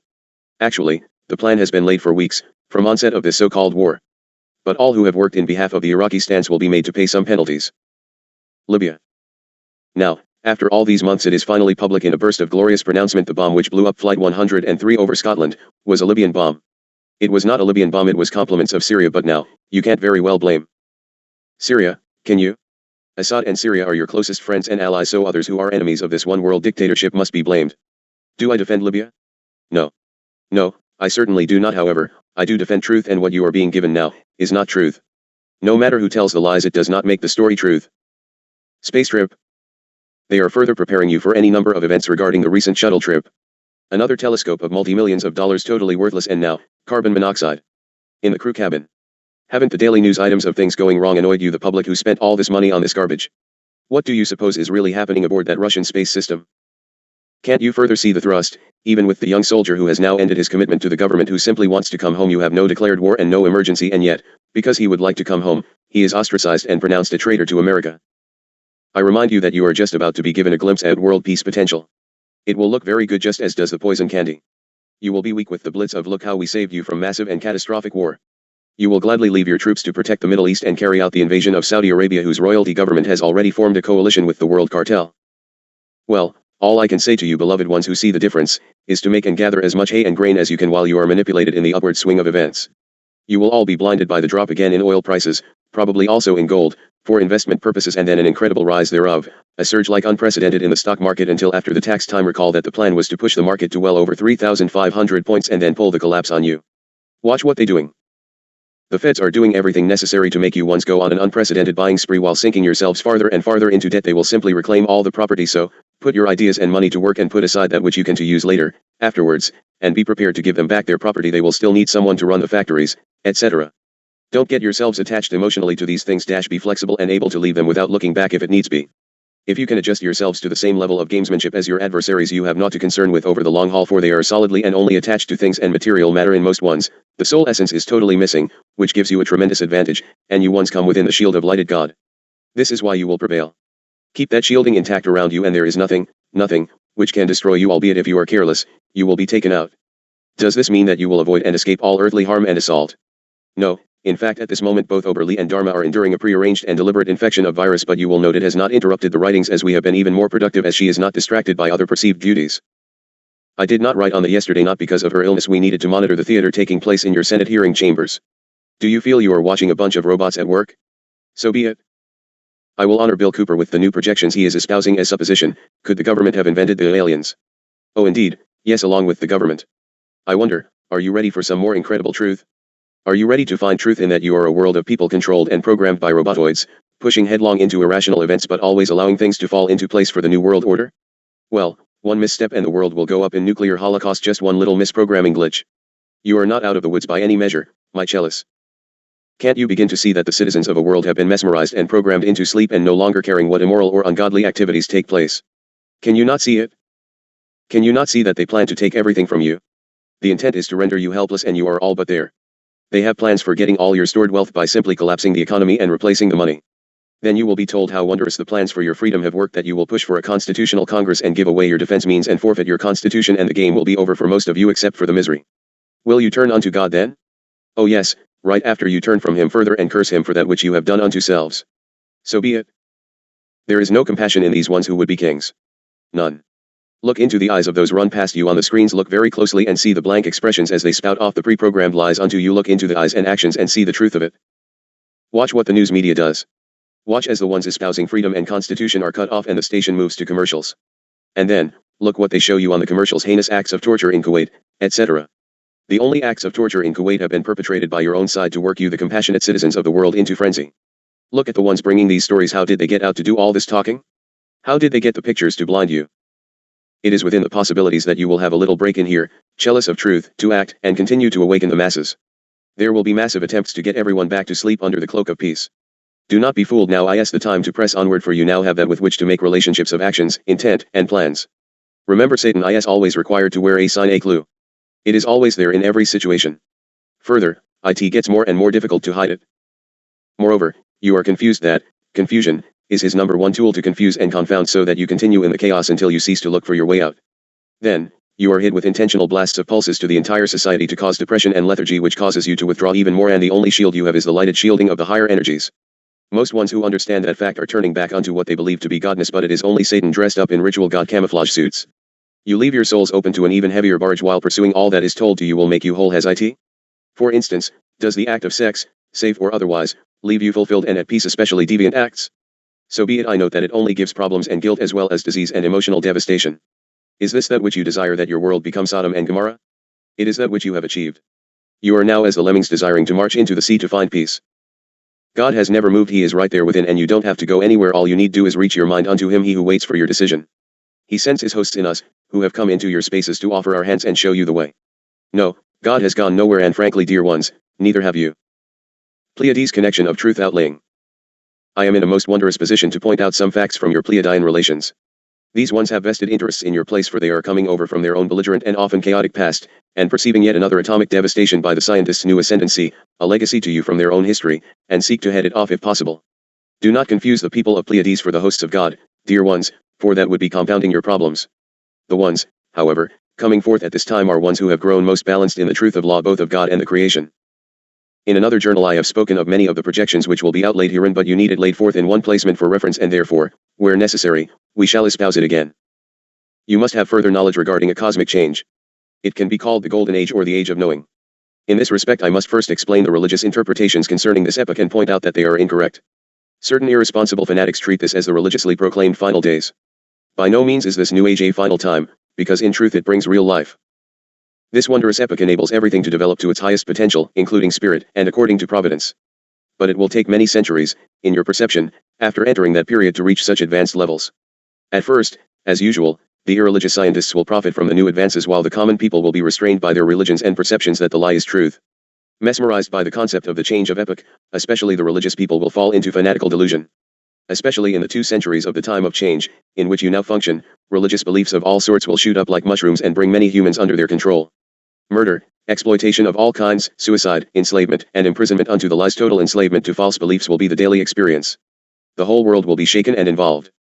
False prophets will offer salvation publicly in a fanatic search for victims and new followers. These will be leaders, politicians, publicans, and proclaimed prophets of God Almighty, but they will give you only lies, and your distress as a world shall spiral downward and downward into the morass of distressed perceptions. Initial phase. This is the initial phase of the Golden Age, the transition phase of the 2 centuries.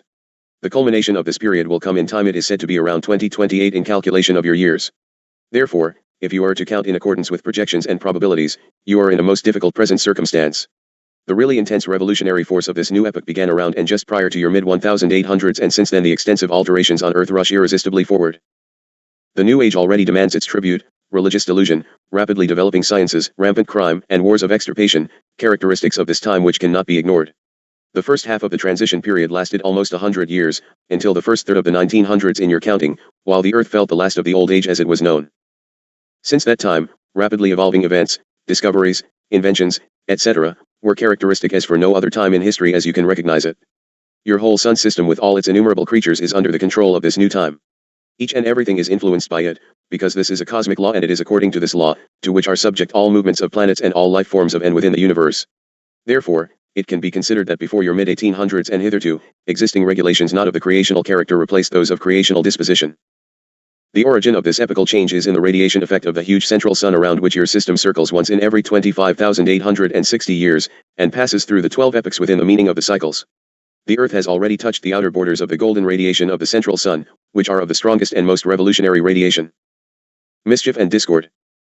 Abundant mischief is connected with this, especially in respect to religions and the use of new discoveries and achievements. The way showers of these changes are in cosmic destiny and appear under the creation laws. The way preparers for these revolutions, affecting humans, are also human beings having been brought forth to lay forth the truth as given forth by the higher energies sent forth at the cycle of evolution which you now experience. They come, as in this case, to simply lay forth the truths of knowledge and spiritual wisdom as is given through them from the higher truth and source. These way preparers will be and are considered revolutionaries, heretics, and exiles, for they will announce the truths for all to see. They will be set upon and many will be pulled down, for they, too, shall have to come into awakening unto the truth of circumstance.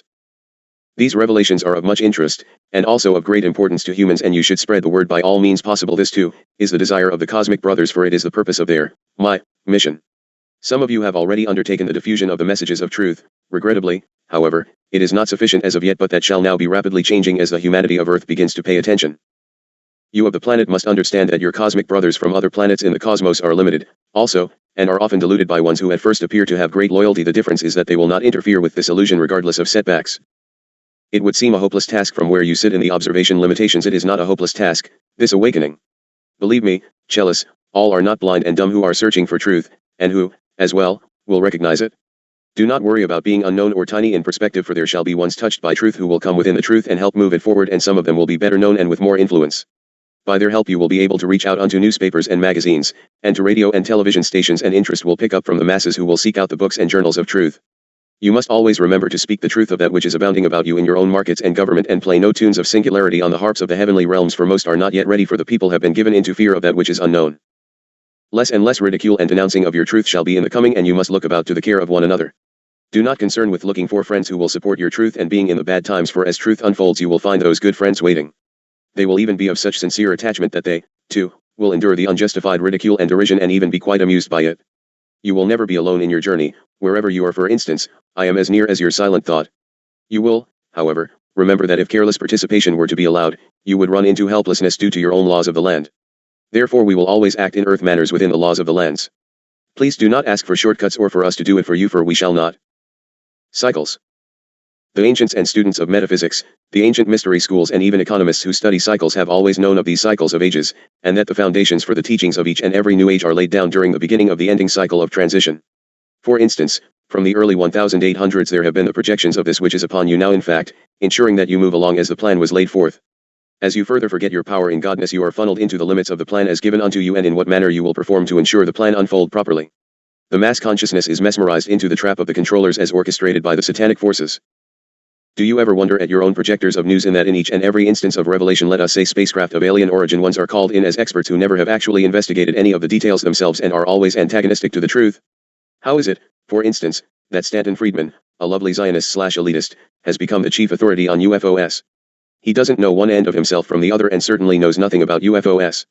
He is a puppet set up to feed you the party line of lies and, in addition, continues to utilize the pictures of one, Billy Meyer, for public demonstrations while denouncing Meyer as the biggest hoaxer ever to hit Earth. Do you not find this strange? Models and things. It is always hard to come to grips with truth, especially for those who desire to believe a thing to be true. As in the case of Billy Meyer, there were hundreds of genuine craft pictures and hundreds of pictures of models. Which do you see? Mostly the models, of course.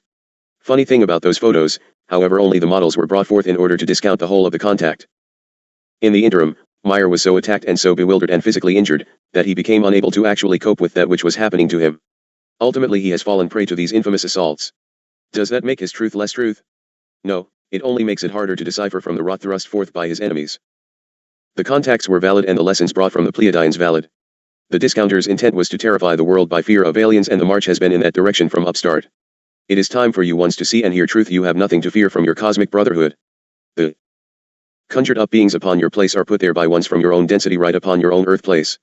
I can promise you that the Pleiadians performed enough tricks and miracles to convince all participants in the encounters.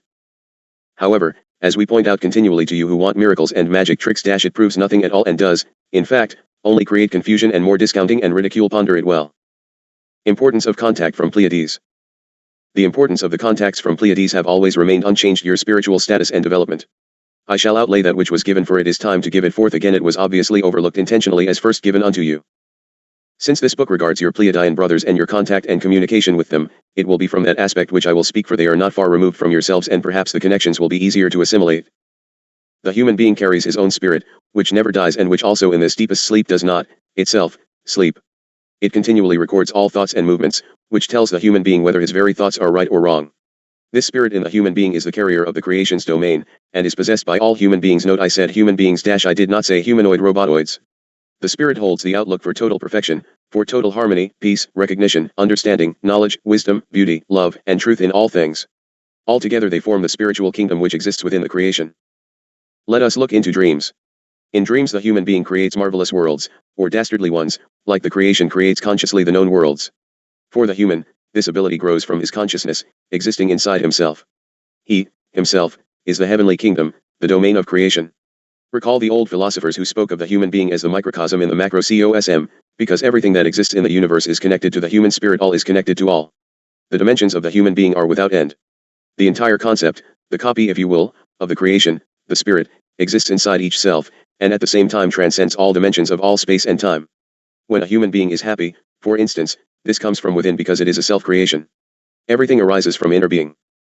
A human being may appear aged old, but this is only a transient state of being. The spirit remains young and is never subjected to the appearance of age. When the human understands the existence of his spirit, then age no longer affects him. No vicissitudes of life or environment can make him mourn or sad. Wisdom is light. And so wherever light flashes up and shines about, darkness and ignorance instantly disappear, and that which becomes known can never again be unknown to the perceiver unless damage of physical nature is thrust upon the consciousness. Nonetheless, the unknowing is never again returned to soul. Ignorance is nothing but darkness, which is overcome by the light of wisdom. Wisdom is also the mark of human being who has recognized the existence of his spirit and works in accordance with creational law. Wisdom and spirit are two aspects of the same thing, like the sunlight and the sun. In the universe, every created existence, in consequence of its forces, generates forces which, following creational law, manifests as truth, knowledge, and wisdom according to given principles. The creation. This existing force is the creation. And from this, there is only one existence that governs the universe, only one creation, only one truth, only one knowledge, one wisdom, equally directed and remaining for all time. When the human being advances his knowledge and wisdom, he will recognize the creation. Knowledge of the truth brings unlimited wisdom. Wisdom is a recognition of the laws of creation. Love and wisdom go together because the creation and its laws are love and wisdom at the same time. Where there is wisdom and knowledge, there is love and recognition, and where there is love and recognition there is creation. Wisdom and love increase the desire within men to conform to natural law, because spirit and creation are one and the same. The earth human speaks of love, which he does not even know. He believes to know his actions in love, but deceives himself in this. No one can put love into words, because it is a state of being. Love is imperishable and does not change. The path of spirit runs through cognitions of truth, knowledge, wisdom, and love. Meaning the mission of spirit is to spread truth, knowledge, wisdom, and love. Great multitudes of wonders are hidden with the kingdom of spirit. The visible universe with which the human being occupies himself consciously is only a small pin spot within this marvelous, unlimited, spiritual existence of creation. Universes like this one are in the innumerable millions within the infinite spiritual existence of the creation. What is visible to the physical eyes of a human being represents only a dot in infinity. What is not visible to man's eyes is immeasurable, inconceivable, and unthinkable, confusing his human intelligence and capacity. All of the universe he sees is only a simple one of many such, which must be counted in myriads, because there do exist universes inside of universes, universes above universes, universes below universes, universes opposite universes, and universes outside of universes, in this first cause, mighty all-powerful intelligence existing with the creation. With this immense spirit, with these original forces of existence, of creation, the spiritual intelligence of the human being is connected, because a fraction of this spiritual intelligence of the creation lives in every human being as spirit, and ensouls him. Hard to recognize. Millions upon millions of humans look up at the stars in the heavens without real cognition. Yet astronomers, when they look up at the heavens, discover whole new worlds and write bunches of books about their findings. What they see and recognize, the others simply do not see at all, and they do not understand, nor do they care, even if they look in the same place. This is quite similar to the difference in viewpoint between a common and a spiritual human being. The one who lives from spiritual and creational law, sees and recognizes all around, within each life form, all objects, each thought and action, within each creature, within all nature, and also in all conceivable circumstances and events, the creation. The human being is always spiritually great and constructive. The spirit, the spring of all the infinite creational build-up, is the innermost character of the human being itself. The outer human being is full of limitations, because this is not him, but only his frame, his material body of limitation, of misleading matter, a source of labor and pain, limited in cognition and will. When the outer being looks materially at his inner being, he sees little but the form and figure. Yet, if he looks with the spiritual eyes of cognition, and he knows that this all-revealing consciousness in him is also in all others, even though they do not know it, then his manner changes fundamentally as he considers his fellow creatures. He then no longer simply looks at a man, a woman, or a child, but sees the other as a carrier of spirit, which knows all about itself and its existence, and wants to reveal itself to everyone if only the chance were offered. A human being can be deprived of all his possessions and be exiled from his homeland, but from his inner spirit no one can exile him. So the human being must effort to always be conscious of this portion of creation, without which he could not take one breath, could not generate one thought, without which he could neither recognize or see, hear, or experience. Thus the great wise ones of all times say, the creation spirit is nearer the creature than his own breath. The spirit can live without the light of physical eyes, ears, arms, legs, even without outer reason and consciousness. But always there is the creational force behind all. The more light his spiritual intellect receives, the more his personality gains force. He becomes aware of the past and the future, which shape his eternal present. The whole spiritual intellect is visible to those who can look within and understand the creation present in all. The human being is separated one from another in perceived space, but connected to all in the creation. If he does not know the creation, he can be misled and deceived by false doctrines. A human being in contact with his creation realizes himself everywhere in space and time, and within all matter. He is everything within himself, and can awaken to the creational in everything and affect it by recognition and experience. Because the creation is inside all, which is vivified by its spirit, everything is one within all. A spiritual being identifies himself with all matter, and all creatures of the world and the universe. He knows that everything arose from truth, rises from truth, and will rise from it for time eternal. From that he identifies himself with all and everyone, and everything. A material being identifies himself with this body, his money, his possessions and goods, his utterances and the sound of his voice. If, on the other hand, one identifies with the all, no hate or avarice can live in him, and he makes no selfish differentiations any longer. Further, one can corroborate this knowledge for you. You once perceive that no one desires to know truth that is not so, and you must not give in to that perception because the spiritual evolution of the earth being proceeds irresistibly. You should assist in spreading the truth, for the ears and eyes of humanity are truly awaiting your call. It is the projections thrust in falseness before you ones that have you confused. Man is starving unto his very death of physical form to find and feast upon truth, and God never leaves his jealous wanting if their searching be in wisdom and truth. It is the negative influences of the satanic energies which never fulfill the restless heart seeking through the physical aspect of existence, for nothing of mortal construction is immortal. The soul, beloved ones, is not mortal, nor does it have physical format. So be it. Let us not run this segment on longer, for it is better to have the groupings of thoughts which you call chapters a bit on the short side for better digesting of the information. I do herein inquire of you before taking leave, do these teachings appear to be from miserable little grey aliens come to earth bent on your destruction? I think not. Salu and Salom, may the word fall in understanding upon your eyes and ears, that your souls shall awaken unto the wondrous promise of God and creation. Hayton to clear, please. Man is awakening to his desire to hear and find truth. Please God, allow us to do our mission in fullness and clarity. Aho. Chapter 13. Rec number 1 Hayton. Friday, December 7th, 1990, 6:40 a.m. Year 4 Day 113. Today's watch.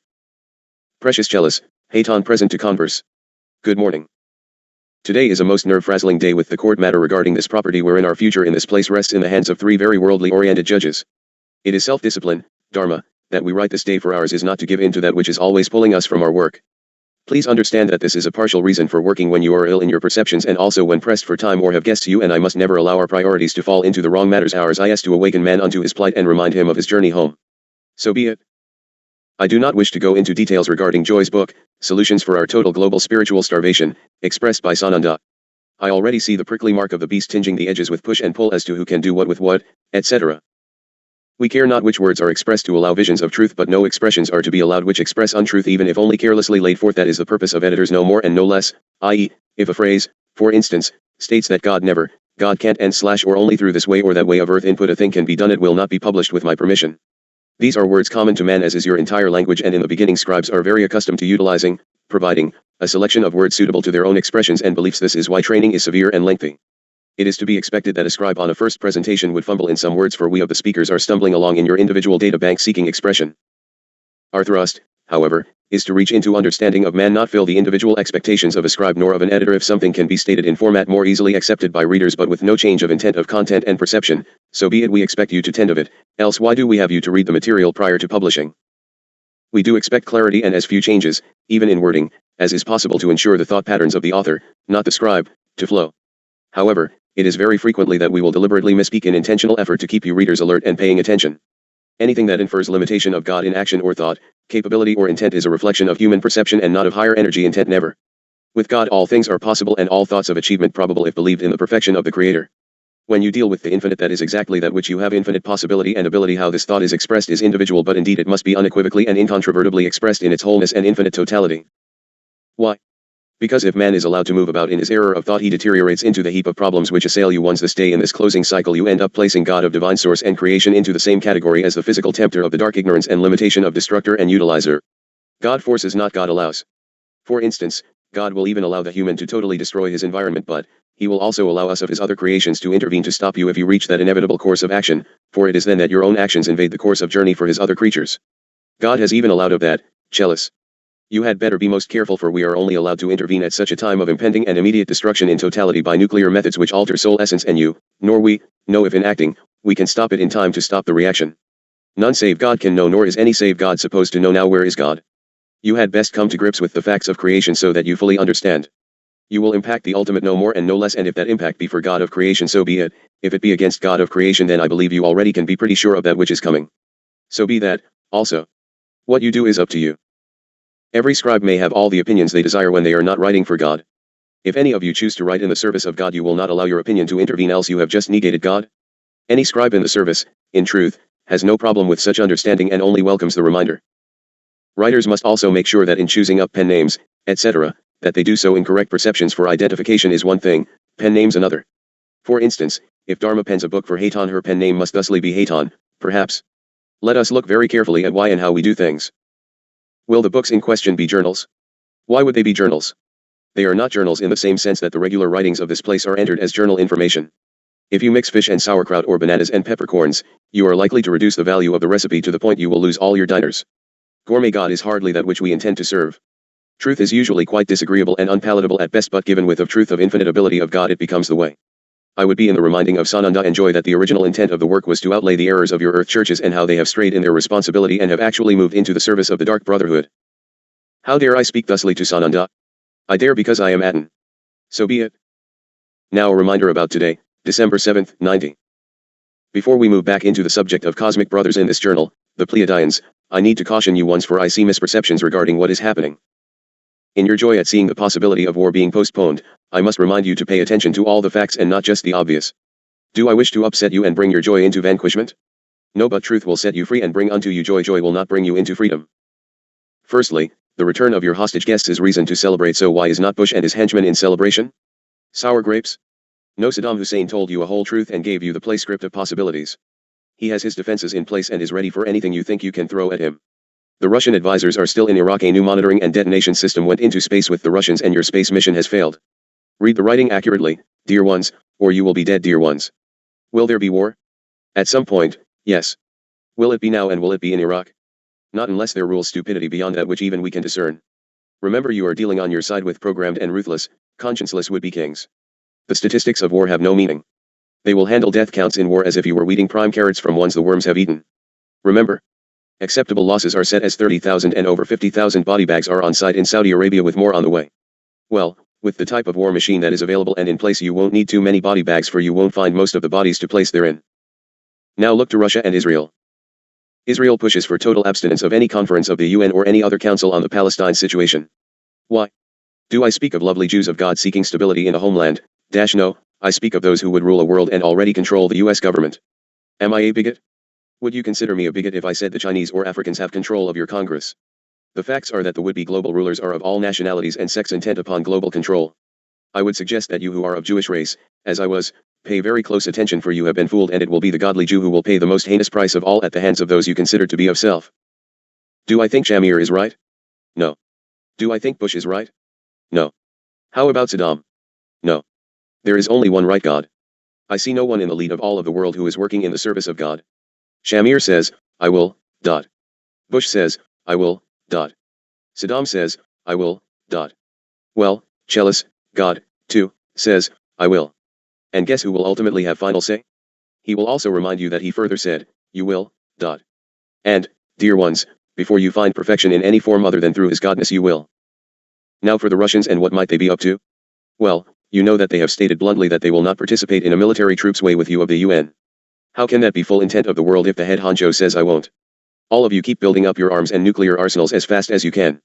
What for, if this world be at peace and the Cold War over and trust rings throughout your world? I suggest you walk most carefully, little stumble-toes. The bullies of war are still at work, and out here in space beyond that which you are given it is a beehive of activity in preparations for possible stupid moves on the part of the United Nations, all nicely lined up in service of the United States. Even the countries of the UN hate you bitterly.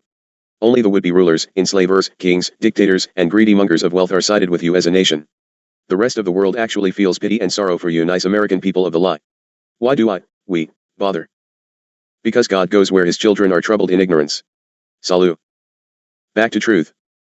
There are many extraterrestrial races in a confirmed working relationship between the Pleiadians and themselves. Contacts already established upon your place are confirmed. There were, for instance, ones who contacted the one, Billy Meyer, prior to Pleiadians. How many of you reading this are familiar with those contacts and books forwarding a picture of one, Ascot, realize she was from the Dal universe, as referred to by us, and not actually Pleiadian at all? There is advanced spirit, more aware, in contact with a far greater reality of which you are only a tiny part. Be greatly gentle and kind to ones who were and are early contacts, for how much can one mind handle without being pronounced mad by your experts? For you ones who chime and chip at us to become visible and show ourselves, there are thousands of pictures of valid visibility. Meetings were set up singularly and with witnesses in attendance. It is herein noted that an entity even in the midst of witnessing will conjure doubts and reasons why he did not see that which he saw. Especially ones who are set in opposition of prove it if you can and if you dare will make sure you do not. These kinds of doubts are rooted in materialism and a disbelief, which rises from a material intellect, from which all spiritual intellectual talents are missing. This is not from lack of reason and / or brains, but from a religious confinement, from which that person is not able to find freedom. You ones leave yourselves, in the group, open to such attack, for you are too generous and too confident regarding ones you perceive to be with you by those, your mission can be damaged greatly. I believe we have proven to you that in an ordinary grouping of people you cannot trust the very things you believe you are seeing. Observe with interest and discernment, but do not be the fool. Crystals and trinkets. What would you expect of elements present in a thing which I would hand unto you? I am now going to disappoint you, for if you had access to all information of elements, you would find whatever I bring to be made up of those elements, no more and no less the elements of the universe. How they are arranged and combined would likely be different from that naturally occurring, especially on your placement. If anyone would analyze them, then one would not find differences from minerals and crystals of the same sort of earth origin. The construction, being the same in the whole of the universe, the same kind of minerals are valid to the same laws everywhere. Further, if we are able to function in your arena, you must therefore know that we are greatly similar to your species. Therefore, the content of the universal minerals, etc., will be likewise similar. If we were from that which differs greatly, you would recognize of nothing including us. Many artifacts and composites have been brought and given into the hands of you humans. The ones which differ and have great meaning are lost, stolen and / or vanish. In observing that which differs in perspective from your cosmic brothers, let us begin with laws. I speak not of God's laws nor of the creation, I speak now of your human laws. We find your rules to be so foolish and unbased on truth that we can hardly believe that which we witness in your totally unjust system. Invented laws in most respects are not worthy of the human form of life in many respects, often being so stupid and primitive that I become tired of even discussing them. Anything of logical and lawful conclusions can only be found in very few of the laws, as some 95% of your laws as constructed and enforced are outside all human dignity and reason, not to speak of reasonable logic. In working with us, you have great disadvantage as set forth upon you by your laws.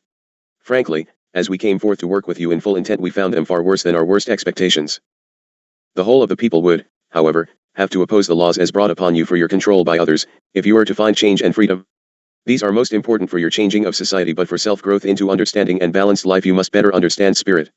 Therefore, allow us to continue with discussion of spirit. The creation. A person will react to a word or thought as programmed by experience. Every word and every thought creates a response, whether recognized or not recognized.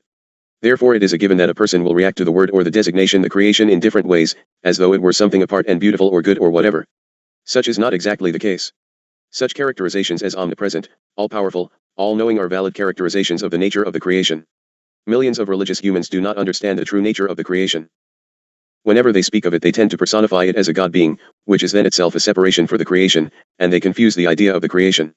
So, it is very important to know as much as possible about the character and the nature of that which we label the creation, for when the word is understood properly it buoys the inner mind and connects it to its source as soon as the word is expressed or heard or impressed. I can briefly place this into different and simplistic context. The creation can be described as the sum of all that is manifest and unmanifest, the matter realm being only a very small part of the whole, and that all that is the creation experiencing its polarization which produces the created and its experience, all of which continually adds to the total experience of the creation for further application in that which is created. In other words, it is in you, us, and works through you, us, and all that is created, and we are it, in all and within all, of its parts. There is no separate personification indicated, except as some part chooses to represent itself as such, which any part can do within its own level of concept. The experience reveals the creation as unlimited beauty, harmony, wisdom, knowledge, and truth, enduring endlessly. So whenever a human perceives a thing of beauty, a flower, an animal, clouds, water, landscape, music, color, and thus and so, he considers it in connection with the limitless grandeur of the creation itself. When a human recognizes and realizes this, then he knows that this recognition springs from limitless cognition, which itself is the creation. Wherever life moves, even inside the most tiny creature, like for instance, a microbe, he sees the limitless creation. The creation is within every human being, and every other creature and thing as well. This is but a fraction of that manifestation itself. Once this thought has penetrated deeply inside a person and he can experience it, he loses all fear and doubt. When he knows his contact is with the all-knowing, almighty, creation, he enjoys peace and tranquility. Reflection on this gives the name creation great meaning indeed. The more he thinks on this reality, the more his intelligence is illuminated and stretched, and the more powerful his personality becomes, and his whole life and labor is blessed. The creation rises in his consciousness and he senses peace, strength, knowledge, wisdom, delight, and hope. He can overcome obstacles, and achieve his objectives, and he suddenly has no more need for purely material things. One must learn a spiritual intellectual manner of thinking and recognize its validity until the first successes are achieved. That is the hardest and yet, the first requirement of the journey into spiritual awareness. But the way certainly does not stop here, because further exploration, research, and development, and further recognition leads to the limitless endurance of time. Everything may happen in the course of time to prevent one from achieving his objectives, but the spiritualized person knows no limits and does not allow himself to be stopped short of his goals by any events of the future. For him the future always exists in the present, wherefrom he becomes determined to do everything here and now to obtain the highest spiritual state of consciousness, and he does not fear the future, for the future is now just as present as the present itself. When the spiritualized being sees others before him, he sees the creation in them. The stones of this foundation of knowledge have now been laid and we will simply polish them a bit. Later, in your perceptions but not very much later, the avalanche of desire for this truth will flood the lands, for all other actions have been trial, error, and have pulled you away from God and not unto Him. You must wait upon the Lord, do your work and allow the word to flow. Prayers. You continually ponder upon prayer, for yes, it is indeed important that you petition, and it is most significant how you present your petition. Let us first understand the meaning of prayer. A prayer is truly a wishful call upon the spirit of the human being himself, the creation part in the creation collective, meaning grant me this or that. Those who are conscious of the force, the knowledge, and the ability of their spirit, no longer resort to such prayers because they already live in the knowledge that the power and might of their spirit is capable anything. For that reason, they determine constantly the might of their spirit. The unspiritualized one, being unaware, is unable, and thus seeks to activate his spirit by conscious prayer. Further explained, this means that the spiritualized human is always using the forces and abilities of his spirit, and quite consciously, while the unspiritualized one expresses only wishes in prayer, and those to an exterior power/force, usually personified, when the source is within through his personal contact with the creation itself. A most beauteous prayer was established by J. Manuel and has not been improved upon through the generations, so let us consider it carefully. My Spirit Almighty, my Spirit who is all-knowing, almighty, and all-loving in me. Your presence be sanctified, your presence confirms to me your controlling power over all matters concerning myself. May your wisdom become conscious to me, may your power be extended in the consciousness of my thoughts in order to enable me to apply all truths, wisdom, and love, peace and freedom, given to and acquired by me and all mankind. May your power be extended in me, on earth as well as in heaven, may your power become effective in me, in all material as well as all spiritual aspects. Please allow and give unto me all that I need for living this day and each day, please grant me all I need for my material as well as my spiritual life and development, for you are almighty. So that I acknowledge my errors, so that I may recognize my faults and eliminate them since they hinder me on my way of evolution. Please do not allow me to be led into temptation, nor allow me fall into temptation's clutches, but rather to right decision and choices through discernment and just judgments. Please do not let me make error by material and wrong thinking, or become dependent on beliefs alone. For you are within and without me as power and wisdom, truth, and knowledge for eternity, may I become conscious of your almighty forces inside me at all times. All of this ask in truth and ask not for self, except for understanding and truth, and ask all else in behalf of brother, so that the cycle of wholeness may become manifest even unto the tiniest portion of manifestation of your relations, which after all is all. Thy will be done in and through me, as the creation which I am does very nicely indeed. Thy will as I desire it to be. Does not. Keela, please end this portion at this point, for the computer is now going to digest the material. It is enough upon which to feast this day. Further, it will give you insight into that which transpires this day in the court. God shall prevail just as soon as mankind desires God to prevail, and not a moment sooner. How do you wish it to be? So be it. Salu and Salom, the word is truth and the word is God, therefore, this word in truth is God and shall set you free. I am Hayton, to clear for the present writing. I shall walk with you through the mire of this confusion, so that you can see of your way and have understanding of that which appears to be negative impact, for you are not given to know the plan and method of God, so you be in the deciding of how it shall be, and so shall it be. Aho. Chapter 14. Rec number 1, Hayton. Saturday, December 8, 1990, 6:25 a.m. Year 4, Day 114. Points to note this day. Please take note of that which is presented unto you. Note carefully that neither Russian nor Israeli spokesman so much as declare desire for this new one world order of Mr. Bush. In fact, watch what Israel is doing. Listen to what Shamir and Sharon are saying. Shamir is in the U.S. to stop any potential council meeting of the UN regarding the Middle East and, specifically, any reference to Palestine. Note further, that the U.S. has recanted any reference to positive potential to such a meeting, and the press says it is, to not anger our closest ally, Israel. What have we here? Perhaps you once had better listen to the non-news a bit more closely. Know that CNN was set up to suck you all in and has now become the prime producer of misinformation. You must look beyond the obvious, but the real news is within and behind the facade. These ones tell you that Saddam is increasing his numbers of troops. He is not. They show you troops. They are the same parade troops shown on every newscast for weeks and weeks now, and have nothing to do with this current situation at any rate. They say that Saddam is calling up the reserve farmers to come to immediate service within the next 2 weeks. Foo. The college youngsters of proper military age are not even changing their dating behavior, much less dropping their school classes. If you do not look, Chelis, you will not see. Russia. Now you have the barrage of help the Russians who are hungry. Yes, the countries of the Soviets are in terrible circumstance. However, note again the pictures. The workers do not show up in the fields to even gather in the harvest. The people walk across the fields covered with root vegetables and crush the grain which would sustain them. The cattle of the dairies are being fed fodder of mixed cellulose and mud, which actually kills them, because there has been none of the grain stored for their use, and the workers will not come to work to do of the feeding. The people raise their voices against Gorbachev. What do you take away from these messages? It is important. The underlying note is that the Russians under Gorbachev have blatantly destroyed the people, while the government continues to build an incredible war machine. They decry the lack of discipline and state they would go back to Stalin. I can only urge you once to pay attention most diligently and carefully to the propaganda, for you cannot have it always at the same time. What do you think is going on? You do not need me to tell you everything which is in front of your own eyes to see and hear. If you only absorb the lies, then you are destined to live and then die by the lie. I urge you to seek within into your coffers of wisdom and see that which is being projected upon you, and then the mess can be straightened into order. Stop this praying to my Father which art in heaven. Go within into the places where our Father dwells within the temple of self. Stop looking for him out there somewhere in some heaven. Your Father would not leave of you to reside separate and apart from you in some kind of heaven. Remember that the Master Nazarene, the young teacher from Galilee, was called the Master of Wisdom. He told you to go within into the temple wherein God can be found and seek truth. He said he was but the ways, the bringer of truth of the word. How many times do you need hear this message before you follow the instructions? Or, do you just continue to babble your prayers so that someone else can do of your work in your stead and stand responsible, beaten and slain to spill blood for your purification? What about his purification? If he had taken your responsibility from you, he would have been in direct opposition unto God Creator, who gives unto each of creations the choice and free will to act responsibly or irresponsibly. Do you still desire that the one you call Jesus, or whatever, move against his Father's will and laws to take up your cross for you? He came to tell you truth and help you find the way, and will help you bear that which is given, but never to do for you. What do you want celebrate at Christmas time? Xmas time? Santa? Buying and getting? Singing of mindless carols? Could you not give a bit of thought unto Christ? Could you not, for a refreshing change, shorten the term given to Christ X? What have you allowed to happen to your generations? And for you ones who believe not on the Jesus Emmanuel as Messiah, teacher, to whom do you have allegiance and faithfulness? Is it of the world, or is it of divine God? Where do you place the creation in this time of mass murder of your young, healthy trees of evergreen? You take their lives to bear ornaments of tinsel and gaudy strips of trash in order to beautify that which is beyond beauty in its perfection, and you call it celebration. Celebration of what?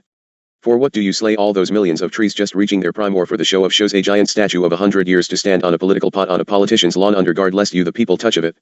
To what do you bend in worship, my Chalice? What do you sell and buy at Christmas? Perfumes to seduce? Expensive gifts to seduce? Gifts which purchase something or another? What, dear ones, are you doing? What do you teach of your children? What do the children expect at Christmas?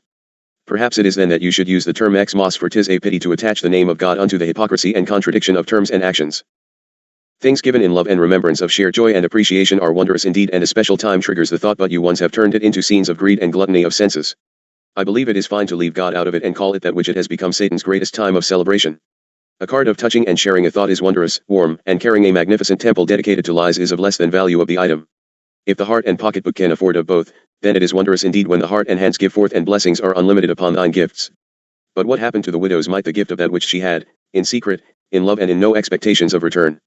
Oh, how God longs for the widow's mite, or less, the desire is magnificent without the mite. Blessed are ye who walk with me, for I shall bow unto you and serve you and give unto you all that God has given unto me, and, dear ones, it is the universe, the very light of soul and all the wondrous manifestations of creation. Won't you come and walk with me? I am your brother, I know the way. I can teach you to fly as the eagles and soar as the gull. I can show you the wondrous trappings of the cosmos and bring you among the stars, but we must ever move in the lighted places, for only in so moving can we escape the bindings of your physical shackles, whether it be within your bodies of physical format or without. Practical matters. Let us turn again to the subject of the journal at hand, which is to give you the understandings and teachings of higher brotherhood I.e., the Pleiadians, at this instance. I do this because it is important that you be given information in increments which can be understood, so that you can build a stairway into understanding while at the same time removing the mystical and magical thought streams. Let us speak of precious stones, gems, semi-precious stones, crystals, and such. Let me outlay, again, the facts. They bear great influence, and you of earth toy with them, uproot them, and generally abuse them. You seem to not understand the value of these items. They can be programmed, deprogrammed, and reprogrammed. They can be trinkets of adornment or deadly weapons, and you once seem to have no discernment of which is which. These minerals of earth origin, or any origin, are receivers and transmitters of human emotional feelings and thought energies. Each, according to its kind, stores more or less of these energies which their owners discharge, concentrating them again and influencing the owners to some considerable extent, even if the process is unfocused in intent. The earth sphere, especially in this current time of cycle, is vibrating with the energy of much evil influence, for it is the time of chaos upon your place.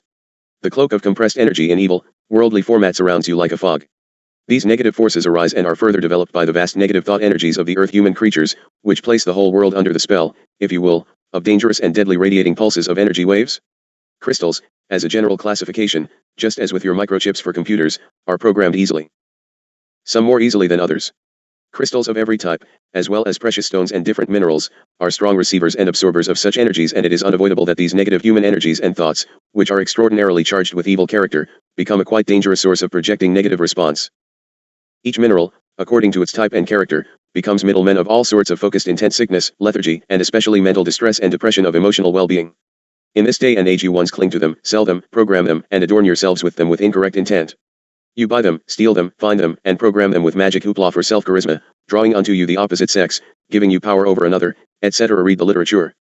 They are touted to heal, restore, balance, and baloney. It is like giving sharpened knives unto a 2-year-old and suggesting he not get blood on the carpet. Crystals and precious stones of every kind, even the stones, rocks, of the hills and deserts, are extremely sensitive receivers and collectors of human thought energies and emotions, both negative and positive. But they are usually programmed by non-informed touters of greedy use and are, therefore, negatively unbalanced. They begin by being strongly influenced by their original places of growth before they are imprisoned and displaced by humans. The creation utilizes these little computers as points of focus, but as man has spread unbalance, so has the unbalance spread throughout the natural kingdom. If the human being wants to have crystals and precious stones in his possession, to own them as valuable assets, use them as decoration, or as a bringer of health through mental focus of intent, then he must first release the dangerous radiations which exist in pre-programming as oscillations, vibrations, because otherwise they are capable of being utilized in a harmful manner. Moreover, the stones must be cleansed and freshly neutralized at regular intervals. This is because there is so much negative thought being projected that these bits of data storage containers become contaminated. These wondrous systems can easily be cleansed by thought clearance, but most ones do not have the foggiest notion as to how to do it. These are items which focus attention of the mind, and if given the negative focus will allow the being in point to compound the negative aspects. The human also has a great tendency to wear talismans as good luck symbols, but you see, they do nothing in themselves and work only in consequence to the belief held within by the user. These things, however, can also bear the negative input and should also be cleansed with intent. The native Indians have methods of cleansing stones, one of which is the smoking of same with sage. The facts are, dear ones, that the most effective way to destroy a computer chip is through oily smoke. It becomes quite physical in actuality. I do not enjoy this subject, at all, because it is so ill understood. There is nothing of magic about rocks or gems. It is what is placed into them, and, therefore, that energy must be cleansed from them, no more and no less. Some things conduct electricity, for instance, far better than others, and so it is with program-bearing substances. Secret formulas, conjurations by water, or other means of this nature are ridiculous. It is the focused intent of thought pulses which reprogram and slash or neutralize the data. Now, I caution all of you. I do not wish to be misunderstood nor misquoted. Most of the BS given unto you regarding this or that crystal, special cleansing materials, pre-programmed crystals for whatever and thus and so are mere sleight of hand tricks to get you separated from your money. Some well-meaning ones have even attributed these methods and secrets to space brothers for one reason or another, and thus you can locate the very point of time when the receiver began to manipulate and be manipulated. It will be stated that ones from Sirius, Pleaides, Orion, and so forth, have brought these stones and given special instructions for use and for the selling of such to gain funds for your wondrous and holy work. I tell you they lie, and a good con game is being perpetrated upon you. The best way to foist off upon a receiver is to give unto him/her an item of programmed security. If the thought focus moves from God onto some piece of drivel, the human is altered by the belief placed thereon. A gift is a gift is a gift, you give it its power. If the petitioner for, let us say, funds to further work of any nature asks for methods of acquiring those funds, and clears not his space and mind of negative energies of earth physical bindings, he will be had. The first to show up in any inquiry regarding physical material matters is physical material beings of negative intent as to God's business. You will always be able to read within the pages at which juncture the scribe or receiver or contact was first allowing of negative energy input. There will be compromise of lessons, truth, and how to. If any entity utilizes a physical thing instead of full intent of mind, intent God is put aside. This does not mean that these things are not good and utilitarian items, it means the intent of truth is not present. Everything emits radiations and vibrations, some dangerous and deadly indeed. However, every pulse and wave can be countered by the all-powerful, all-ability mind. Do not be fooled for one moment as to what is doing what to what. In the presence of God's shielding, there is not pulse or radiation which can transgress. There are, indeed, few humans who can bear and project such protection, for as the entity believes it to be, so shall it be. All contactees have been approached and caused to experience both the perceived negative and the positive teachers. It is imperative that a scribe and/or receiver be capable of discernment and know that anything that moves one from God, unity, and truth is evil in intent. Not good nor bad, evil in intent, for that energy will pull one from the path of truth and Godness. It has nothing to do, really, with good and bad. It has to do with physical desire, needs, and actions. If the receiver fails to shield self from the encroaching negative energy, so shall they impact first, because they are of the physical plane and you are of the physical plane. To counter these barrages, the being must move into the higher understanding where the protection abides. Herein and only herein can the attack be neutralized, for the attack is actually against your higher universal self-soul. If you give away your power, then you can expect to fall, but often, you will not be the one to realize you have deviated from the original path. Does Dharma stumble and fall? Of course, constantly, but she always calls unto God in perfection, and he always responds and picks her up and sets her again unto the proper direction upon the tracks. I am often asked questions regarding Dharma as we move along through the brief months of joint venture. Is she a robotoid? Does it matter? Perhaps in the higher sense of direction and journey, we all are God's created robotoids, and if we continue to function according to his laws within balance, is it important? Ones given to experience in your density are nonetheless humanoid. I suggest that all who are pre-programmed into the totally physical aspect of experience are but humanoid robotoids of the negative aspect of experience, for you place finite limits upon experience and being. There are ones among you who are in great positions of leadership, however, who are projected from human manipulations and represent genetic humanoid robotics without soul, compassion, and/or life essence of creator. These are the ones you must attend. Guilt. Let us change our thought attention to another aspect of experience, what you do in the name of guilt. I suggest, however, that you not cast off those twinges of conscience as simply unnecessary guilt. It is one thing to feel guilt which is not valid, it is another to feel guilty regarding that which you perpetrated against another and did not set to correctness or deliberately foisted off to pain another. Then comes the barrage of the human to change the old laws. It will always come with an argument that it needs to be so for the modern man, for times have surely changed. Dear ones, only perception of time has changed, not the human. Why should the laws be changed? Human, when he changes in fact, will have no problem with the laws of God nor the creation. Well, then you say, but surely not regarding the laws in respect to sex and matrimony, they surely are not valid today as eons ago, while we have moved into a modern world. Come now, Chelis, have you become modernly responsible for all of your actions, or do you pass out condoms in the schools? Have you come up with modern rules and methods which have brought peace, balance, and harmony in love to all mankind, or have you overpopulated, taught murder through abortion and other various things of unrest and unbalance? So be it, pigs is pigs and laws is laws. Surely, when an entity burdens, against better knowledge, quite consciously, a guilt upon himself, then he pays an atonement, because that is the law justice. If the consciously self-laden guilt is too great, then a punishment in balance of such guilt is suited, where the concerned creature is unworthy of life and loses its justification for existence. The human creature is birthed with the inner knowledge of that which is right and that which is basically and immorally wrong. All the lessons do not wipe out the inner knowing that that which you do is right or it is wrong. It is not good nor bad as such, just right or wrong. What happens in your modern society is an uprising against elders who have effort to teach and accept wrong as right, and the new life forms, children, are angry, guilt-ridden, and filled with rebellious resentment to the so-called adults who misteach and mislead. They kill and they do suicide against self in total resentment against you who have set the examples of erroneous intent and actions. Atonement always follows at some point in experience a rebirth, if you will, in which the ill-formed and uncompleted perfection then completes the formerly eliminated life. It is always a path of growth. There always must be a rise in spiritual development. In a strange twist of experience, it is often perceived to be through quite negative means that spiritual growth is given great strength and positive development. Let us look at that which becomes prevalent upon your placement. You call it freedom of choice and human rights, but you accomplish something which you miss entirely. Let us look at the homosexual movement for a moment. The homosexual movement and participants do not ask for equality in love emotion. They demand sexual expression in the physical format as a birthright. Now, what are they actually accomplishing? They are basically sterilizing selves, castrating self in basic concept. What is happening is basically that which is accomplished through other means on other placements, having ability to utilize other planets, etc. In other societies in your universe, ones who do not follow the laws are simply separated into separate sexes and placed in other worlds and islands for the remainder of their current life experience. Lacking the opposite sex which is necessary for the human to reproduce, there is no reproduction, and therefore the species cannot multiply as is. The ones placed elsewhere are usually most contented in the experience and are not continually in search of equality and acceptance within a society which is based on procreation, as is Earth human, for example. The Earth human might well be in a good position for such at this present time if he were not so blinded, corrupted and disunited. This arrangement solves so many various problems that you would be amazed. Now, do not misunderstand anything that I say herein. The laws of the creation are eternal and unchangeable. But, the laws of experience on given placements are different according to the size, life ability, soul growth ability, and what you would call evolution, of a given species. The guidelines are different. The laws of balance are absolute. Let us speak of the laws as given forth by Earth God. As we speak of these laws, we must remember that there were and are laws applicable to a given placement, a planet upon which human experiences. These laws are of human origin, so to speak, and meant to regulate Earth creatures experiencing within that particular manifestation. These laws are given forth by that which you would consider the highest leader of the human races, governor of the heavenly sons, so to speak, by God. His prophets and mediators and selected humans announced these laws among the races which observed them, unfortunately, for only a very short time, and confounded them later, which was a further step in the direction of the abyss of later mankind. Do the aliens, Pleaidians, have humans making laws? Wherever there are thinking life forms, there are established laws everywhere. Each, from the position of spiritual development of the tribe's leaders, has taken laws from the true natural law and expressed them in responsible form within human natural law. In consequence, these laws are of natural logic, and are not illogical and primitive, such as ones established on your world. Humans upon your place, in your governments, still exercise purely world-oriented, physically based and lust/greed-based worldly material power and call the projections laws. Are there degenerates and criminality on other placements, say Pleaides? It is total nonsense to think that a brother/sister planet of humans are supermen and no longer need law. As we progress through the stages of higher dimensions, we then cease to function in physical format to which all of the basic physical human attributes are attached. However, on the planets housing humanity in species, there is always need for rules and laws.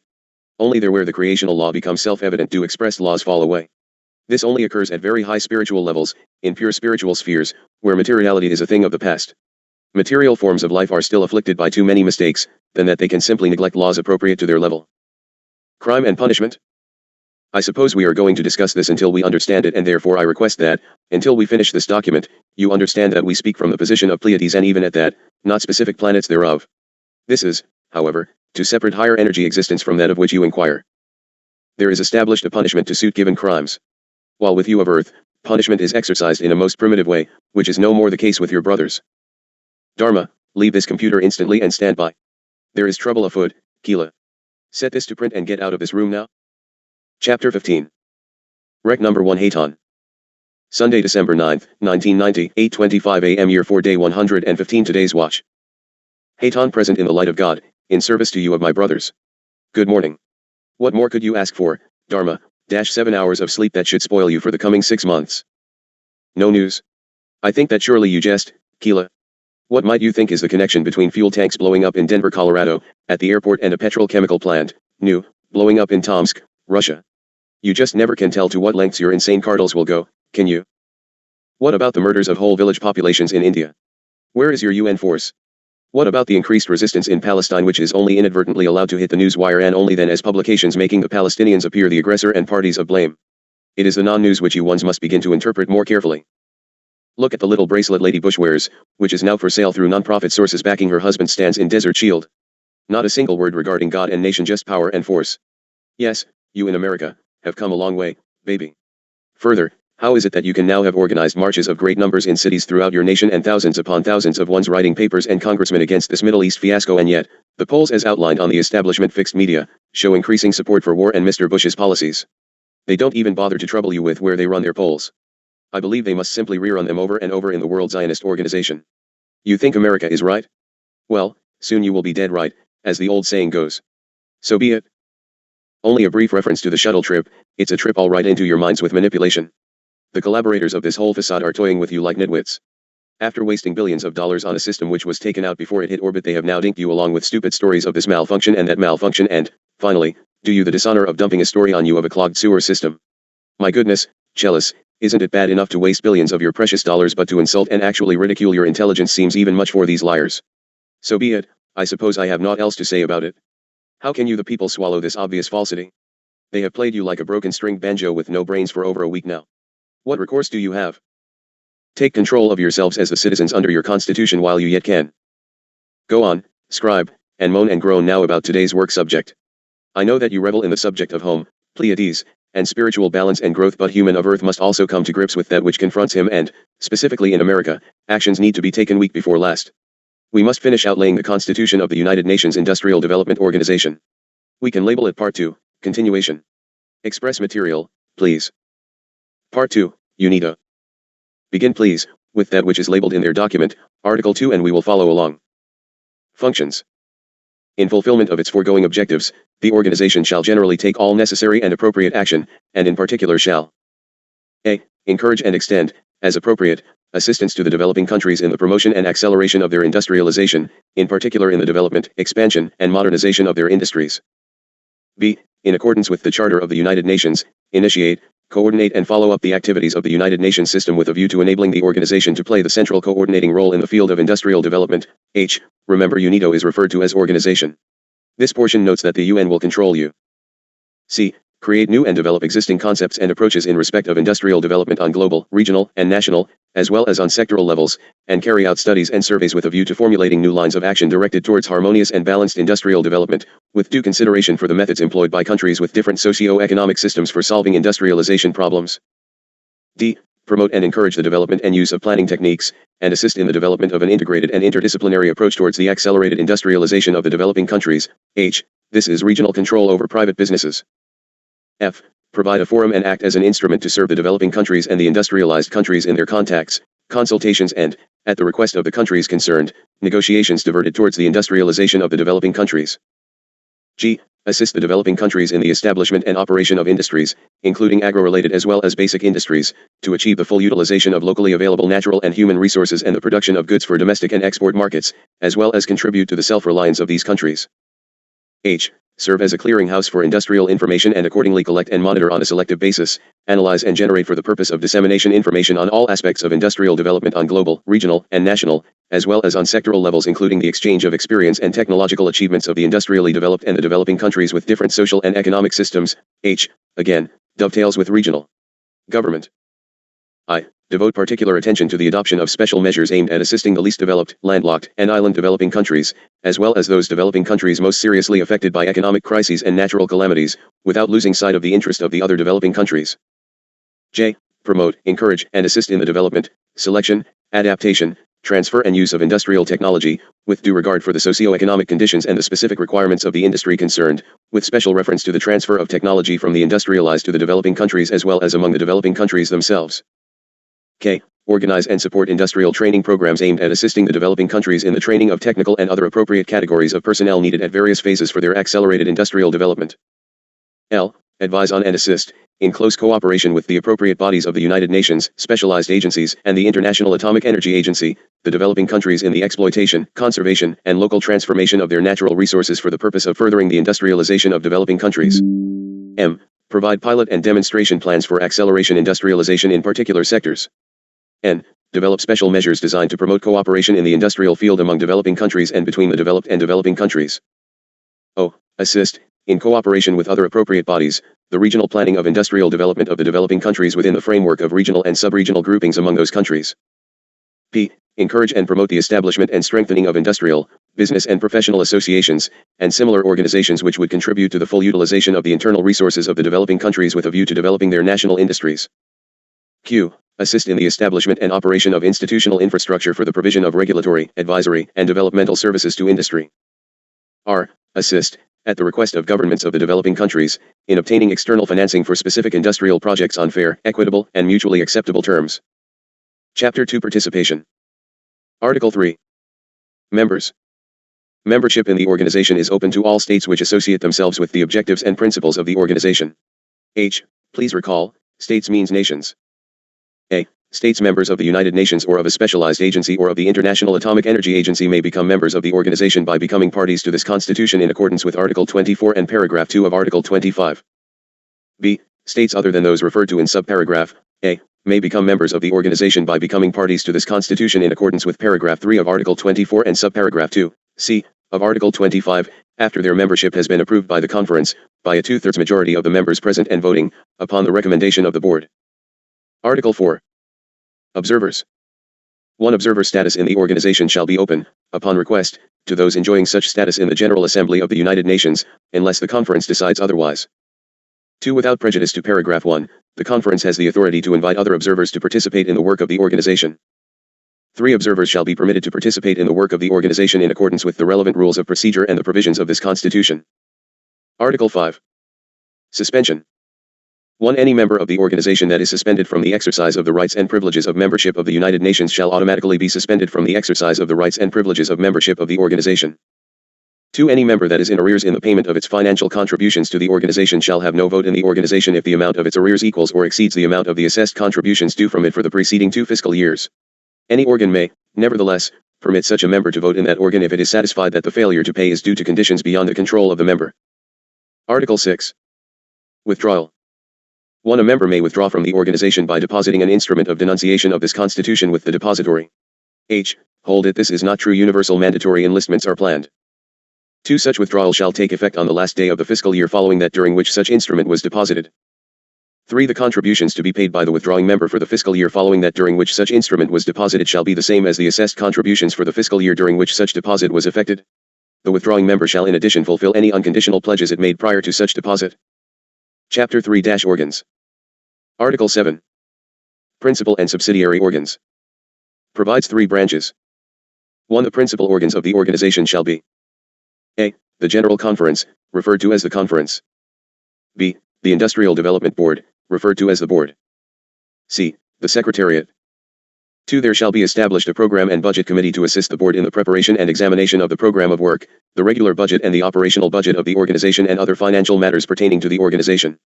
H. Uses PPBS program, planning, and budgeting system, -A mandatory control system under the Conference. 3. Other subsidiary organs, including technical committees, may be established by the Conference or the Board, which shall give due regard to the principle of equitable geographical representation. Article 8. General Conference. The developmental arm of the New World Order. 1. The Conference shall consist of representatives of all members. 2. A. The Conference shall hold a regular session every 2 years, unless it decides otherwise. Special sessions shall be convened by the Director General at the request of the Board or of a majority of all members. B. Regular sessions shall be held at the seat of the organization, unless otherwise determined by the Conference. The Board shall determine the place where a special session is to be held.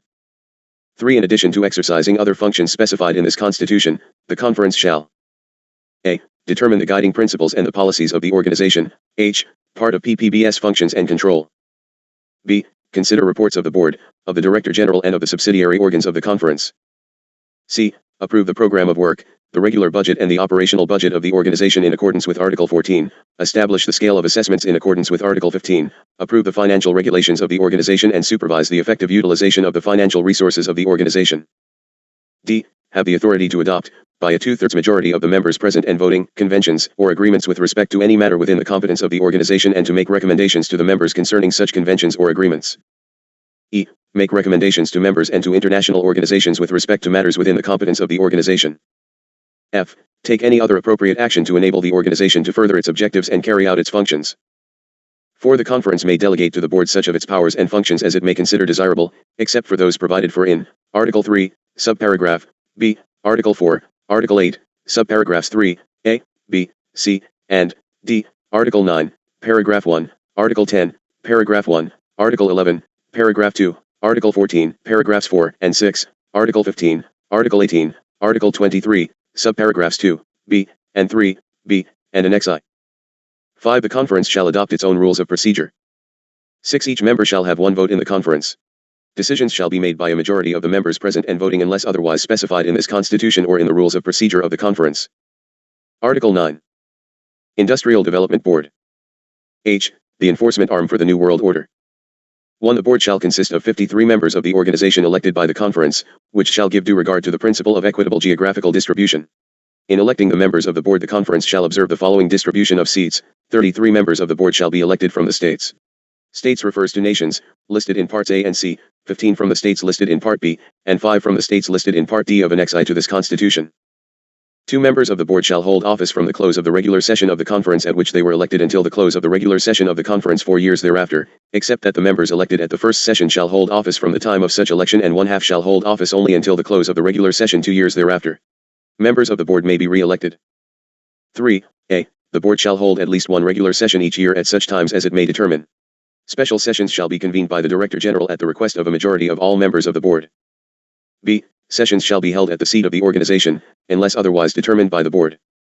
4. In addition to exercising other functions specified in this Constitution or delegated to it by the conference, the board shall A. Acting under the authority of the conference, review the implementation of the approved program of work and of the corresponding regular budget and operational budget, as well as of other decisions of the conference. B. Recommend to the conference a scale of assessments for regular budget expenditures. C. Report to the conference at each regular session on the activities of the board. D. Request members to furnish information on their activities related to the work of the organization. E. In accordance with the decisions of the conference and having regard to circumstances arising between sessions of the board or the conference, authorize the Director General to take such measures as the board deems necessary to meet unforeseen events with due regard to the functions and financial resources of the organization. F. If the office of Director General becomes vacant between sessions of the conference, appoint an acting Director General to serve until the next regular or special session of the conference. G. Prepare the provisional agenda for the conference. H. Undertake such other functions as may be required to further the objectives of the organization subject to the limitations stipulated in this Constitution. 5. The board shall adopt its own rules of procedure. 6. Each member of the board shall have one vote. Decisions shall be made by a majority of the members present and voting unless otherwise specified in this Constitution or in the rules of procedure of the board. 7. The board shall invite any member not represented on the board to participate without vote in its deliberations on any matter of particular concern to that member. Article 10. Program and Budget Committee. H. Balancers of the funds used for world government conversion. 1. The Program and Budget Committee shall consist of 27 members of the organization elected by the conference, which shall give due regard to the principle of equitable geographical distribution. In the following distribution of seats, 15 members of the committee shall be elected from the states listed in Parts A and C, 9 from the states listed in Part B, and 3 from the states listed in Part D of Annex I to this Constitution. In designating their representatives to serve on the committee, states shall take into account their personal qualifications and experience. 2 members of the committee shall hold office from the close of the regular session of the conference at which they were elected until the close of the regular session of the conference 2 years thereafter. Members of the committee may be re-elected. 3. A. The committee shall hold at least one session each year. Additional sessions shall be convened by the Director General at the request of the board or the committee. B. Sessions shall be held at the seat of the organization, unless otherwise determined by the board. 4. The committee shall A. Perform the functions assigned to it in Article 14. B. Prepare the draft scale of assessments for regular budget expenditures, for submission to the board. C. Exercise such other functions with respect to financial matters as may be assigned to it by the conference or the board. D. Report to the board at each regular session on all activities of the committee and submit advice or proposals on financial matters to the board of its own initiative. 5. The committee shall adopt its own rules of procedure. 6. Each member of the committee shall have one vote. Decisions shall be made by a 2/3 majority of the members present and voting. Dharma, start a new document, please. Chapter 16. Rec number 2 Hayton. Sunday, December 9, 1990, 11 a.m. Year 4 Day 115. Article 11. Secretariat. H. The Chief of the Administrative Arm of the New World Order. 1. The Secretariat shall comprise a Director General, as well as such Deputy Directors General and other staff as the organization may require. 2. The Director General shall be appointed by the conference upon recommendation of the board for a period of 4 years. He may be reappointed for a further term of 4 years, after which he shall not be eligible for reappointment. 3. The Director General shall be the Chief Administrative Officer of the organization. Subject to general or specific directives of the conference or the board, the Director General shall have the overall responsibility and authority to direct the work of the organization. Under the authority of and subject to the control of the board, the Director General shall be responsible for the appointment, organization, and functioning of the staff. 4. In the performance of their duties, the Director General and the staff shall not seek or receive instructions from any government or from any authority external to the organization. They shall refrain from any action that might reflect on their position as international officials responsible only to the organization. Each member undertakes to respect the exclusively international character of the responsibilities of the Director General and the staff and not to seek to influence them in the discharge of their responsibilities. Note: required loyalty to world government, see oath required, but loyalty to U.S. Constitution no longer possible. This is most important, Chelis. Hayton. 5. The staff shall be appointed by the Director General under regulations to be established by the Conference upon recommendation of the Board. Appointments at the level of Deputy Director General shall be subject to approval by the Board. The conditions of service of staff shall conform as far as possible to those of the United Nations Common System. The paramount consideration in the employment of the staff and in determining the conditions of service shall be the necessity of securing the highest standards of efficiency, competence, and integrity. Due regard shall be paid to the importance of recruiting staff on a wide and equitable geographical basis. 6. The Director General shall act in that capacity at all meetings of the Conference, of the Board and of the Program and Budget Committee, and shall perform such other functions as are entrusted to him by these organs. He shall prepare an annual report on the activities of the organization. In addition, he shall submit to the Conference or to the Board, as appropriate, such other reports as may be required. Chapter 4 – Program of Work and Financial Matters. Article 12. Expenses of delegations. Each member and observer shall bear the expenses of its own delegation to the Conference, to the Board or to any other organ in which it may participate. Article 13. Composition of budgets. 1. The activities of the organization shall be carried out in accordance with its approved program of work and budgets. 2. The expenditures of the organization shall be divided into the following categories. A. Expenditures to be met from assessed contributions, referred to as the regular budget, and B. Expenditures to be met from voluntary contributions to the organization, and such other income as may be provided for in the financial regulations, referred to as the operational budget. 3. The regular budget shall provide for expenditures for administration, research, other regular expenses of the organization and for other activities, as provided for in Annex 2. 4. The operational budget shall provide for expenditures for technical assistance and other related activities. Article 14. Program and Budgets. 1. The Director General shall prepare and submit to the Board through the Program and Budget Committee, at a time specified in the financial regulations, a draft program of work for the following fiscal period, together with the corresponding estimates for those activities to be financed from the regular budget. The Director General shall, at the same time, submit proposals and financial estimates for those activities to be financed from voluntary contributions to the organization. 2. The Program and Budget Committee shall consider the proposals of the Director General and submit to the Board its recommendations on the proposed program of work and corresponding estimates for the regular budget and operational budget. Such recommendations of the committee shall require a 2/3 majority of the members present and voting. 3. The Board shall examine the proposals of the Director General together with any recommendations of the Program and Budget Committee and adopt the program of work, the regular budget and the operational budget, with such modifications as it deems necessary, for submission to the Conference for consideration and approval. Such adoption shall require a 2/3 majority of the members present and voting. 4. A. The Conference shall consider and approve the program of work and the corresponding regular budget and operational budget submitted to it by the Board, by a 2/3 majority of the members present and voting. B. The Conference may make amendments in the program of work and the corresponding regular budget and operational budget, in accordance with paragraph 6. 5. When required, supplementary or revised estimates for the regular budget or operational budget shall be prepared and approved in accordance with paragraphs 1 to 4 above and the financial regulations. 6. No resolution, decision, or amendment involving expenditure, which has not already been considered in accordance with paragraphs 2 and 3, shall be approved by the Conference unless it is accompanied by an estimate of expenditures prepared by the Director General. No resolution, decision, or amendment in respect of which expenditures are anticipated by the Director General shall be approved by the Conference until the Program and Budget Committee and subsequently the Board, meeting concurrently with the Conference, have had an opportunity to act in accordance with paragraphs 2 and 3. The Board shall submit its decisions to the Conference. The approval by the Conference of such resolutions, decisions, and amendments shall require a 2/3 majority of all members. Article 15. Assessed contributions. 1. Regular budget expenditures shall be borne by the members, as apportioned in accordance with a scale of assessment established by the Conference by a 2/3 majority of the members present and voting, upon the recommendation of the Board adopted by a 2/3 majority of the members present and voting, on the basis of a draft prepared by the Program and Budget Committee. Note, the cost shall be very high as you are forced to surrender your sovereignty and your firearms. Hayton. 2. The scale of assessments shall be based to the extent possible on the scale most recently employed by the United Nations. No member shall be assessed more than 25% of the regular budget of the organization. Article 16. Voluntary contributions to the organization. Subject to the financial regulations of the organization, the Director General, on behalf of the organization, may accept voluntary contributions to the organization, including gifts, bequests, and subventions, made to the organization by governments, intergovernmental or non-governmental organizations or other non-governmental sources, provided that the conditions attached to such voluntary contributions are consistent with the objectives and policies of the organization. Article 17. Industrial Development Fund.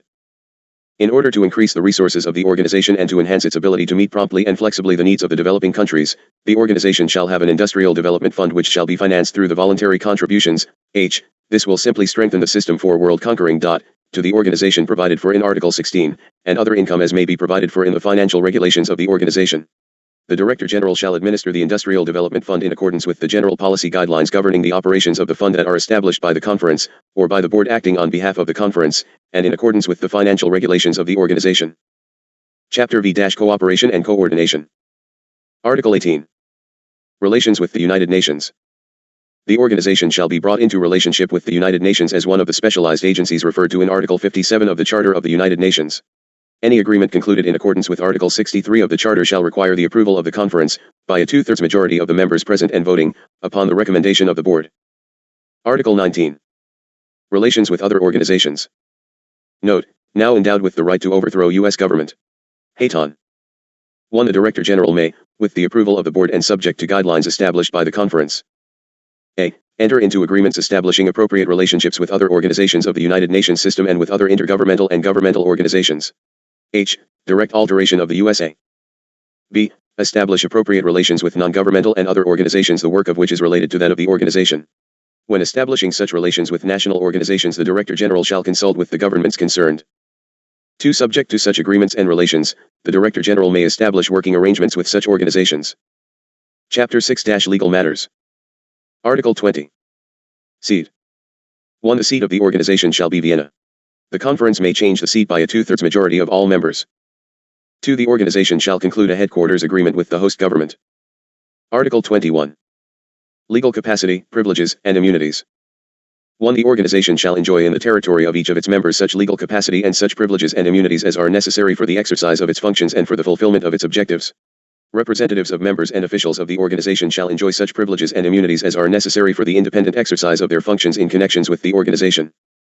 2. The legal capacity, privileges, and immunities referred to in paragraph 1 shall a. In the territory of any member that has acceded to the Convention on the Privileges and Immunities of the Specialized Agencies in respect of the organization, be as defined in the standard clauses of that convention as modified by an annex thereto approved by the Board. B. In the territory of any member that has not acceded to the Convention on the Privileges and Immunities of the Specialized Agencies in respect of the organization but has acceded to the Convention on the Privileges and Immunities of the United Nations, be as defined in the latter convention, unless such state notifies the depositary on depositing its instrument of ratification, acceptance, approval, or accession that it will not apply this convention to the organization. The Convention on the Privileges and Immunities of the United Nations shall cease to apply to the organization 30 days after such state has so notified the depository. H. In about 1980 the U.S.A. acceded to the Specialized Agencies Convention, had done UN Convention on Privileges and Immunities in 1946, therefore, both have been done. C. B as defined in other agreements entered into by the organization. Article 22. Settlement of disputes and requests for advisory opinions. 1. A. Any dispute among two or more members concerning the interpretation or application of this Constitution, including its annexes, that is not settled by negotiation shall be referred to the Board unless the parties concerned agree on another mode of settlement. If the dispute is of particular concern to a member not represented on the Board, that member shall be entitled to be represented in accordance with rules to be adopted by the Board. B. If the dispute is not settled pursuant to paragraph 1, A, to the satisfaction of any party to the dispute, that party may refer the matter, either, I, if the parties so agree, A, to the International Court of Justice, or, note, World Court composed of communists and other societal differences. Your fate in America, for instance, will be wholly decided by this group. B, to an arbitral tribunal. Or, 2, otherwise, to a conciliation commission. The rule concerning the procedures and operation of the arbitral tribunal and of the conciliation commission are laid down in Annex 3 to this Constitution. 2. The Conference and the Board are separately empowered, subject to authorization for the General Assembly of the United Nations, to request the International Court of Justice to give an advisory opinion on any legal question arising within the scope of the organization activities. Article 23. Amendments. Note, this is a blank check to those who are overthrowing constitutional government. 1. At any time after the second regular session of the Conference any member may propose amendments to this Constitution. Texts of proposed amendments shall be promptly communicated by the Director General to all members and shall not be considered by the Conference until 90 days after the dispatch of such communication. 2. Except as specified in paragraph 3, an amendment shall come into force and be binding on all members when A. It is recommended by the Board to the Conference. B. It is approved by the Conference by a two-thirds majority of all members. And C. Two-thirds of the members have deposited instruments of ratification, acceptance, or approval of the amendment with the depositary. 3. An amendment relating to Article 6, 9, 10, 13, 14, or 23, or to Annex 2 shall come into force and be binding on all members when A. It is recommended by the Board to the Conference by a two-thirds majority of all members of the Board. B. it is approved by the conference by a 2/3 majority of all members. And c. 3/4 of the members have deposited instruments of ratification, acceptance, or approval of the amendment with the depository. Article 24. Signature, ratification, acceptance, approval, and accession. 1. This Constitution shall be open for signature by all states specified in subparagraph A of Article 3, until October 7, 1979 at the Federal Ministry for Foreign Affairs of the Republic of Austria and subsequently at United Nations headquarters in New York until the date this Constitution enters into force. 2. This Constitution shall be subject to ratification, acceptance, or approval by signatory states. Instruments of ratification, acceptance, or approval of such states shall be deposited with the depository. Haton, note, Chellis, this has all been done. 3. After the entry into force of this Constitution in accordance with paragraph 1 of Article 25, states specified in subparagraph A of Article 3 that have not signed this Constitution, as well as states approved for membership pursuant to subparagraph B of that article, may accede to this Constitution by depositing instruments of accession. Article 25. Entry into force. 1. This Constitution shall enter into force when at least 80 states that had deposited instruments of ratification, acceptance, or approval notify the depository that they have agreed, after consultations among themselves, that this Constitution shall enter into force. Note, this, 2, is already done. 2. This Constitution shall enter into force. A. For states that participated in the notification referred to in paragraph 1, on the date of the entry into force of this Constitution. B. For states that had deposited instruments of ratification, acceptance, or approval before the entry into force of this Constitution but did not participate in the notification referred to in paragraph 1, on such later date on which they notify the depository that this Constitution shall enter into force for them. C. For states that deposit instruments of ratification, acceptance, approval, or accession subsequent to the entry into force of this Constitution on the date of such deposit. Article 26. Transitional arrangements. 1. The depository shall convene the first session of the conference, to be held within 3 months following the entry into force of this Constitution. The United Nations General Assembly Resolution 2152, XXI, shall govern the organization and its organs until such time as the latter may adopt new provisions. Note, this Constitution is under the influence and control of communist domination. Article 27. Reservations. No reservations may be made in respect of this Constitution. H. Note the UN states are claimed to be all the countries of the world, thus a federated New World Order. 1. The Secretary General of the United Nations shall be the depositary of this Constitution. 2. In addition to notifying the states concerned, the depositary shall notify the Director General of all matters affecting this Constitution. Article 29. Authentic texts. This Constitution shall be authentic in Arabic, Chinese, English, French, Russian and Spanish. Annex I. Lists of states. 1. If a state that is not listed in any of the lists below becomes a member, the conference shall decide, after appropriate consultations, in which of those lists it is to be included. 2. The conference may at any time, after appropriate consultations, change the classification of a member as listed below. 3. Changes in the lists below that are made in accordance with paragraph 1 or 2 shall not be considered amendments within the meaning of Article 23. Lists. Note, already done. The lists of states to be included by the depository in this annex are the lists determined by the General Assembly of the United Nations for the purpose of paragraph 4 of section 2 of its resolution 2152, XXI, as in effect on the date this Constitution enters into force. Annex 2. The regular budget. Point 1. Administration, research, and other regular expenses of the organization shall be deemed to include A. Interregional and regional advisors. B. Short-term advisory services provided by the staff of the organization. C. Meetings, including technical meetings, provided for in the program of work financed from the regular budget of the organization. D. Program support costs arising from technical assistance projects, to the extent that these costs are not reimbursed to the organization by the source of financing of such projects. 2. Concrete proposals conforming to the above provisions shall be implemented after consideration by the Program and Budget Committee, adoption by the Board and approval by the Conference, in accordance with Article 14. B. In order to improve the effectiveness of the organization's program of work in the field of industrial development, the regular budget shall also finance other activities heretofore financed out of Section 15 of the United Nations regular budget, in the amount of 6% of the total of the regular budget. These activities shall strengthen the organization's contribution to the United Nations development system, taking into account the importance of utilizing the United Nations Development Program country programming process, which is subject to the consent of the countries concerned, as a frame of reference for these activities. Annex 3. Rules concerning arbitral tribunals and conciliation commissions. Unless otherwise agreed by all the members parties to a dispute that has not been settled pursuant to paragraph 1a of Article 22 and that has been referred to an arbitral tribunal pursuant to subparagraph 1b, b of Article 22 or to a conciliation commission pursuant to subparagraph 1b, 2, the following rules shall govern the procedures and operation of such tribunals and commissions. 1. Initiation. Within 3 months of the conclusion by the board of its consideration of a dispute referred to it pursuant to paragraph 1a of Article 22, or, if it does not conclude its consideration within 18 months of such referral, then within 21 months of such referral, all the parties to the dispute may notify the Director General that they wish to refer the dispute to an arbitral tribunal, or any such party may notify the Director General that it wishes to refer the dispute to a conciliation commission. If the parties had agreed on another mode of settlement, then such notification may be made within 3 months of the conclusion of that special procedure. 2. Establishment. A. The parties to the dispute shall, by their unanimous decision, appoint, as appropriate, 3 arbitrators or 3 conciliators, and shall designate one of these as president of the tribunal or commission. B. If within 3 months of the notification referred to in paragraph 1 above, one or more members of the tribunal or commission have not been so appointed, the Secretary General of the United Nations shall, at the request of any party, within 3 months of such request designate any members, including the president, then still required to be appointed. C. If a vacancy arises on the tribunal or commission, it shall be filled within 1 month in accordance with paragraph A, or thereafter in accordance with paragraph B. 1. Procedures and operation. A. The tribunal or commission shall determine its own rules of procedure. All decisions on any question of procedure or substance may be reached by a majority of the members. B. The members of the tribunal or commission shall receive remuneration as provided in the financial regulations of the organization. The Director General shall provide any necessary secretariat in consultation with the President of the tribunal or commission. All expenses of the tribunal or commission and its members, but not of the parties to the dispute, shall be borne by the organization. 1. Awards and reports. A. The arbitral tribunal shall conclude its proceedings by an award, which shall be binding on all the parties. B. The conciliation commission shall conclude its proceedings by a report addressed to all the parties to the dispute, which shall contain recommendations to which these parties shall give serious consideration.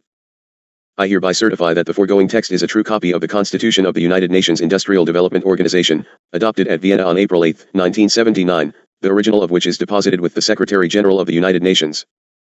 For the Secretary General, the Legal Counsel. Signature. United Nations, New York, October 11, 1979. Asterisk asterisk asterisk asterisk asterisk asterisk asterisk and asterisk asterisk asterisk asterisk asterisk asterisk. So be it, Chalice, may you be given into the strength and perseverance to undo this heinous act against you. I can do no more save bring it unto your attention. Salut. I am Hayton to move to stand by. Good day. Chapter 17. Rec number 1 Hayton. Monday, December 10, 1990, 8 a.m. year 4 day 116 today's watch. Hayton present in the light of radiance. First, I would have a personal notation please. Oberly, please attend Salayat this day. Further, I would have a complete set of books for each of Dharma's children along with any others that you so decide, but this has gone too long unattended. You must realize that Salayat is the best and most meticulous bookkeeper and office detail person you have or will ever find. Allow us to begin to meet obligations, for these are the ones who stuck with you through the very leanest of times and still do not wish to work with you for the burden it might impose. So be it. I cannot ask Dharma to give unto me her life to write these journals if she continues to feel she may have them not when published. We must come to better balance regarding publication of these books. There is something wrong with the plan if the author has no access to a few to be utilized as he or she deems appropriate. She is emotionally classifying herself as a mere printing machine, and that is most unacceptable. She holds the whole of truth in her head, awaiting the printing thereof, and exploitation by any name is unacceptable. So be it. Watch your president. Pay attention to what this man now does. He came back from a trip to South America, had a full day of jogging and tennis, and yet could not join with his family and / or his nation at the Christmas festivities of the evening. This is always a sign of negative influence. The things that are representative of the light are placed to the rear of the cooking places. He will begin to again give you the show, but watch closely how he handles the subject and how one world order will have replaced God. What of Shevardnadze? He is making sure that he gets from America that which the Russians want at this time in exchange for cooperation. He needs food supplies for his cities because of the poor management, black market, and other things of poor government actions within the Soviet Union. Believe me, if it were not that power has its rewards, Mr. Gorbachev would be well out on his ear. You will note that his only roots this day are within the Communist Party. You once had best take a good clear look at that situation. It is not as presented unto you. Allow us now to move on with our journal lest we lose thought continuity. We must keep you alive and in some manner of freedom, but spiritual growth is ultimately the only experience of real and enduring merit. Lessons will be learned, but you must begin to come into understanding of truth instead of the ridiculous lies given unto you from the misdirectors who long ago lost their own truth in repetition of the lessons handed down without ability to question whether or not truth was involved with the handed down edicts of churches and false perpetrators, whether in ignorance or intent of destruction. The ending can be the same except in magnitude of reward for actions. Pleaides perspective. There is always a logical chain of command, not as you utilize it as rite of passage, but according to learning and true knowledge. Wherever there are thinking forms of life, there are established laws everywhere. Each, from the position of spiritual development of the tribe's leaders, has taken laws from the true natural law and expressed them in responsible form within human natural law. In consequence, these laws are of natural logic, and are not illogical and primitive, such as ones established on your world.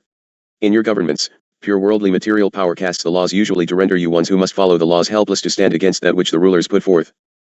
In any given society at whatever level of understanding, laws exist.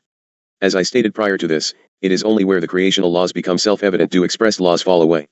This only occurs at very high spiritual levels, in pure spiritual spheres, where materiality is a thing of the past. Material forms of life are still afflicted by too many mistakes, than that they can simply neglect laws appropriate to their level of existence. As a society, however, becomes advanced to the extent of foisting off their own behaviors upon other species and other planetary placements which bring evil and destruction upon the inhabitants, things are taken to a higher level of authority and cosmic law comes into the picture. Growth, in general, in the Pleiadian sense for the most part, is of a more spiritual level and consequently more humane, which certainly cannot, at this time, be stated regarding your form of law. You have almost no form of equality of justice. When we speak of heavy crimes in the Pleiades system, for instance, there is no longer punishment by elimination and injury to the physical body, as is your barbarous habit either that or a buy/sell justice system. The higher energy forms require that the fallible creatures be exiled to other worlds used exclusively for this purpose. To such worlds are exiled only creatures of the same sex. In that way propagation is prevented and no descendants are produced. The exiled ones are left to their own means on these worlds and have to care for themselves with their own hands. No machinery or apparatus is left at their disposal, and they are forbidden to produce such things. To assure this objective, these worlds are controlled and secretly produced means are eliminated for long periods of retraining time. In addition, any contact to any others is closed off. The inhabitants are locked into the planet system. On some worlds, the fallible creatures are also exiled to great islands, if the grade of fallibility on the concerned world is very low.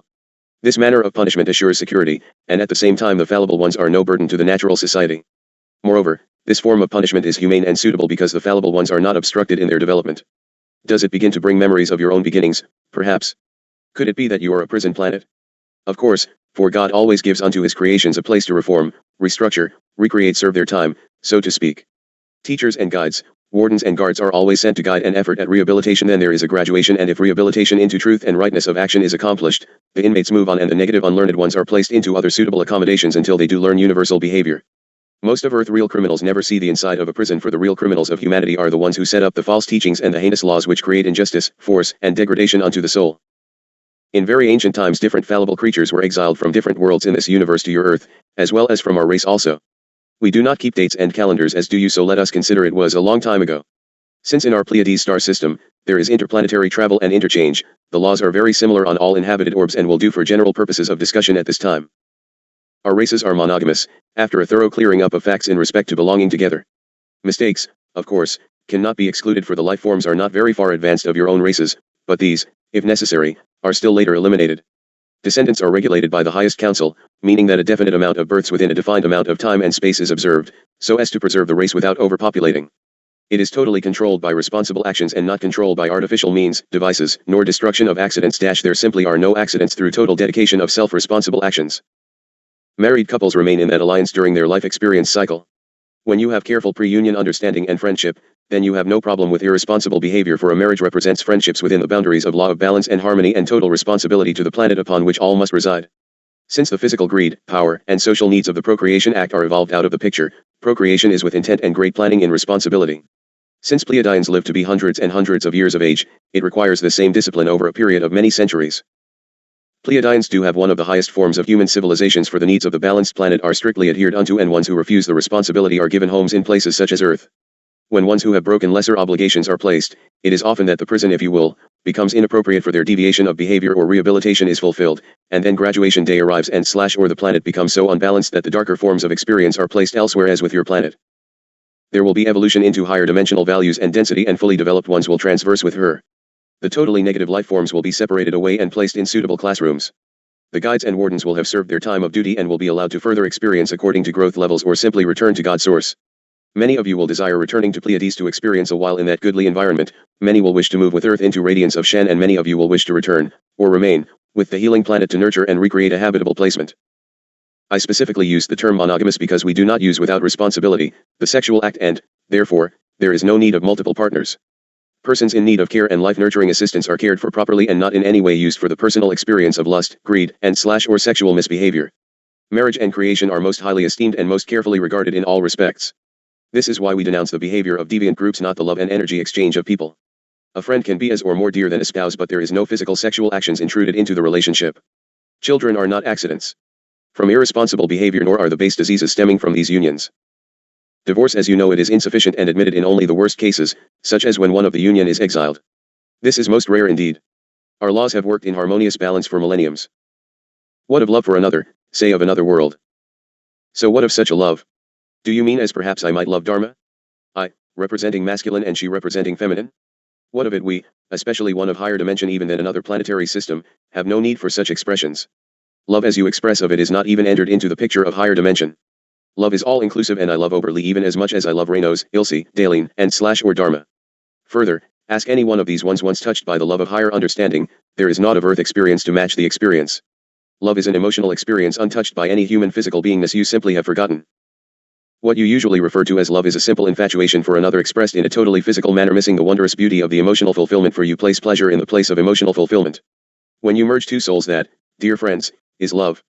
One can merge with every body in the system and you will find yourself only worn out and disease-ridden, not fulfilled, at peace nor content. You will only have formed a bad habit and will search for even one more with which to tamper. Ah yes, earth mankind has forgotten the difference in love and love. There is no love to be expressed in any manner as I feel for you of my children in journey at thousands of years of age in your counting, and you, as babes and toddlers. But you must understand that many of you have walked with me through the eons of time and have only forgotten. This is why you are pulled to me as a magnet to the iron filings, for we are of the same essence, and that, dear ones, the truth of eternal love in its wholeness I would give all that I am and have unto you, for you, and with you, and now, some return that gift unto me, and united we cannot fail to achieve our goal, for that kind of love is the truth of that which is God. Man is the creature who is envious of any relationship which he perceives excludes self, and therefore, it is a singularly excluding of self. When man loses his self-orientation, then, and only then, can he enter into such a relationship as God love, for all is in behalf of the other.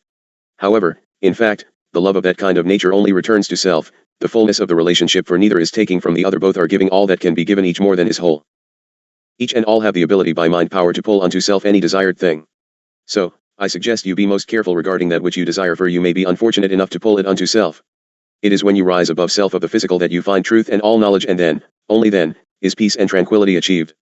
It can only come through the giving and proper accepting and exchanging of emotional equality and not physical experience, that truth of life meaning is understood.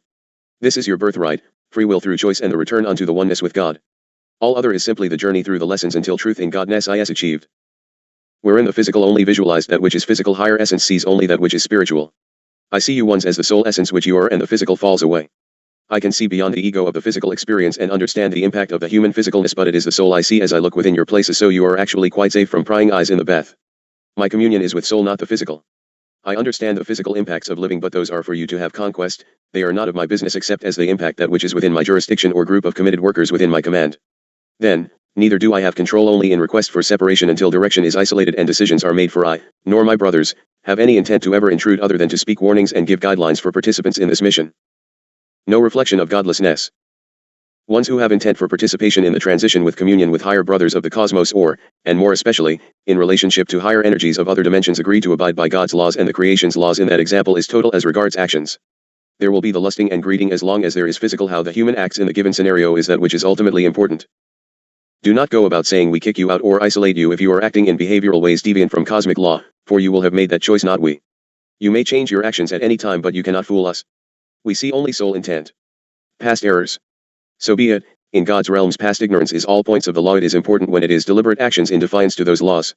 If you do not approve of those laws, it is your choice, but I promise you who continue in Satan's trap pings will not find your next journey through the gates into Godness, for learning of the laws and abiding therein is the price of that lovely transition. For instance, the Pleiadians want no irresponsible, misbehaving humans cluttering their life of balance.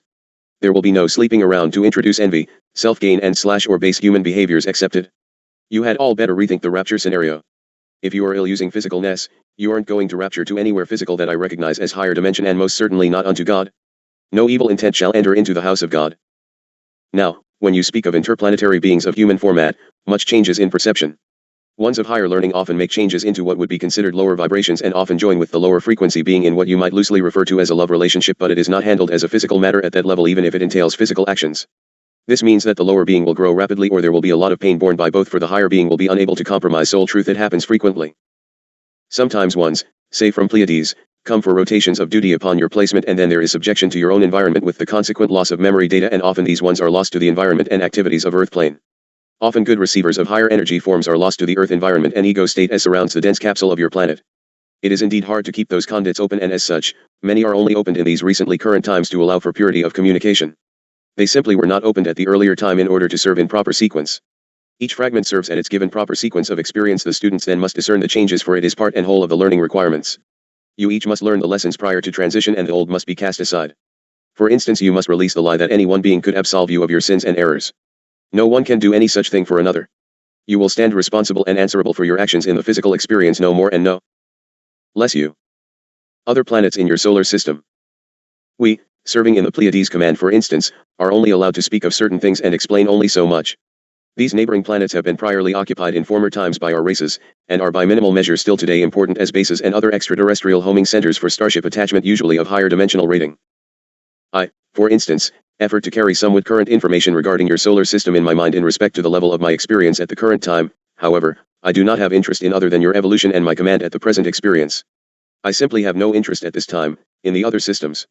You ones are not destined to be placed on these other planets when evolved from this Earth plane, and, therefore, I spend little time inputting other data that can be garnered from other teachers. If the interest and curiosity abounds, I am interested in changing your truth and knowledge and getting you into safety and security, prepared and ready for transposition. My thrust, and the thrust of Sananda, Jesus, Corden, etc., is to bring as many as possible into awakening and full decision in Godness, to move into other responsibility. Ours is not a sojourn to philosophy and speculations of how it may be next door. If your only intent is on such trivia, go on to another for your lessons, for ours is far advanced of trivia not applicable directly to your transition. We are come to awaken ones to their purpose, bring truth, and prepare for the reclaiming of the kingdom unto God. I am not, for instance, concerned with that which might be going on Venus or Mars, except as Earth bases thereon might impact you as world citizens specifically within my command. Truth is truth, but in addition, ones of my command must hear the call to purpose. Dharma, write this document immediately. Did you not note the energy wave that struck this dwelling? It is fine, Keela, your attention is removed, but we will lose the document if you do not attend it. Thank you. We have you very well shielded now, and it is very difficult to get through the web to vulnerable attack spots. We can deflect quite efficiently now with little damage sustained. However, there is continual barrage against the computers and electronic systems, and any electric interruption can wipe out the programs and data storage systems. Simply take care. I suggest you ones who come into writings by ones who claim physical behaviors with extraterrestrial beings be most careful indeed, for the interchange would be exaggerated according to the perceptions of the ego of the writer. No celestial being would ever even be tempted to pull an Earthian from his path by such dalliance, for the discipline would be great on his own level, and especially at this time of sequence, an extraterrestrial of higher understanding such as would be a teacher or speaker would simply never participate in such behavior. Check with former contactees such as Billy Meyer for confirmation. Sem Jace is a most beauteous creature in Earth perceptions, and I believe she gave Billy quite a good and grand, unmistakable lesson regarding such matters as Earth-type behavior and love. Misbehavior of higher brotherhood from other star systems would be met with severe discipline and would be totally unacceptable. Further, for space beings to respond to personal, egotistical demands to become visible to prove something or another is equally unacceptable. Regardless of who believes otherwise, it is most often totally destructive behavior to become visible, especially on such cause and demand. Most ones are quite honest and relate that I need to see or touch, but many will place it as we and for our good and so we can better serve, etc. No, it is always for me, I, and self. If not, it will be left to the discernment of the higher being for the better good of the whole without exception. Does this mean that each will not desire for me for I for self? Of course not, and the desire will be always at the forefront. However, the acceptance of higher truth will always prevail, and the thought will always return to for the highest cause, and not my ego will, but thine higher truth shall always prevail if given in truth of higher cause. The ego will always seek satisfaction, and the quicker the better, instant patience and undelayed gratification of whatever is the point of attention. Remember the obligation of the higher resources unto you at this time, and bear with their limitations as given forth unto them. They are to act with total discernment within higher knowledge, and they may not play your games on demand. If they fall into the trap of responding from Earth desire standpoint, they will be relieved and returned home. I would clarify another point, however. In some instances, and you ones will know of the one or two circumstances of which I speak, a joint intent will have been established through two energy forms, and then the separation will be caused whereby there is one in one plane of experience and the other in another, for the purpose of interaction and task perfection at the proper time of terrestrial/extraterrestrial joint action. I believe that one, Gabriel, shall recognize of that which I speak. The loyalty and communications have never been severed, and there is no misunderstanding of intent. The purpose always becomes quite obscure with the one left on Earth's sphere, for the density reduces ability to retain memory patterns. It is true trust and ego allowance to maintain that wondrous communion through such dimensional changes. Many of us walk together but in separation become unable to recall. It is now the reawakening unto those connections in a most unphysical manner. The higher energy will never allow reverting unto the human behavior patterns. The human involved may have very vivid memory visions of such interchange, but that is exactly that which it will be recall visions, dreams. It depends totally on intent of purpose within the missions as to whether or not there will be actual physical visualization. I do not mean to complicate the subject, it is just that the contacts are so misperceived and humans are so easily deceived and duped by ones claiming this and that status. Always you can discern in truth according to the laws of God and the creation. Truth will always move you in soul unto the lighted God, evil will pull you away from the Godness, no more and no less. If there is anything in the projections of so-called energy voices or projections, that diverts physically or in intent from the God truth, get away from the energy, for it is not of God. The laws are most succinct without maybes, or sometimes the laws are always. Therefore, it becomes indeed easy to discern he who gives false teachings and that which does not. It does indicate, however, that you must know the laws, and I remind you that every energy birthed upon your place carries that particular knowledge within. It does help to brush up on them into your consciousness. Allow us to close the segment as it grows long and we cannot cover the entire of the subject matter herein, so allow us a break. Thank you. Hayton to stand by, please. Good day. Chapter 18. Rec number 1 Hayton. Tuesday, December 11th, 1990, 8 a.m. Year 4 Day 117 Today's Watch. Greetings in the light of radiance. Hayton present that we might continue on our journal. As we watch this day, I would ask that you carefully consider that which is coming forth from the different areas of the world in regards to that which you have labeled AIDS. Also, pay attention to the new implant which is utilized on the female of your species to prevent pregnancy. Is there no end to which you will not go to substitute for responsible behavior? So be it. Do you not see that if left to your own devices as moving between subtle birth control and AIDS, you, yourselves, will wipe out your species? If something is not done soon, the whole of the Brazilian population will be devastated, just as is Africa. Now, instead of teaching your young generations to use control and responsible behavior, you will sterilize a whole generation of women before you are finished, and all in the name of safe sex. Like lambs to the slaughter. Each thing will come forth as planned, upon your nations, so that you eagerly bring down the shackles upon selves demanding it, in fact. For my group of touchy friends, since the incident 2 Saturdays past last evening was simply the shuttle coming home to roost from Australia. How much will you accept, people of the lie? So be it. Allow us to continue with our journal, for it seems time is of utmost importance in which to bring you into truth and alignment with God. Aho. Pleiadian contacts. Speaking in behalf of Pleiadians, I shall simply utilize first person in order to achieve brevity. I shall speak of positions of higher dimension at a later portion. You must now become familiar with that which is as regards placements as you move from this orb. I speak in generalities unto some 6.5 billion persons of separate fragmentation, so, please, you must also generalize my lessons, for we have not time to speak to each informal format. You may go within, inquire and receive answer, but I find few who listen, so this will suffice. You can confirm this truth from ancient teachers such as Little Crow, other contacts such as Billy Meyer, in his early contact days, etc. First, it would seem appropriate to outlay that which happens as we make contact with ones of your races on your planet. I hear and see the ones who stand forth and denounce the receivers as stationed about your place, saying, why not me? I have been willing to make contact for years, why not me? Because usually those ones have only personal interest and / or it is not yet time in the sequence for utilization and transference of information in that particular sector. It is a true worker who is willing and patient to await that which is his purpose in support of those who are in service presently. One job in proper sequence is of no greater importance than is another, only different and given differing times of projection. Herein, I caution D that which she is projecting regarding receiving from the command be tempered with great wisdom. Do not misunderstand that which you receive and perceive to be from Cordon. You have opened a can of worms to divide and fragment workers. If one's wish to sit to pen for self and / or contact higher self or the energies of higher consciousness, fine, to contact and receive for one in our command or functioning at this time in this specific operation only confuses and hampers our work. You all must first understand the communications, and it is evident that you do not. Perhaps for some it is fine to sit with pen and dally upon the paper, however, mostly, all that will be received is tampering energy forms. This mission is far too important to allow such trivial pursuit of fun and games. For instance, to fragment my communications at this time is absolutely unthinkable, for man is confused enough without fragmenting further in misperceptions. I shall not elaborate on that which is happening to other scribes, but I assure you that we do not deal in simple higher thought forms. I give forth exactly that which I wish stated in pulsed beam format, and simply allowing the flow is not sufficient from a scribe. Everything that touches the scribe's personal space is an impact upon that which is written, and thus the training is hard and long in order to bypass that seeking input for personal instructions. If we have need of personal data exchange, we handle it in proper format, in separation of duties. We are not in the business of teaching everyone to channel or write, etc. In this location, specifically, we have too many willing teachers, and confusion can be the only outcome as the information is spread about. If each of you will do your job and cease trying to be the scribe or receiver, we shall have a wondrous working relationship. If we simply have another group of gathered channels, we defeat purpose from foundation upward. I ask you to simply check out that which you do and see if we can discipline selves into conformation. We of the command, as we move along here, will be making less and less contact with various ones, and we surely do not wish the general masses to try their hand and mind at this game. You need a source of unquestionable truth, and ones coming into the writings must know it. We, too, must have focus and non-generalized input and output. You have too many Bibles as it is. Let me explain our contacts and why fragmented diversification is unacceptable. It is out of the question and not possible to have random contacts as we approach the time of focused function. Each must contact the truth within, but I again caution you of my tribe, do not try to teach all to receive, for you are giving erroneous information for this purpose. Reaching within is fine, but I ask that you leave the lessons of channeling and scribing unto the higher command. This is not to pain anyone, but I remind you of the human format. When you ask a higher energy for input, he is required to respond. If asked in truth, you must use the discernment of proper use of the material, and you must be very, very sure you know of that which you do.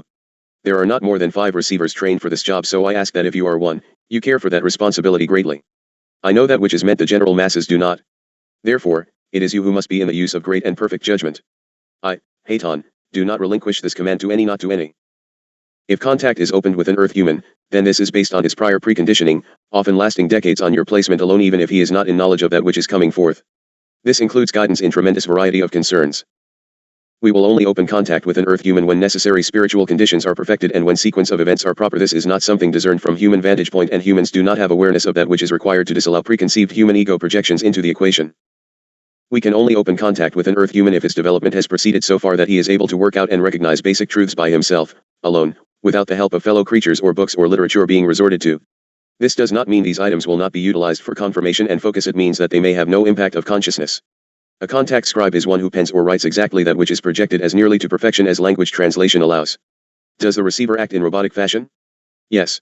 When the space is in clearance, it is a physical circuitry which comes into operation, and opinions and reflections must be put aside until such time as the conscious ego can again ponder a given subject. This scribe, for instance, regardless of how it appears to you once in presence, is specifically from this place to fulfill this particular function upon your place. What is experienced in ego format requires great attention, but that becomes moot, for she is in complete justification with our intent and purpose having been sent for this specific mission. Of course, human impacts are great, but not to the extent which might seem to present themselves. If confronted, there will be no deviation in behalf of Earth choices, but in many ways she becomes as the child, and then it is most important that significant others within her functioning space keep absolute intent uppermost without swaying as to focus. It makes Oberly, for instance, need to be abrupt, strong, and unbending, and one's working in this area must come to know as much and be not offended if he seems harsh and / or rigid. He will not even realize why he is unbending and / or without human allowances, which are his usual attitudes regarding human actions. It is required for when receiving and scribing. Dharma has no ability in human format to respond or react in clarity. If we initiate contact with an earth human without these premises being fulfilled, then such a contact is a preliminary undertaking for special purpose, and usually after achievement of the objective the memory is eliminated, as for example happens continually with Dharma herself. She spends the majority of her time with us, as do you other ones in this particular mission, and you do not remember as much in your consciousness. This is for your security and the security of the mission. It is with total free will and agreement. If you cannot seem to understand the requirements and cannot maintain this discipline, then others are placed within the slots of function. There are too many impacts of earth experience on ego consciousness, in some instances, to allow total participation. This is not negative, this is simply the way it is. Further, if this be the case, it is often of only temporary nature, and the one in point is never offended nor slighted, for only the ego consciousness would be slighted, and therein lies the answer each would seek. If ego consciousness is embarrassed or offended, check most closely, for this mission is one of purity and selflessness. You may have all the opinions you desire, but if they differ from your ascribed and accepted mission, you will use the discipline to keep them to yourself, except as discussion among your immediate family of brethren. The human entities are set by contracted agreement and will be specifically suited for a given objective, such as ones who are given to find or discover specific artifacts or information, etc. We often expect too much of ones, in our own perception, for we have a tremendous task to perform, and ones simply are lost to the physical format or are pulled temporarily from the intent by earth impact or other human entities. We are patient as perceived time allows, but sequence moves forward, and this cannot always be accomplished. We must work within our own limitations as cosmic brothers, finding necessity to function within your own similar time frame of experience. If we open contact with an earth human, then we undergo this in accordance with higher authorization, and with the person specifically designated for this, as with Aten, the Christ energy, etc. At planetary transitions there is always the total direction from the higher source. We act only as the preliminary hosts under total and complete command of higher lighted resources. One very obvious reason is that too many humans in the first position may upset everything by even the slightest misperception, input data and human opinion. It is simply as you put it nicely in the kitchen, too many cooks spoil the stew. We are not allowed to make ourselves visible to more earth beings than corresponds with our objectives. This precaution concerns private and military and official desires aimed at taking possession of one of our ships and other such objects of our contacts. Then, as always, discretion is not for the earth contact to decide, nor should he even be informed. You ones want all the secrets beforehand without thought of consequences to self or the mission. We are expected to have higher intelligence as to that which is proper and that which is human curiosity. You will note that if we had followed that which you once desired and required in the beginning of our contacts, you would all be blown away by this point in time. Ponder it before you ask your next proof of purchase. Because of this, we only cultivate contact with earth humans known to us, sent by us for a given purpose and proven totally trustworthy in all respects. Sometimes this is simply an agreement that nothing of meaningful content will be left within the consciousness to outlay. There must be total confidence in the security of the objectives in every respect, from business instructions to strategy. We bring you knowledge to get you through the transition and to share as we give guidelines, not for you to toy with, gain great riches or disperse at random. We give specifically and exactly as for our special mission with you and your group, and further instructions will always be given, usually privately within intended receiving minds. Testing is intense. Ones are expected to perform to the utmost ability of perfection regardless of the task involved. In the upstart it will hardly ever be a task which the human desires, and will always require great humility and self-disassociation. If ego self cannot be set aside, the contact must be forfeited, for the intent is still of earthly physical need and the contact will not be further contemplated. With the selected human contact in focus, we initiate communication in most unexpected and secret ways. This is why simply to sit with pen in hand is foolish indeed, unless you simply try to contact higher intent of self. Our requirements will be so difficult, disciplined and scrambled that ones of ego orientation will be totally discouraged. Most early contacts will fit into this category and will usually place meetings, writings, scribing, etc., down the list of priority when confronted with human decision, especially physical choices regarding other ego fragments. Surprisingly enough, transition of a species and planet, as well as oneness with God, is usually taking second seat to the lover or perceived physical gain or relationship, especially as involves sexual involvements and / or acquisition of material things. Sometimes these things are to be first considered, but it is important to see if that priority services God or you. You ones who work with us would blossom at our presence, but most of the ones on your place would panic and be totally terrified, not to even consider the offensive measures that would be undertaken by your military and government. If you think Saudi Arabia looks like an armada to end all armadas, forget the concept. At this point the entire world would unite against us, and that is exactly the point being projected by your world leaders. Sometimes we allow bits of evidence unto the few, and very often it turns into negative response, so we must be most cautious, and in spite of that which you of our beloved workers desire, we must use higher and better founded intelligence regarding actions. For instance, we fully intend to participate in the filming of the first projected pictures. However, if at the time security is breached or attention is undue, we will not. Does that mean we are less real? If it means that to you involved, I suggest you had better look again at your opinions. If you are prepared in any event, what difference does it make? So be it. With Earth human, some is never enough.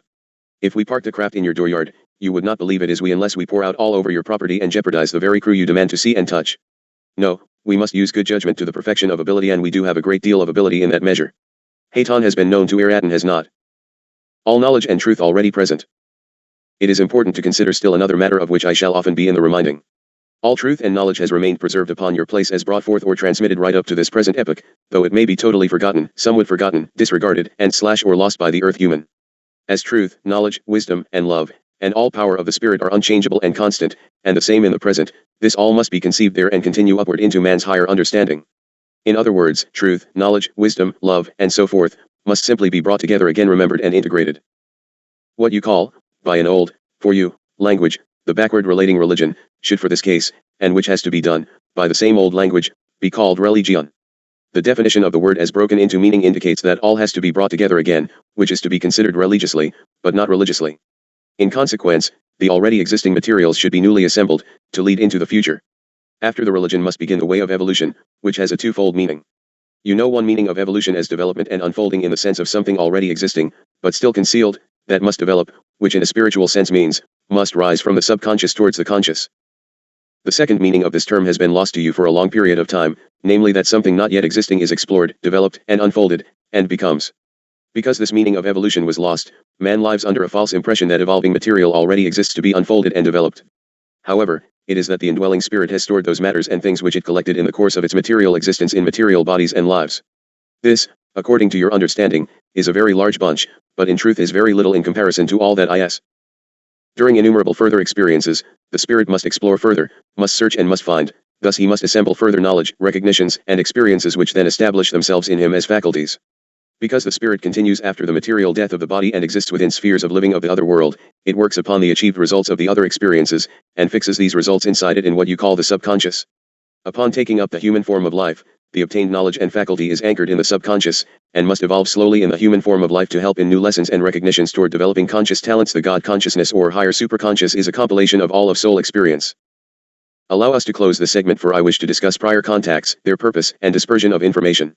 It is as usually occurs when higher energy forms touch one another for purpose of presenting truth and spiritual knowledge, the human becomes entangled with that which is exciting, human and greedy in intent. The truth of the higher purpose becomes misplaced in the contact with the unexpected, and exploitation swings into full action. The subject and purpose of the contacts become lost in the reality of the physical presentation. In other words, the Pleiadians become the point and not the purpose of their presence. Once man has been distracted and the slightest projection of falseness of intent enters the picture, the contact is usually lost to God's intended fullness of purpose, for controversy becomes the issue, not God's message. So be it. I will move to stand by. Hayton to clear, please. Chapter 19. Rec number 1 Haton. Wednesday, December 12, 1990, 7:20 a.m. Year 4 Day 118 Today's Watch. As we watch the events unfolding, allow the balance of beauty to be seen in the wondrous creation of your mother. Haton present to walk with you, jealous, that you not feel alone. The master teacher is always present and holds us close that we not fall by the way or succumb to the hardness of the journey. Go forth and do of the small things so that your hearts can remember the joy. Go forth and feed of the tiny creatures who plead for seeds and crusts upon thine branches, for your return shall be great within your breast. As we grow so pressed for time, allow us to remember the little ones, such as Rodney Nelson, and pray that he finds better sight, for his soul is so pure as the lamb's. Let us ever live in gratitude unto Creator for these ones who give, that we might learn truth of life, for too often we perceive not that which is the lesson to be learned. So be it. Thy Creator knows of the fall of each of his creatures unto the smallest sparrow of the fields, and has counted their feathers, that the patterns of their tribes be perfect. Would he do lesser for ye of his greatest creation? Let us return into his lighted passages of truth, that we might walk again with the great spirit of our passage. Salut. As we look about this day, so much is hidden but so much is evident. I cannot be in the pointing out of each fragment of change. You must be in the alertness as to that which is coming down. The change of IBM's massive information center to Europe is a good one to note. This removes a major central employer unto other nations, whilst your unemployment in America has climbed to levels unheard of. You do not know the half of your unemployment problems. You do not see nor understand that you are a nation feeding and surviving off welfare aid. What happens with the depletion of the welfare funds and unemployment funds?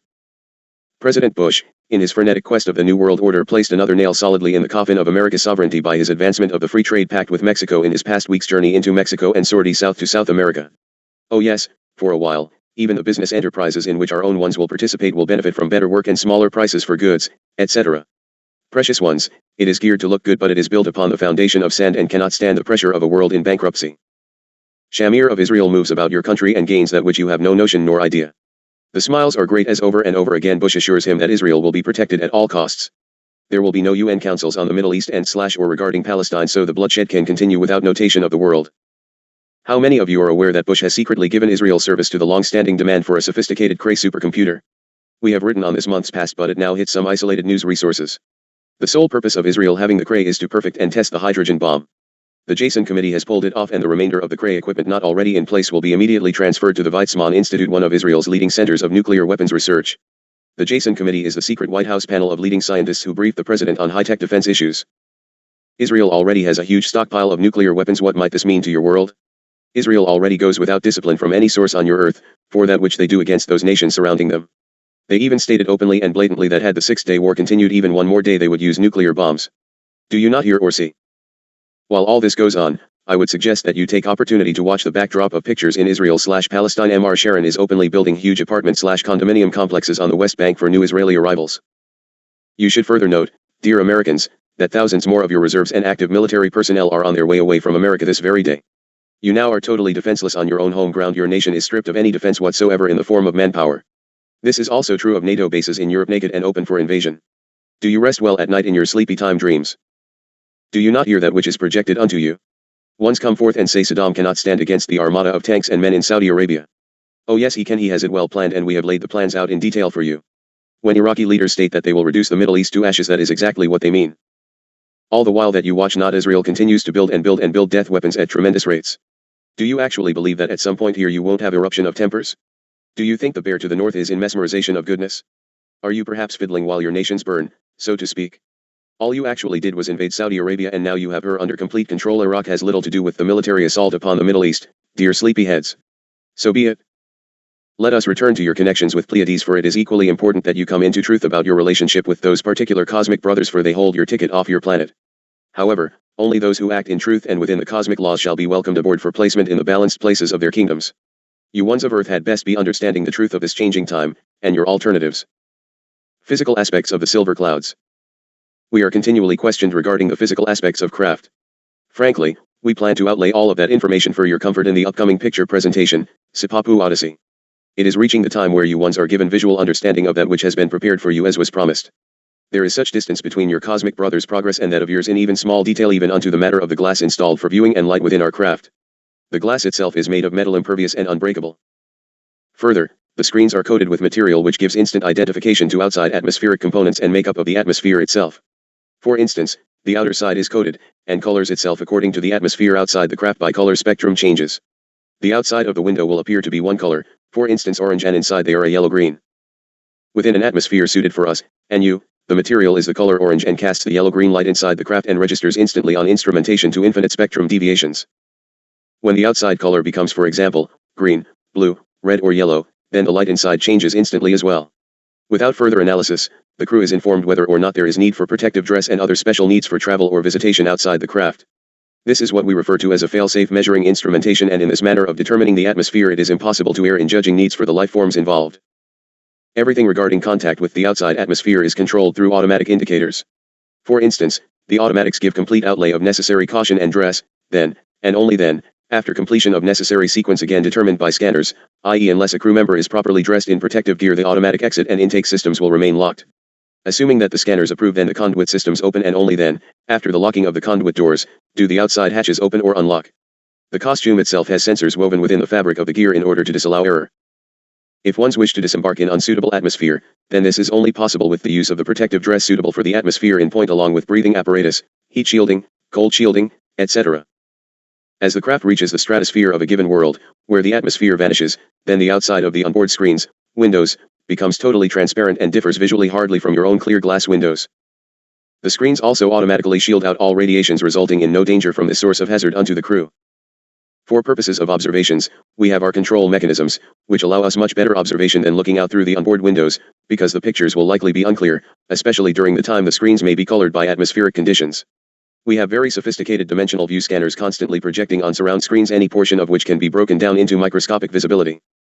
Aboard craft, we are continually amused by the pictures projected by your so-called space vehicles, with your crews all floating around like bobbing corks. Much of that show, you must understand, is for your visual benefit to mislead you, and those particular pictures are taken, usually, within the vacuum training systems. Our craft are pressurized, etc., to allow for same stability anywhere we are, just as would be present in our home environment.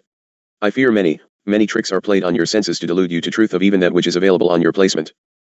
For our beloved Wally gentlemen, who will produce, etc., our motion picture, we have given great detail regarding the outlay of a typical mothership which houses people for long periods of time as in a city. We have well-prepared, fully self-contained living facilities which have gardens, fields, parks, living quarters, food preparation centers, etc. All needs are provided for, from survival needs to schools and thus and so. Perhaps I can herein request that if that document written by pen for Wally can be located in copy, we can interject it within these pages for interest of the readers. Contacts and information. The contacts are meticulously trained and groomed, and the information monitored constantly and accurately. We respond to personal queries and exchange much personal conversation, but we are most careful to not allow misperceptions to go forth in documented format, for our thrust is for accuracy and truth while maintaining security, privacy, and respect. This requires special training and a long working relationship with the receiver so that our intent can be relayed as nearly in meaning as your language translation allows. All personal and other matters of inquiry, if utilized, are so stated, for much knowledge is learned through the questions of your brothers and insight into the training session. As the receivers grow in knowledge, it is often that their own questions become a better gauge of the level of input of information for which the masses are ready to receive. For instance, Dharma holds all this knowledge, for anything passing through her data system is contained. However, she is not allowed access to that information except as you are basically receiving it. If she is better informed, it is because she has been exposed to thousands of hours of audio and written input. In other words, even if she chooses to not read the documents after the writing, she still has the data stored. We do not allow her access to any information which would represent fortune-telling information dangerous to her security and / or anything prior to occurrence in physical projection as regards governmental or military substance. This, obviously, is for security. She bears no information and, therefore, there is no point in trying to get it from her. This is well understood by technicians in your government and military placements. She is simply a scribe of that which we give. This does not mean that she does not have the overall picture nor fails to see that which will be. Some of you call it prophecy. It is simply knowledge. Once you understand the mechanism of your passage and experience, you all will come to understand that which is projected herein regarding prophecy. She can in no way be considered either a prophet or a psychic. She receives directly and, therefore, you may consider the author of the speeches, i.e. me, a prophet if you choose. There are safety measures built into our system of communications whereby, should she be utilized as hostage or blackmail against me or our brotherhood, our scanners would automatically be shut down, in that I could not give forth security information at any rate. This becomes an obvious necessity. Now, there is other that you all should now be made aware. In these latter days of the cycle of transition, God will bring forth truth upon your place. Period. It is known by all energies involved in the confrontation, and therefore, there are ones, places, and things which are a no-no with which to tamper, and offenders are not handled with great generosity nor gentleness. It has been a while in reaching such understanding, but we draw ever closer to perfection in the shielding. Ours is a creator-sourced mission, and it shall be completed in that total light. Therefore, we are allowed to protect our counterparts upon your orb, and we do not allow ones who work with us in full intent of personal gain, greed, or falseness to continue interchange with us. We are extremely disciplined and require total discipline from our ground troops. If personal matters cannot be put aside during our work, then they are relieved of duty until such time as the space is again clear and separate. Our efforts are to never offend if possible, but the ego is the first item in forfeit if one chooses to work with us. If we err in presentation, we shall be first to state such, for we function in near human format and we are, of necessity, working with human apparatus and translators, and you, dear ones, have no language of perfect understanding. We expect recognition of any mistakes which might be projected in error from a scribe or speaker and the errors removed from documentation. It is not a pleasant task for us to constantly trouble ourselves in this respect, but truth is our purpose and little errors grow into mountains of confusion. To our scribes, once we give an order or an explanation, then that should be quite sufficient. We are patient during the learning, but if individual ego continues to enter into the writings and or opinions are interjected, the individual is given other tasks or they make their own decision to remove self to other locations and actions outside our teams. As I say, we are most patient for appropriate time for change and balance, then we are abrupt and decisive, for there is not yet time, in perception, for us to continue endlessly with individuals who do not have control of self. There is only one purpose acceptable, God truth. We allow no false and foolish piety to dupe us, so the lying lips do not work. We work only from intent of soul level understanding, not human input. In this group, for instance, we have now reached a point whereby things will not be discussed and rediscussed, facts will be laid forth and homework will be performed and the writings studied diligently by our own groups, or they shall simply be finding themselves set to the side. It is a time of pulling off the earth foolishness of self-orientation. This repetition and nursemating is extremely time-consuming, illogical, and superfluous. We write for 6.5 billion separate entities. You readers must glean your portion and stop dawdling about awaiting your private nursemaid to show up with your digested food. God truth unto a troubled planet is our purpose, not chewing your food. Social groupings is not in our intent, and all children should outgrow the need for emotional crutches, for you are in a most critical time of serious change and your social calendar is of not of importance whatsoever.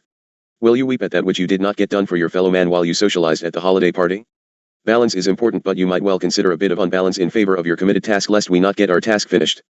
What can you do when you have time left from that which you perceive is your active task? Read and study so that you are a professor at the information. Be the source for truth when a brother inquires, and you, dear hearts, in my own ground troops have not even 10% of the information available to your knowledge. How can you expect the world to resolve these heinous problems if you ones do not even attain the information given unto you? How can you expect more from the masses? By no means do we effort to exercise dictatorial measures or to force our will or our knowledge onto earth beings. We force no one to do anything. If you do not care for Haton, then you are most welcome to go elsewhere.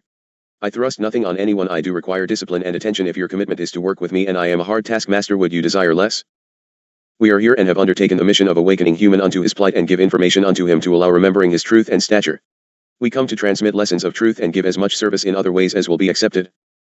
Those who wish to accept and acknowledge, utilize, and glean worthy and positive opportunity from our farther side are indeed welcome, humbly welcome. This is done, however, by your own decision, and he who refuses our input is most welcome to refuse. We are in service only unto God and creation. Human makes his own choices, be they negative or positive. God promised to send unto the world the word of truth, and so it shall be given before the final transition. Here it is, coming forth as quickly as we can put it to print. We care not if you deny of it. It is your journey and none of our business, save that we are your brothers, and ignorance is indeed costly to physical beings. The soul will continue at any rate if you do not precipitate heinous death of the physical, which also irreversibly damages the very soul essence structure. Definite principles required. Acknowledging ones must be aware that quite definite principles are necessary to preserve order, thus special objectives and orders must be observed, as well as not omitting certain assistance expected of them. Man takes it upon himself to edit our material in order to cause less negative responses from, let us say, secular doctrines of churches, etc. We have nothing but God truth to offer unto your consideration. Earth churches have altered truth, and in these closing times God brings and sends again the truth unto you. This is why we accept no alteration or editing of this material. You ones wish to delete our observations regarding your religions, governments, and military intents and controls placed upon you as a species. Truth will get you graduated into higher dimension and placement, not lies nor omitted gaps in information. If you believe not that which is brought forth, first I suggest you objectively look around at your world and clearly see the problems, then decide for yourself that which you believe. It would be nice of you, however, to allow your brother to come into his own opinion, for one day you who denounce this word and pull your brother from his truth opportunity through your pronouncement of great self-know-it-all shall surely be pained and in turn denounced. God is infinite, but he will allow unto your very destruction, for it is his gift unto you as a species free will, choice, and reason capability. There are thousands upon thousands of documents, including your holy books, which will give you tampered and edited information to soothe, terrify, control, and appease. You shall not get it herein. God is God is God, truth is truth is truth, not one iota of it shall be changed by man desiring it to be otherwise, or changing of the words or projected truth, nor by majority voting in a thing. If you wish to only see and hear that which has pulled you down, then I certainly suggest you read and reread the other publications, for you will find only truth within these journals, whether or not it is that which you desire to hear.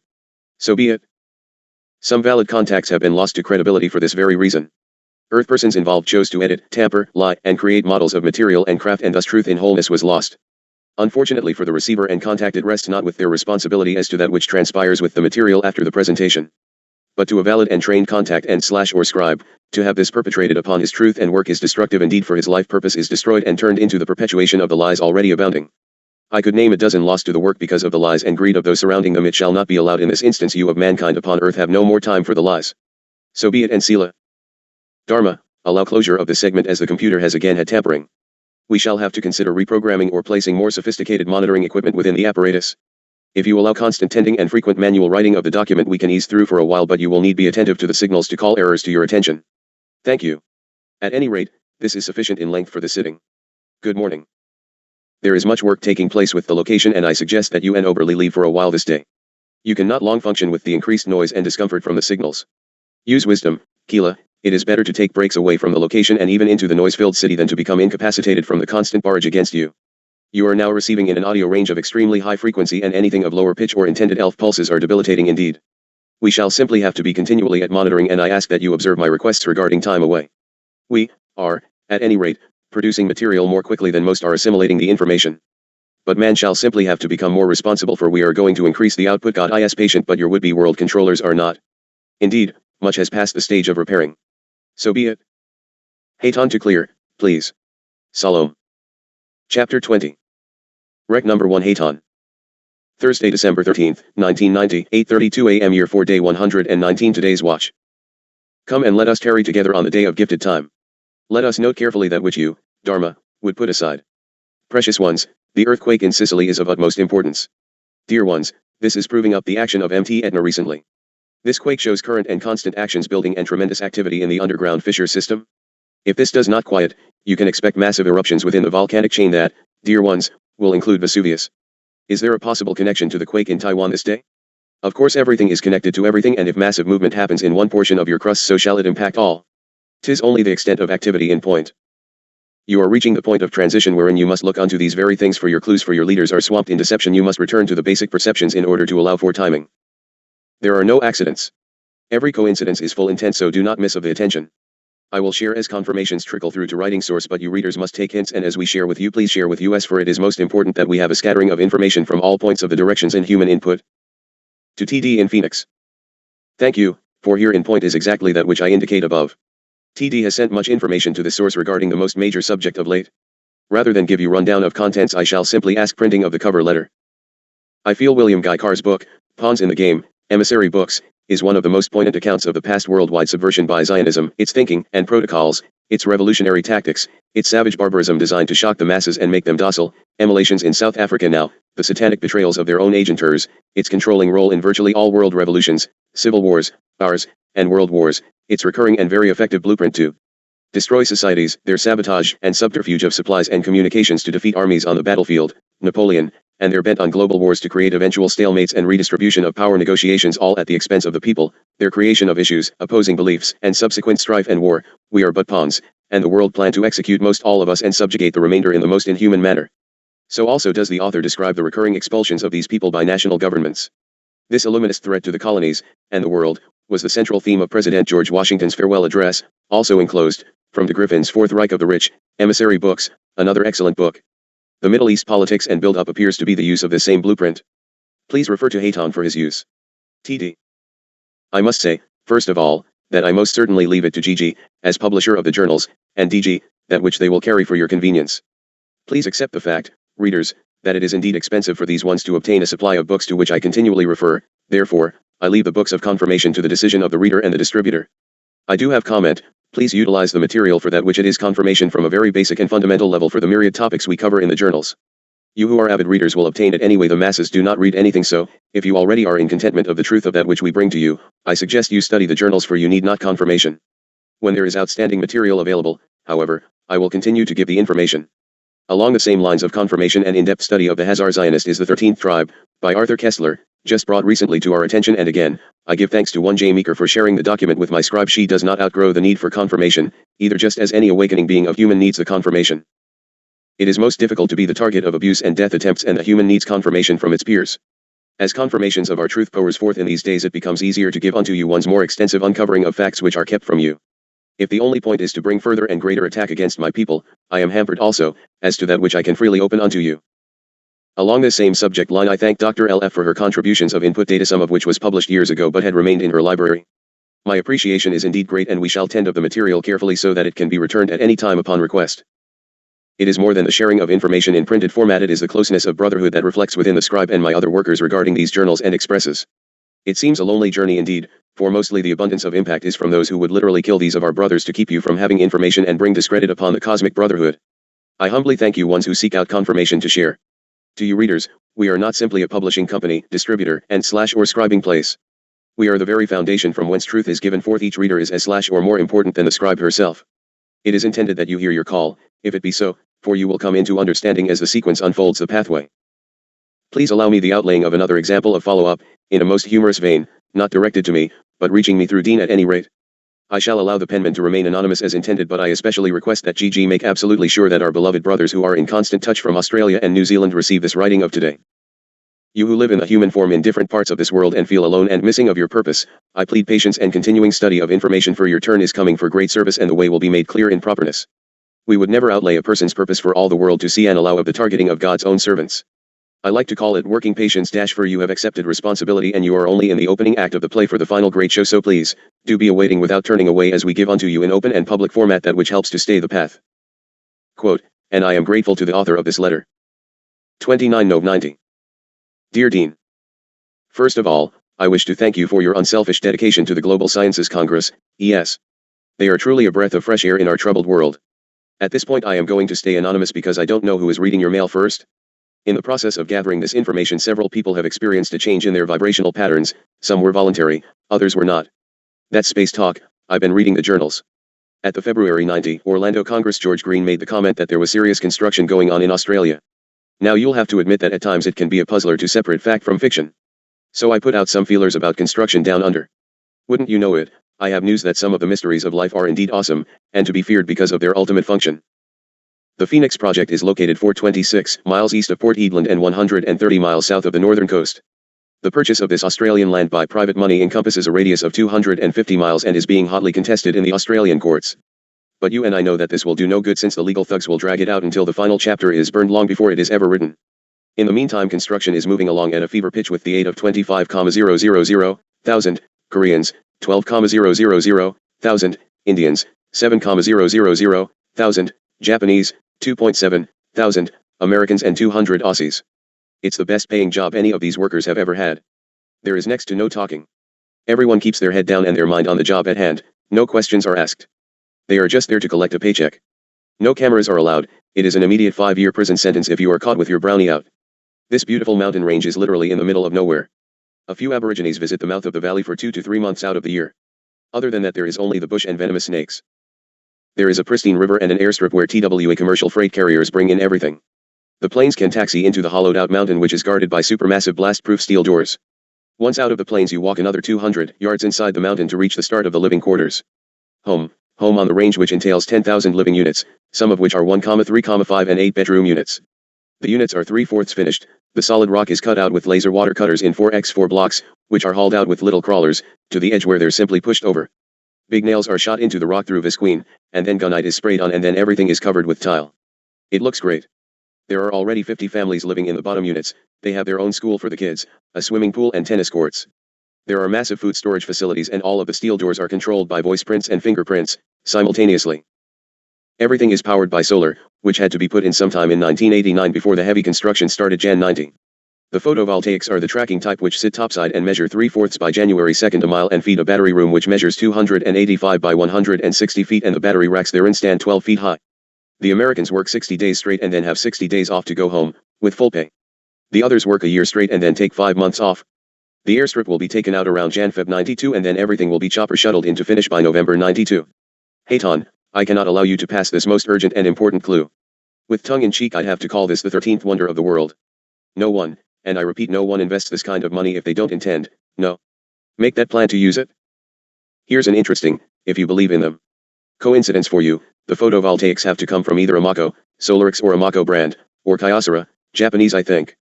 Amako appears to be the common denominator, so could this down under project be collaboration between the gray men and nasty aliens? Hayton, no, gray men and nasty humans. Now that's opposition with a capital 0. Is this what we're up against, The ultimate big bucks and big brains all going for the Big Bang? Dino, I don't feel so good. As I understand it, our brothers of the light cannot intervene unless the fireworks go above 150 miles. Hey, it's the first 150 that's the killer. We're coming up on the short end of this dirty stick. Alert the public. How? The PhoenixJournals are great, but 30% of the American population are functional illiterates. These good folks hold down jobs and raise families but have been shorted in the reading and writing department. Don't they count? Do only the literate get the word? Of the remaining 70% that can read, only 20% actually do, which means that 14% of the American public is hitting the print. And only a fraction of those know about the PhoenixJournals. There's a reason newspapers are going broke. And besides, how in the heck are we going to get enough people to read 20 plus journals plus the newsletters? I haven't figured that one out. But I do know how the American public thinks, and that means that if it doesn't happen on TV then it never happened, and it isn't true. There's a reason why manufacturers are willing to pay millions per minute to advertise during the Super Bowl. Well, sorry, but that's the American mentality, such as it is. Now if we want to reach these people, turn them around and turn them on, then we need a little halftime show coast to coast without interruption. I'm a volunteer willing to contribute my puny 2% to the Brotherhood's brain trust. For some reason I get the feeling like we're colonies of ants with bad manners. I also think it would be wise if we got some fresh prints and tapes of various craft. Billy Meyer's work has been beat to a frazzle and we need a new approach. Don't worry, my camera saved your bacon once before. If needed, maybe I'll have the whole story and some pics for you in January. Stay safe. P.S. I would like the powers that be to consider a nice and effective gesture to the Super Bowl fans, or for that matter to everyone in TV land. Why not give everyone a souvenir which when looking at themselves, their neighbors and friends will constantly remind them of their ultimate responsibilities in life, and with which whenever opening their mouths they will have to speak and spread the truth? Why not change their mercury amalgam fillings to gold? A little gift of love, a remembrance. End quoting, please. I acknowledge, I hear, and I respond. Dear Anonymous, you have just given your brothers quite a bit more than your puny 2%, brother. First, I shall respond to an interruption in the Super Bowl. Good idea, just as soon as it can be done without blowing up your entire world. Many things are afoot, and the first thing that man must come into is some understanding, without fear, that he is used. This requires a building of knowledge that which we bring unto you is truth. The cover UPS are massive and continue even as we speak. I shall now refer to further private correspondence from your document, directed to Dean, but I consider it extremely important. Quote. You're going to love Dr. Arthur Robinson, Oregon Institute of Science and Medicine, P.O. Box 1279, Cave Junction, or 97523, Hayton. I include this herein because we have already given forth this resource to your readers. He wrote Fighting Chance 10 Feet to Survival. We greatly honored him, and Gary North in Survival is only 10 feet from hell. You may also obtain the book from America West if you do not yet have a copy. He's really down to earth and his message is blast shelter survival for all Americans. The cost, $150 per person and another $100 for a year's supply of food. The Swiss were so well dug in that Hitler didn't dare invade. The Chinese have put more man-hours and materials in their 200,000 miles of underground tunnels, 30 feet down, hospitals, cities and stores, than their Great Wall. They have the largest system. The Russians have the most hardened or blast-proof. I might also mention that the Swiss have the most elaborate. We Americans have zip. We are set up by our politicians to take a serious fall in favor of one world government.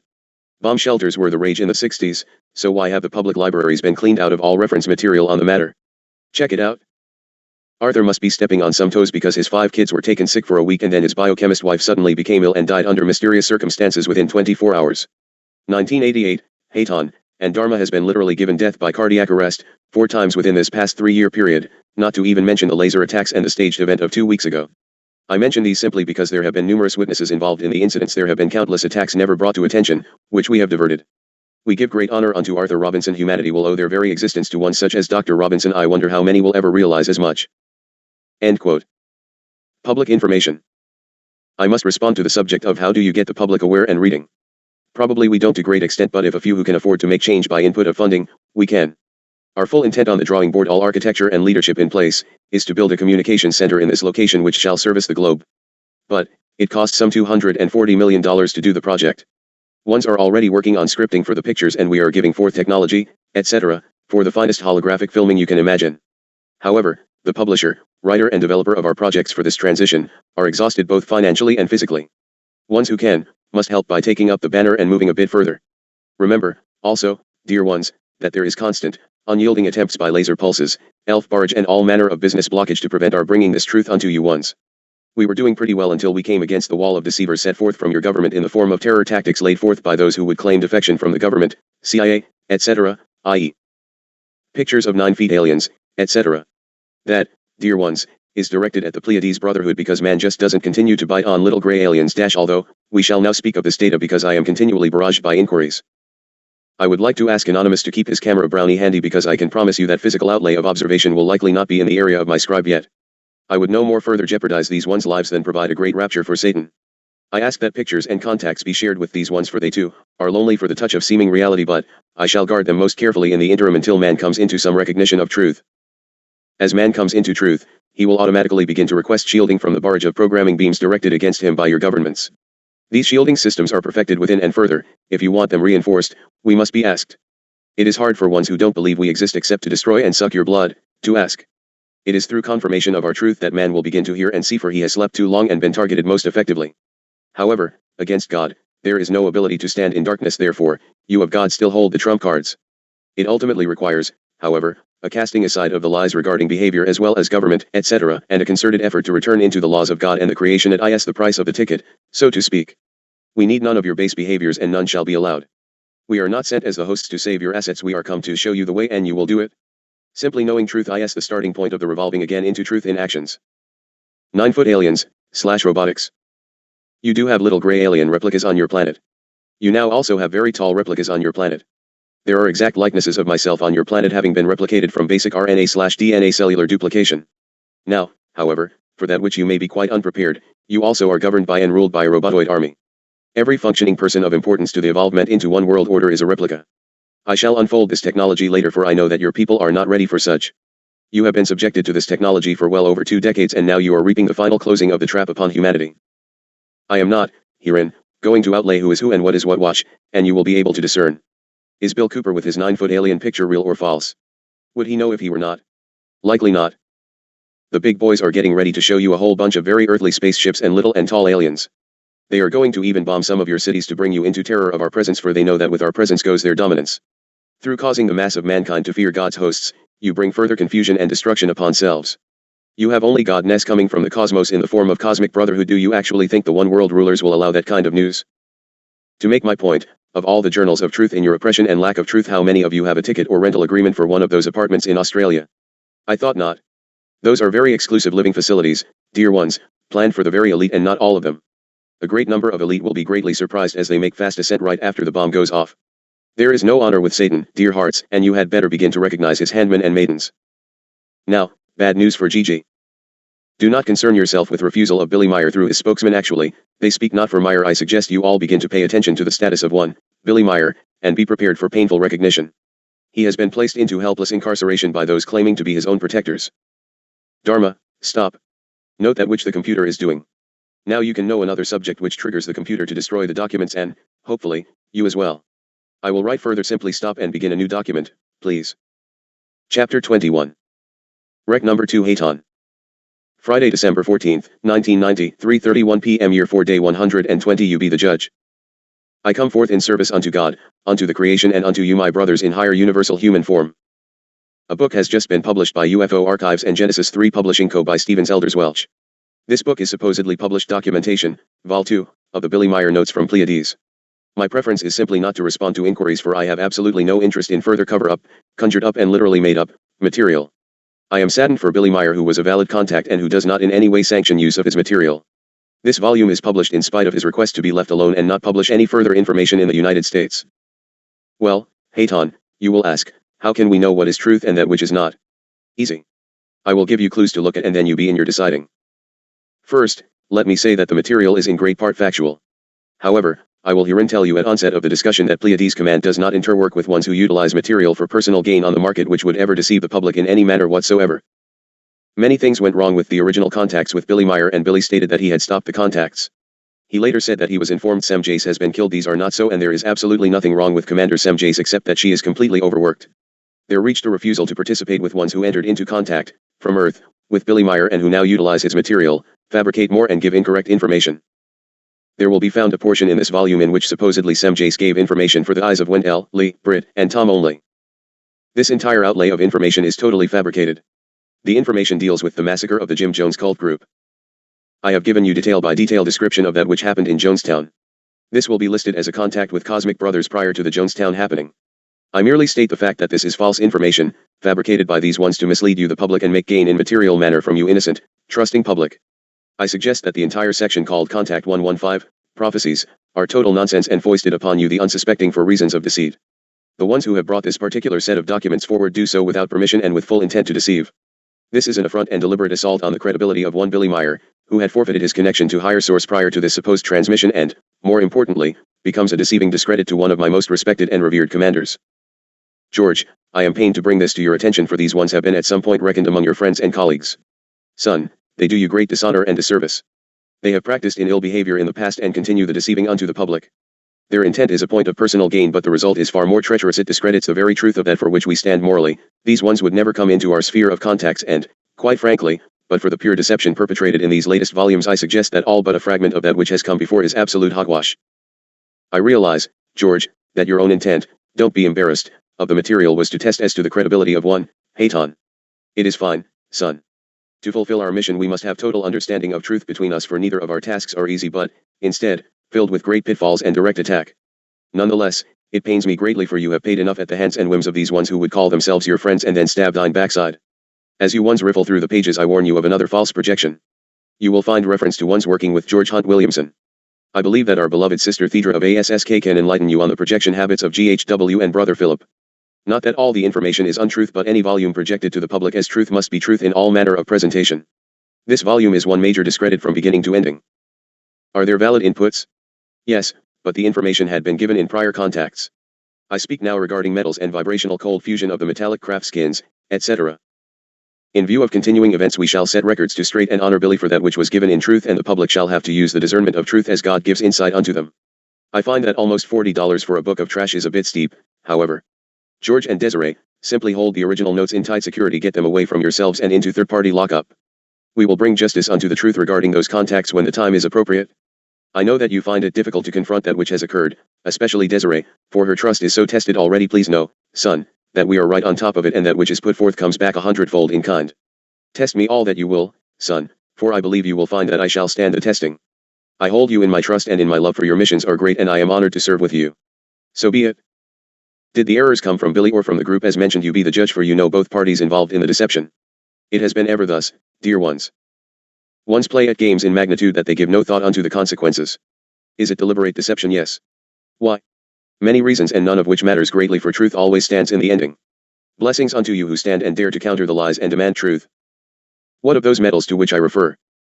The Pleiadians brought forth samples of metals which have been analyzed from every direction, and the method of melding the minerals has been totally elusive to you of Earth.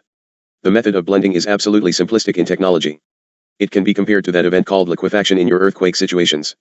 Vibrations of proper frequency impacting substances simply break them into component atomic particles and, when they are merged with other substance, become fused as an amalgamation.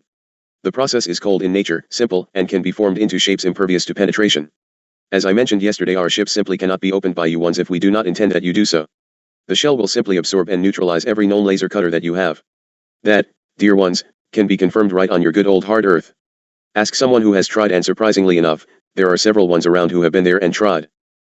An amusing side story in this procedure of metal production is quite fun to share with you. Lead in your air is most polluting and dangerous to you. To begin to gather our substance for a desired metal, for instance, we utilize the atmosphere. We begin with a substance which begins to gather and condense lead particles from the atmosphere. This eventually gives a product of solidified lead. The second process extracts from the resultant metal all dangerous radiations. Then the lead is fed into heat converters, which, without the addition of metals, but exposure to various minerals, converts the lead, through several processes, into an alloy. Therefore, you can see that lead is a rather dandy item to have around, for it can be converted into almost any metal known. First you have liquefaction, and then the alchemy is achieved. I am not going to give you formulae and how-to instructions. We also have a rather old-fashioned manner of alteration of metals and substances which converts through heat converters, and the end result is achieved after some 7 processes. The metal becomes liquefied in what I suppose you would call furnaces. We would more clearly recognize the term kiln. Then the liquid is subjected to specific and distinct oscillation until a specific desired frequency of the material itself is attained. Next, the final product of each segment is pressed by great pressure through a cooling spiral, and at this point the metal comes forth in small pieces. These can now be put into components for whatever alloy is desired and put into what you once call bullion or dory bars. The cooling spiral contains water which is quite pure and obtained by a method of condensation, which you call distilled, so that no impurities are introduced and therefore specific frequencies can be utilized to roll the metal. The metal bars are simply liquefied again by pulses and basically molded. The finished product, say a craft, appears to have no skin seams. This is a fact for our connecting, or welding, apparatus is based on oscillation techniques which liquefies the metal in a cold state and allows the substance to simply flow together and thus merge, by which it is completely without seams for a single piece is thusly formed. We use no grinding operations for we have no joint seams of demarcation from one part of the pattern of the craft from another. Once the method is understood and the proper oscillation frequencies isolated, it is quite easy to further understand the total operation of dissipating matter and reassembly of same. What kind of metals do we utilize? Depending on the use of the substance, many varieties of alloys are in use. I gather what you are most curious about are the craft skins. Some portions of the craft are mercury steel and another consists of a nickel silver copper gold alloy. We utilize a lot of gold for we are able to easily convert base metallic substance into gold. It then is easy to manage, malleable, harmless to the touch, beautiful and very conductible as for electricity transmitting. We gather the components from many things, as for example, from lead-containing atmospheres of stars, from water in different places, from different plants and thus and so. We utilize the decay of different ore stones of stars in the process of destruction. Through the process of collection, as I have mentioned, we convert the lead substances assembled into the soft metal, lead, which is then changed later by the further mechanical chemical electromagnetic processes into a hardened substance. This hard metal is harder than any substance known to Earth. It is much harder than the substance you call steel, or carbide steel. To further utilize the substance, as for starships for instance, the alloy must then be polarized. The final product is an alloy of tremendous strength, beauty, and smoothness. The question, of course, is always, do we have the necessary stuff on Earth? Yes, but you continue to gather your minerals in a most primitive manner. You continue ore mining, which is so destructive in many ways. Ore mining or other mineral mining on a planet or another star is done by us only in extreme emergency, because this process is basically equal to the destruction of the star itself. All mineralization exists in natural placement for specific reasons. For instance, to move uranium from its proper placement causes inability of the mineralization in the original placement to continue breakdown in its natural sequence. Further, the stockpile of misplaced ore is then dangerous in its own right. You simply do not understand the unbalance you cause by your senseless and foolish alteration and destruction of your own planet. We never exploit a planet or star in a form as does Earthman. What you Earth human beings do is equal to the total destruction of the foundation of the planet itself. The first effects of this destruction began to show massively several decades ago as you moved into your technical revolution. The Earth human then began to exploit the Earth by taking petroleum products, minerals, and all manner of different ores and removing the understructure of water and oil, leaving tunnels which cave in and can literally cause shifting by actually triggering quakes and fault alterations either by the blasting entailed or simply the evacuation of the underlying substances. Atomic testing. By far the most damaging and dangerous activities which you once play at, is the underground testing of atomic devices, hydrogen devices, and particle beam projections. Thusly, you now have products of nature, life substance itself, which affects an explosion of many thousand times greater than what you refer to as the atom bomb. Brought to explosion in the suited circumstance, a chain reaction can be induced by which the Earth falls within only some 7 to 8 minutes into a total firestorm and is atomized. If the chain reaction is started and runs uncontrolled, rescue attempts would be useless, for if a chain reaction of such nature gets beyond even our ability to control, there simply is not time enough to evacuate all. This is a constantly monitored possibility moving into probability as your factions face off each other as if you were playing at mumble peg with your primitive pocket knives. How can you change your future? Well, we have spoken of many ways and we find that mankind desires not to give up those things he considers his birthright: sex, automobiles, televisions and beer. For far too long you have been deluded by beings of human form who rule by force and power and deceit. Man has allowed himself to be fooled by those responsible, so he can now achieve nothing more by peaceful means, it appears. On your placement the force is embodied in politics, religions, and the sciences. It is this power that must be broken, otherwise you march directly into the path of the end, not only by war and eradication, but as well by the atomization of the planet if this current direction is pursued. You are going to simply have to return to living according to the natural law, that of God and balanced creation. There will be consequences to be paid, at any rate, for the Earth, herself, is sorely damaged and she is boiling and writhing within her very being.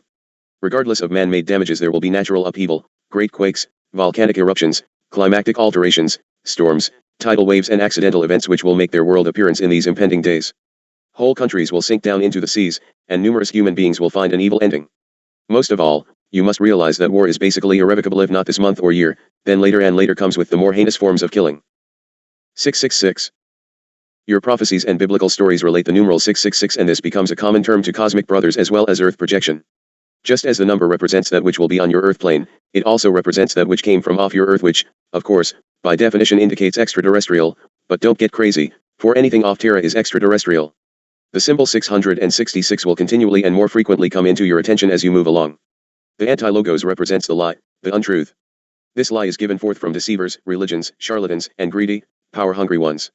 In this instance the number 666 does not actually equate with an actual person, and the thinking and doings of this long-separated Earth human being but the delusion, which he represented and still represents in your cultures. You once already recognize the symbol as being of what you refer to as the Antichrist. You always seek a name, a single being or person. You must think beyond that which would be shown as obvious, for you are captured by the beast and yet you still see it not. It is indeed difficult to see where to begin your climb from the pit, for you have been taught that that which is lie is truth, and you recognize not that which you must do. Mankind must rearrange his thoughts and actions for himself. He has to find the truth himself, to liberate himself from all mystic nonsense. In this respect, man has a most difficult way to walk, because he is still very much imprisoned in his cultic religious and mystical matters, for which reason in these last months and years he has joined more into base and cultic beliefs and rituals. I ask that you ones not get entangled in the what-ifs and the distraction of sorting out the symbols. If you turn unto the truth of God, recognize that which you are up against in this moment, then we can isolate a resolution into action. If you continue in the tending and pondering of the tiny fragments of the puzzle, you will be still working at the puzzle after the game is finished. It is interesting that as your world spins ever closer to destruction, you still quarrel over whether or not you evolved from apes. The human form of life accords to a special act of creation, and in consequence is unable to degenerate by any natural or unnatural metamorphical process. You once ponder upon the large ape/human creatures of which stories are birthed and propagated. These entities do indeed exist in certain places. They are not creatures of humankind as you recognize the human earth species. They are faunic creatures whose origin traces back to the flora world. They indeed reached the highest developed animalistic forms of this type on Earth, but they are not that which you call human in the definition of higher universal Ma'an. You most certainly did not evolve from apes and monkeys. The difference. God is the difference in all instances. You were given the gift of free will, reasoning capabilities, and the ability of creation, a gift given unto man as a reflection of God himself. The animals and plants were given unto you for your pleasure, balance, nurturing and survival needs, all stemming from creation and nature herself as creator. What have you created, little Chalice? Are you pleased with that which you have created? Do you realize that your only lasting form of creation is that which is gifted in the recreation of self the child, and you mass murder your own wondrous creations by the truckloads? Are you pleased with that which you have done as caretakers unto your wondrous gift of Earth planet? How long will you turn from truth and unto the lie while your world goes into destruction? So be it, for so shall it be, exactly as you decide it shall be. It is time to close the segment. Hayton to stand by, please. Good evening. Chapter 22. Rec number 1. Hayton. Saturday, December 15th, 1990, 7:42 a.m. Year 4, Day 121. Today's watch. I see that you don't allow your soldiers in Saudi Arabia to do this or to do that, and through a glitch even the flag patches were removed from uniforms of the US. What happened to God? Where have you hidden God? I note that now your great military leader says the flag matter has been cleared up and that the Saudis don't have any objection, so flags will again be provided. The plan was to replace the patches, if at all, with UN symbols. However, there is actually so little support from the UN nations that the action was cancelled. You object to me saying you invaded Saudi Arabia to gain control of her wealth. I regret that you object, but I suggest someone look very carefully into the matter. Why does someone not inquire into the testimony of your former U.S. ambassador to Saudi Arabia, James Akins, who presented and proved a pre-existing plan to occupy the Saudi Arabian oil fields, regardless of the consequences for the populations of the area or the consideration of world, and/or U.S. citizen, opinion? This very day there is a stupid and nitty quarrel going on as to who will meet whom, when and where. I suppose 50,000 nice new Christmas body bags for America, to help your sagging economy, is apropos. Does it not matter to you, the public of the U.S., that the U.S. herself prompted by England's great leader, Maggie, lured Iraq into occupying Kuwait? Does it not matter that you, the U.S., stand actually alone in the Middle East? Does the U.S. have the right, as President Bush asserts, to militarily intervene in any area where there are raw materials it considers vital to its economy? Oh yes, that is exactly what his lips stated. Doesn't this new world order of President Bush and Mrs. Thatcher dictate of denial of life-saving technologies to all third world nations, to be exercised through a dictatorship of the United Nations Security Council, of which Mr. Bush intends to be dictator? Well, I have terrible news for Mr. Bush. Mr. Kissinger also plans to have that little slot to his kingship. Can the U.S. justify going to war to restore a royal family that hold chattel slaves? Is this what America is all about in these modern days of modern living styles and modernized religions? I suggest, beloved ones, that these are indeed important points to ponder. Genocide policy. I am going to outlay something which I think you had better consider most carefully as you are bombarded with the false doublespeak. Let us consider the overall picture behind the mouths. Bush talks incessantly about bringing Iraq Saddam to trial for war crimes, as the Nazis were brought to trial at Nuremberg, a sorrowful day for justice. But some of Bush's own friends and colleagues could find themselves on the docks of justice if you acted injustice. First, they are chargeable with the crime of genocide. For decades, top elite figures in the environmentalist movement, just to isolate one grouping, like Alexander King of the Club of Rome, have screamed about overpopulation. Privately, they say that means eliminating black, brown, and yellow useless eaters in Africa, Asia, and Latin America. Meanwhile, the U.S. government under Presidents Carter, Reagan, and Bush has carried out a consistent policy of denying technological development to third world nations. Bush's shriek that Iraq's Saddam Hussein is developing nuclear weapons, which he already has, becomes a silly support of truth. The component parts for such weapons has come from the US, Germany, and even cycled through Israel, along with other European countries such as England and France. And what of the hydrogen bomb capabilities given into the hands of the Israelis? Do you think they want this capability to use for power production? Well, these little helpless countries have now been completely cut off from all possibility of having nuclear reactors, and thus massive portions of these countries remain without power supply even for purification of water supplies. In addition, international financial institutions led by the IMF and the World Bank have consistently crippled development programs in African, Asian, and Latin American nations by forcing them into repeated currency devaluations, cutting off their investment in infrastructure, and lowering the educational levels and living standards of the people who are any economy's indispensable use. Anyone who doubts this truth is in deliberate intent of genocide need only look at America's so-called inner cities. Many of them look like bombed-out combat zones, populated with the casualties of induced drugs and AIDS. Or do you simply turn your head away and hope the gangs don't move into your neighborhood tonight? If there is no intent to destroy the dark-skinned people, then why is this what is being driven upon the American populace? Is Russia pure? Why you once continue to bombard me with my possible support of Russia? I suggest that you have not read my lips. Not only is Russia not pure but is the largest perpetrator of murder upon a populace. Russia has the greatest abortion rate of any nation in your world. Do you actually believe this is in accordance with the laws of God? I suggest you all stop reading the insane lips and start seeing truth. Now please, for you have answers for truth spreading. Please do not take exception to that which I am about to present. We get mail every day in great amounts with great advice regarding our failure in distribution of truth. It comes in forms of letters as I outlaid 2 days ago in wondrous intent, but alas, without full understanding. We know that many do not read. We know that unless something is placed under his nose in prime time under the guise of violence and stupidity, that he won't tune it in. We know that if we can't get it onto the screen it won't be watched. We know that you think Brotherhood of the Cosmos should manifest all of that which you need, and you can go right on in your misbehavior in your dream time. Sorry about all those things that we already know. Yes, something has to be done to bring about these things. Do any of you have any idea of what it costs to simply publish a book? And, how else do you propose we get the original information unto you? We don't have to change our behavior, for it is already acceptable unto God and we live in balance with the creation. I defend my workers in this unit because, as with George Green and my people in this very location, they have, without whimper or expectation, given all they have and borrowed more. They do not live in mansions all paid for, they get by as best they can until you of the populace are allowed the touch of truth. We have ones who work short-handed into the wee hours of the nights and then take up collection to give unto you stamps for the very mailings, and they do it without complaint and along with the collective projection that some of you see and hear and act. We know what we need to do, but this little earth group cannot do more. Does this indicate that we do not appreciate suggestions? Oh no, please, we treasure every tidbit of correspondence of phone connection, even if negative and blasting, for it is the only indication that the word is being received. Please do not think we complain unto you who offer expression and help. We are touched to the very heart by those of you who write encouragement and send gifts unto our people, for the gifts are turned into stamps. We have one who now works through the nights on old equipment just to get the expresses out on the same day, written within 24 hours. Then ones gather and volunteer their hands to fold and ready for mailing. I kneel on bended knee unto these precious and faithful ones who then go into their places asking what more can they do. I want to take this opportunity to thank them, for we have little time to even meet in these pressured days in personal contact, and that must continue, for we must write more and more and more. These ones are doing to the limit of that which they can in most instances. It is now up to you, the readers and receivers of this truth, to suggest and then help us. But each is gifted with choices and free will actions. We demand nothing. I am humbly touched by my brothers here in the nucleus of the writing. For I have just told my scribe to cut out all social interaction for both safety and to write at double receivings.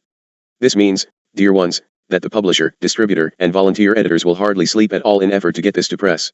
Our press people work with IOUs which are never paid current, and we must keep them even in secret as to location and label to ensure a bit of security. Every journal brings the impact of open aggression against them and their presses. We put to print out of the state in order to protect the resource. Please accept that we receive in grateful appreciation the input and suggestions, and understand that we are doing that which is possible and beyond earthly production. You ones can only touch on the bare surface that which is brought against our workers in this place. The computers are continually under tampering, the equipment is continually attacked by electronic surges, and now there is dedicated assault against these ones even being able to obtain loans, etc., to continue the publishing. It should be noted that there has now even been conjured up records from high sources within your government to build a negative dossier on these ones which, when ones desire to invest, I did not say donate, I said invest. You see, God desires that you have return and reward for contribution and gifts from your hearts. The lawyers involved tag the information and present it to the considering parties. If you desire proof of that, I believe we can outlay dozens of instances as proof. As a matter of fact, the first groups to obtain this information are the surveillance and police groups. To them I suggest that the truth is also for them. I see very few of them bearing tickets to the secure underground in Australia or anywhere else, and human police and agents die as easily as do any other citizens, and frankly, even more quickly if you become a bother to your elitists. I suggest that the computer monitors of this apparatus listen and watch most carefully, for you know the truth of it better than the other citizens of the world who will receive of it. I further announce, as I regularly do, that we have these ones in protection and we are given permission to protect them at any rate. Who will protect you? I suggest you surveillance harassers think most carefully as you go home to your families and consider the plight you are actually within. So be it. You children of the lie, can turn this thing around only through coming into unified intent to do so. Further, if you keep into the truth and move with the instructions as we will outlay them unto you, you need not get the great hot foot in the final analysis. We can get you off and into wondrous safety in a prepared placement, but, you will ask, and you will come into the working laws of God and creation to be in acceptance aboard. P.S. Any contribution of size is automatically treated as investment backed by gold in placement in collateral reserve at the bank. Can the gold be confiscated? Yes, I suppose, but we stay pretty much on top of what is in the planning for imminent action within your government. Then the funds are funneled into publishing, businesses for food production, earth material building units, architecture for durable and recession/depression housing, media center, and production of information for your TV and motion picture theaters with the central new media center for assurance of production and distribution. The first production is in script preparation, so bear with us, we work to the full extent of human ability. Yes, we need help. We recognize our own limitations in the human format and we are not allowed to do it for you. So be it. So be it. Let us return to your Pleaides connection. Deceiving elements. I have already gone through this subject, but I suppose it cannot be presented often enough nor stressed enough, to reach unto you all. These ones who receive this truth are under constant attack from ones who do not understand, do not even read the information, and deliberate attack and misinformation perpetrators. These bombardments come from all quarters, not the least of which are religious circles who pronounce contempt against truth. You see, Chellis, as you come into truth regarding God and self, the religious cults lose their power over your being. Therefore, they must insist that you not move out of the limitations as laid forth for your information. As we are writing, for instance, for the direct contact with the one you call Jesus, we will receive a mail demanding that we cease the satanic outlay and move back into the truth of Christ. I suppose there might be considered some humor in this, except that it constitutes such sick humor. Now the punchline, of course, is to openly discount the work. Then comes the, oh my goodness, this is proving to be truth, and the barge heats up so as not to allow disclosure of the idiot projections of those who did the pronouncing of lies upon the work. In other words, if we prove to project truth, they will be openly accused of deceit and cover-up. This has happened over and over again. It happened in the case of contactee Billy Meyer, and the cover-up and concoction of lies continues to flow in a steady stream when practically none of the information is any way connected with Pleaides nor Billy Meyer. False books, false information, false pictures, etc., have flowed like water through the sands to discredit the truths we brought unto that man in original contacts, just as one's barge against this work as projected in these journals. Well, sad facts confront you, the people of Earth Place. It no longer is our problem if you allow discrediting of all this information. Our task is a final one, to give it unto you, you do with it that which you will. Then, we will continue to work diligently and constantly with those who desire truth and transition, and so be it. God gave us commission to take forth the final word, and so shall it be given. Salut. There are perhaps misperceptions and interpretations of our words which can be misunderstood, I suppose. In respect to there being differences in the truths, in the way that our explanations and interpretations would correspond with only a part of truth in your objections and projections, as would appear, under confrontation with other explanations and interpretations of other creatures supposedly coming from outside your world travel to this earth, and also who are in station thereon, I suggest you look more deeply into facts. Our truth will not vary one iota from the truth of another creature of truth. If it varies in otherwise manners, I suggest you study again the laws of God and the creation and check it for self as to who might be giving false information. At this time, Pleaides are the highest developed creatures who from outside your world travel to your earth. There is a reason for this, as we have outlaid over and over again. In conjunction with these brothers come we of the hosts of etheric stature, the emissaries of God, to remind you of truth and allow your awakening so that you might come into understanding and remembering. There are still other creatures penetrating into your earth space, and some even have bases thereon for the final purpose intended in the higher plan. However, there has been a disallowance of further damaging energies in satanic form from actually coming from the outer cosmos unto your place. The activities are isolated now, into the spaces in and around Earth and nearby moons and planets as research centers. You are basically isolated and pinned to your planet. Does it touch your hearts in sorrow to realize you as a species are unacceptable unto your cosmic neighbors? The evil and satanic troops are all now working among you in total takeover of your globe, just as outlaid by the prophecies of ancient beginnings. Your little gray aliens of destructive intent are creations of your human satanic construction. God allows no evil to come forth in these days upon your placement from the cosmos, for it is the time of awakening, transition, and reclaiming of his wondrous kingdom. The brothers and kin of Pleaides represent the highest evolution of humankind who will be present or approach your planet at this time. Mind you, I said human. The etheric beings of higher dimension are of different consideration, and we come in the service of you and only of God. We are come with your humanoid brothers because you must have physical reception places to fill the needs of your physical manifestation. We of the higher dimensional etheric status do not, and thusly we are in command, but work in total unity with the human counterpart of yourselves.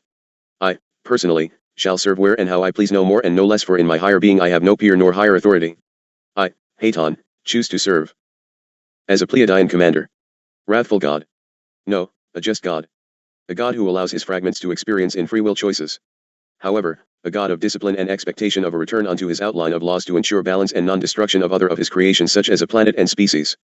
Laws are quite suitable for the needs of each placement and each creation. You of mankind are the destroyers and people of wrath and violence, not God and not creation. If you perceive persecution, I suggest you tend to attention more closely. I come in service unto that God of creation, and I have but one enemy, the evil of satanic influence and disregard for the laws of creator/creation. We force nothing, we simply bring truth, and you will decide that which you will do about it. Cast it aside and move into the darkness in separation from God and light, or move within the laws and into the lighted and wondrous places of God. It is your choice alone, each individual, each entity. The next highest civilization behind Pleaides is several thousand years, as you count, behind Pleiadian evolution, and you must have help now. When we transmit explanations and interpretations from the Pleiadian society, these accord to the highest level of recognition and knowledge and to the highest known truth, which not any explanation and interpretation from lesser developed creatures, under confrontation, could lead towards greater truth, and Pleiadians don't have it all by any imagination otherwise.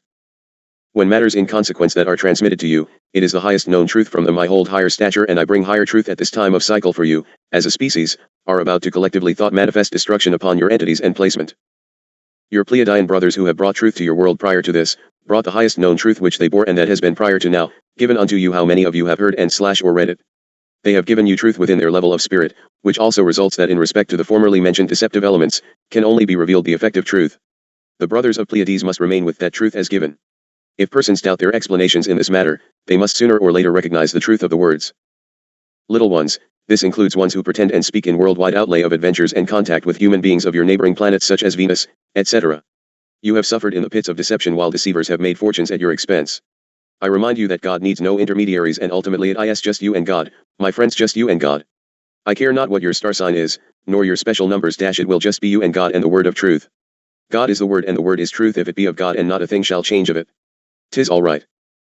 Dharma, I know, precious, that the mammoth portent of the task is incomprehensible to you. Let us not stop now, for thine brethren must be given this word. So be it, Chelis, all of you who recognize not your placement in this final play in Revelations. Simply remember, the greatest never recognize their greatness, and that, dear ones, is what makes them great. I touch ye ones most gently in your own awakening to purpose. My wings are large enough to bring shelter to all mine flock. Be it done. Time shall reveal truth of the false information. It will now become evident to you by your own sciences, etc., that on these other planets and upon your own, that there exist no human creatures of the forms described by deceivers, neither spiritual nor material forms. If our explanations are refused by different Earth humans, then this is of no importance, because the Earth scientists know well, as do all the governments, etc., of your place, that these ones do not exist as travelers from the cosmos, only constructed to deceive and mislead you of the Earthman. The different pseudo-contactees will prove themselves to be deceivers and liars. Truth will always stand, beloved ones, always. For the sincerely interested Earth human, we want to trouble ourselves to give important explanations with respect to the specific planet Venus. Often the Earth's solar system is passed by comets and wandering planets or wandering stars, about which the following is an explanation. Comets appear in different forms, one time as wandering planets and as wandering stars, which by the great attractive powers of other stars and planets, and by suns, are drawn into their sphere of influence. Because of their great speed, they usually rush through the gravity belt and distance themselves again, whereby the increased friction of the planetary, solar, and star forces their surface is liquefied and loses matter. This matter often forms itself as a very long tail behind the fleeing comet. From solar energies, etc., the emitted particles then become visible as a shining tail. On the other hand, the so-called empty space is not empty, because it is alive with numerous particles and other things, which by the constant friction with the wandering planets, stars, etc., cause their tails to shine. Yet there exist besides the comets the veil-like cometic bodies. Comets, in general, have rather eccentric courses, and circle, like the system's planets, around the sun, but upon very much larger courses. These systems' comets develop themselves normally at first near the sun with their impressive long tails, which often can be many millions of kilometers long. But truly gigantic comets are quite rare, for which reason the greatest number of all comets is not perceivable by the naked eye. Dharma, stop now. The computer is destroying the information, and I do wish to finish the subject in this portion. Please just begin another document. Chapter 23. Rec number 2 Haton. Saturday, December 15, 1990, 10:07 a.m. Year 4 Day 121 Comets. Continued from prior document. Only the really great and rather close to Earth comets are perceived by the mere eyes of the Earth human. The average comets are nothing more than small and very weak sphere-shaped clouds of light without tails. But of this sort or comet are numerous ones. The veil-like comets are the most frequent ones, and they possess three main characteristics. They are surrounded by a veil coma, without or with intercentral densification, then the core and then the tail. The forms of the coma can be very different, elliptical, round, or drawn out in any direction. The central densification appears that way, that the coma becomes brighter and more compact on the inside. The core itself forms a brightly shining zone and embodies the essential comet, which can measure a few hundred meters in diameter up to many thousands of kilometers, while the total diameter of the comet's head, measured together with the coma, amounts often to many 100,000 or even millions of miles. Each, from the sort of comet and the influences, consists in the tail of dust particles or of forms of gas, mineral substance, from which, for instance, we glean substances, or of all these particles formed together. Tails of merely gas keep themselves within much closer dimensions than do the dust particulate tails, which only appear in greater brightness, and these are tenuously enormous. The system-connected comets have very long elliptical courses which extend themselves very far out into the cosmos.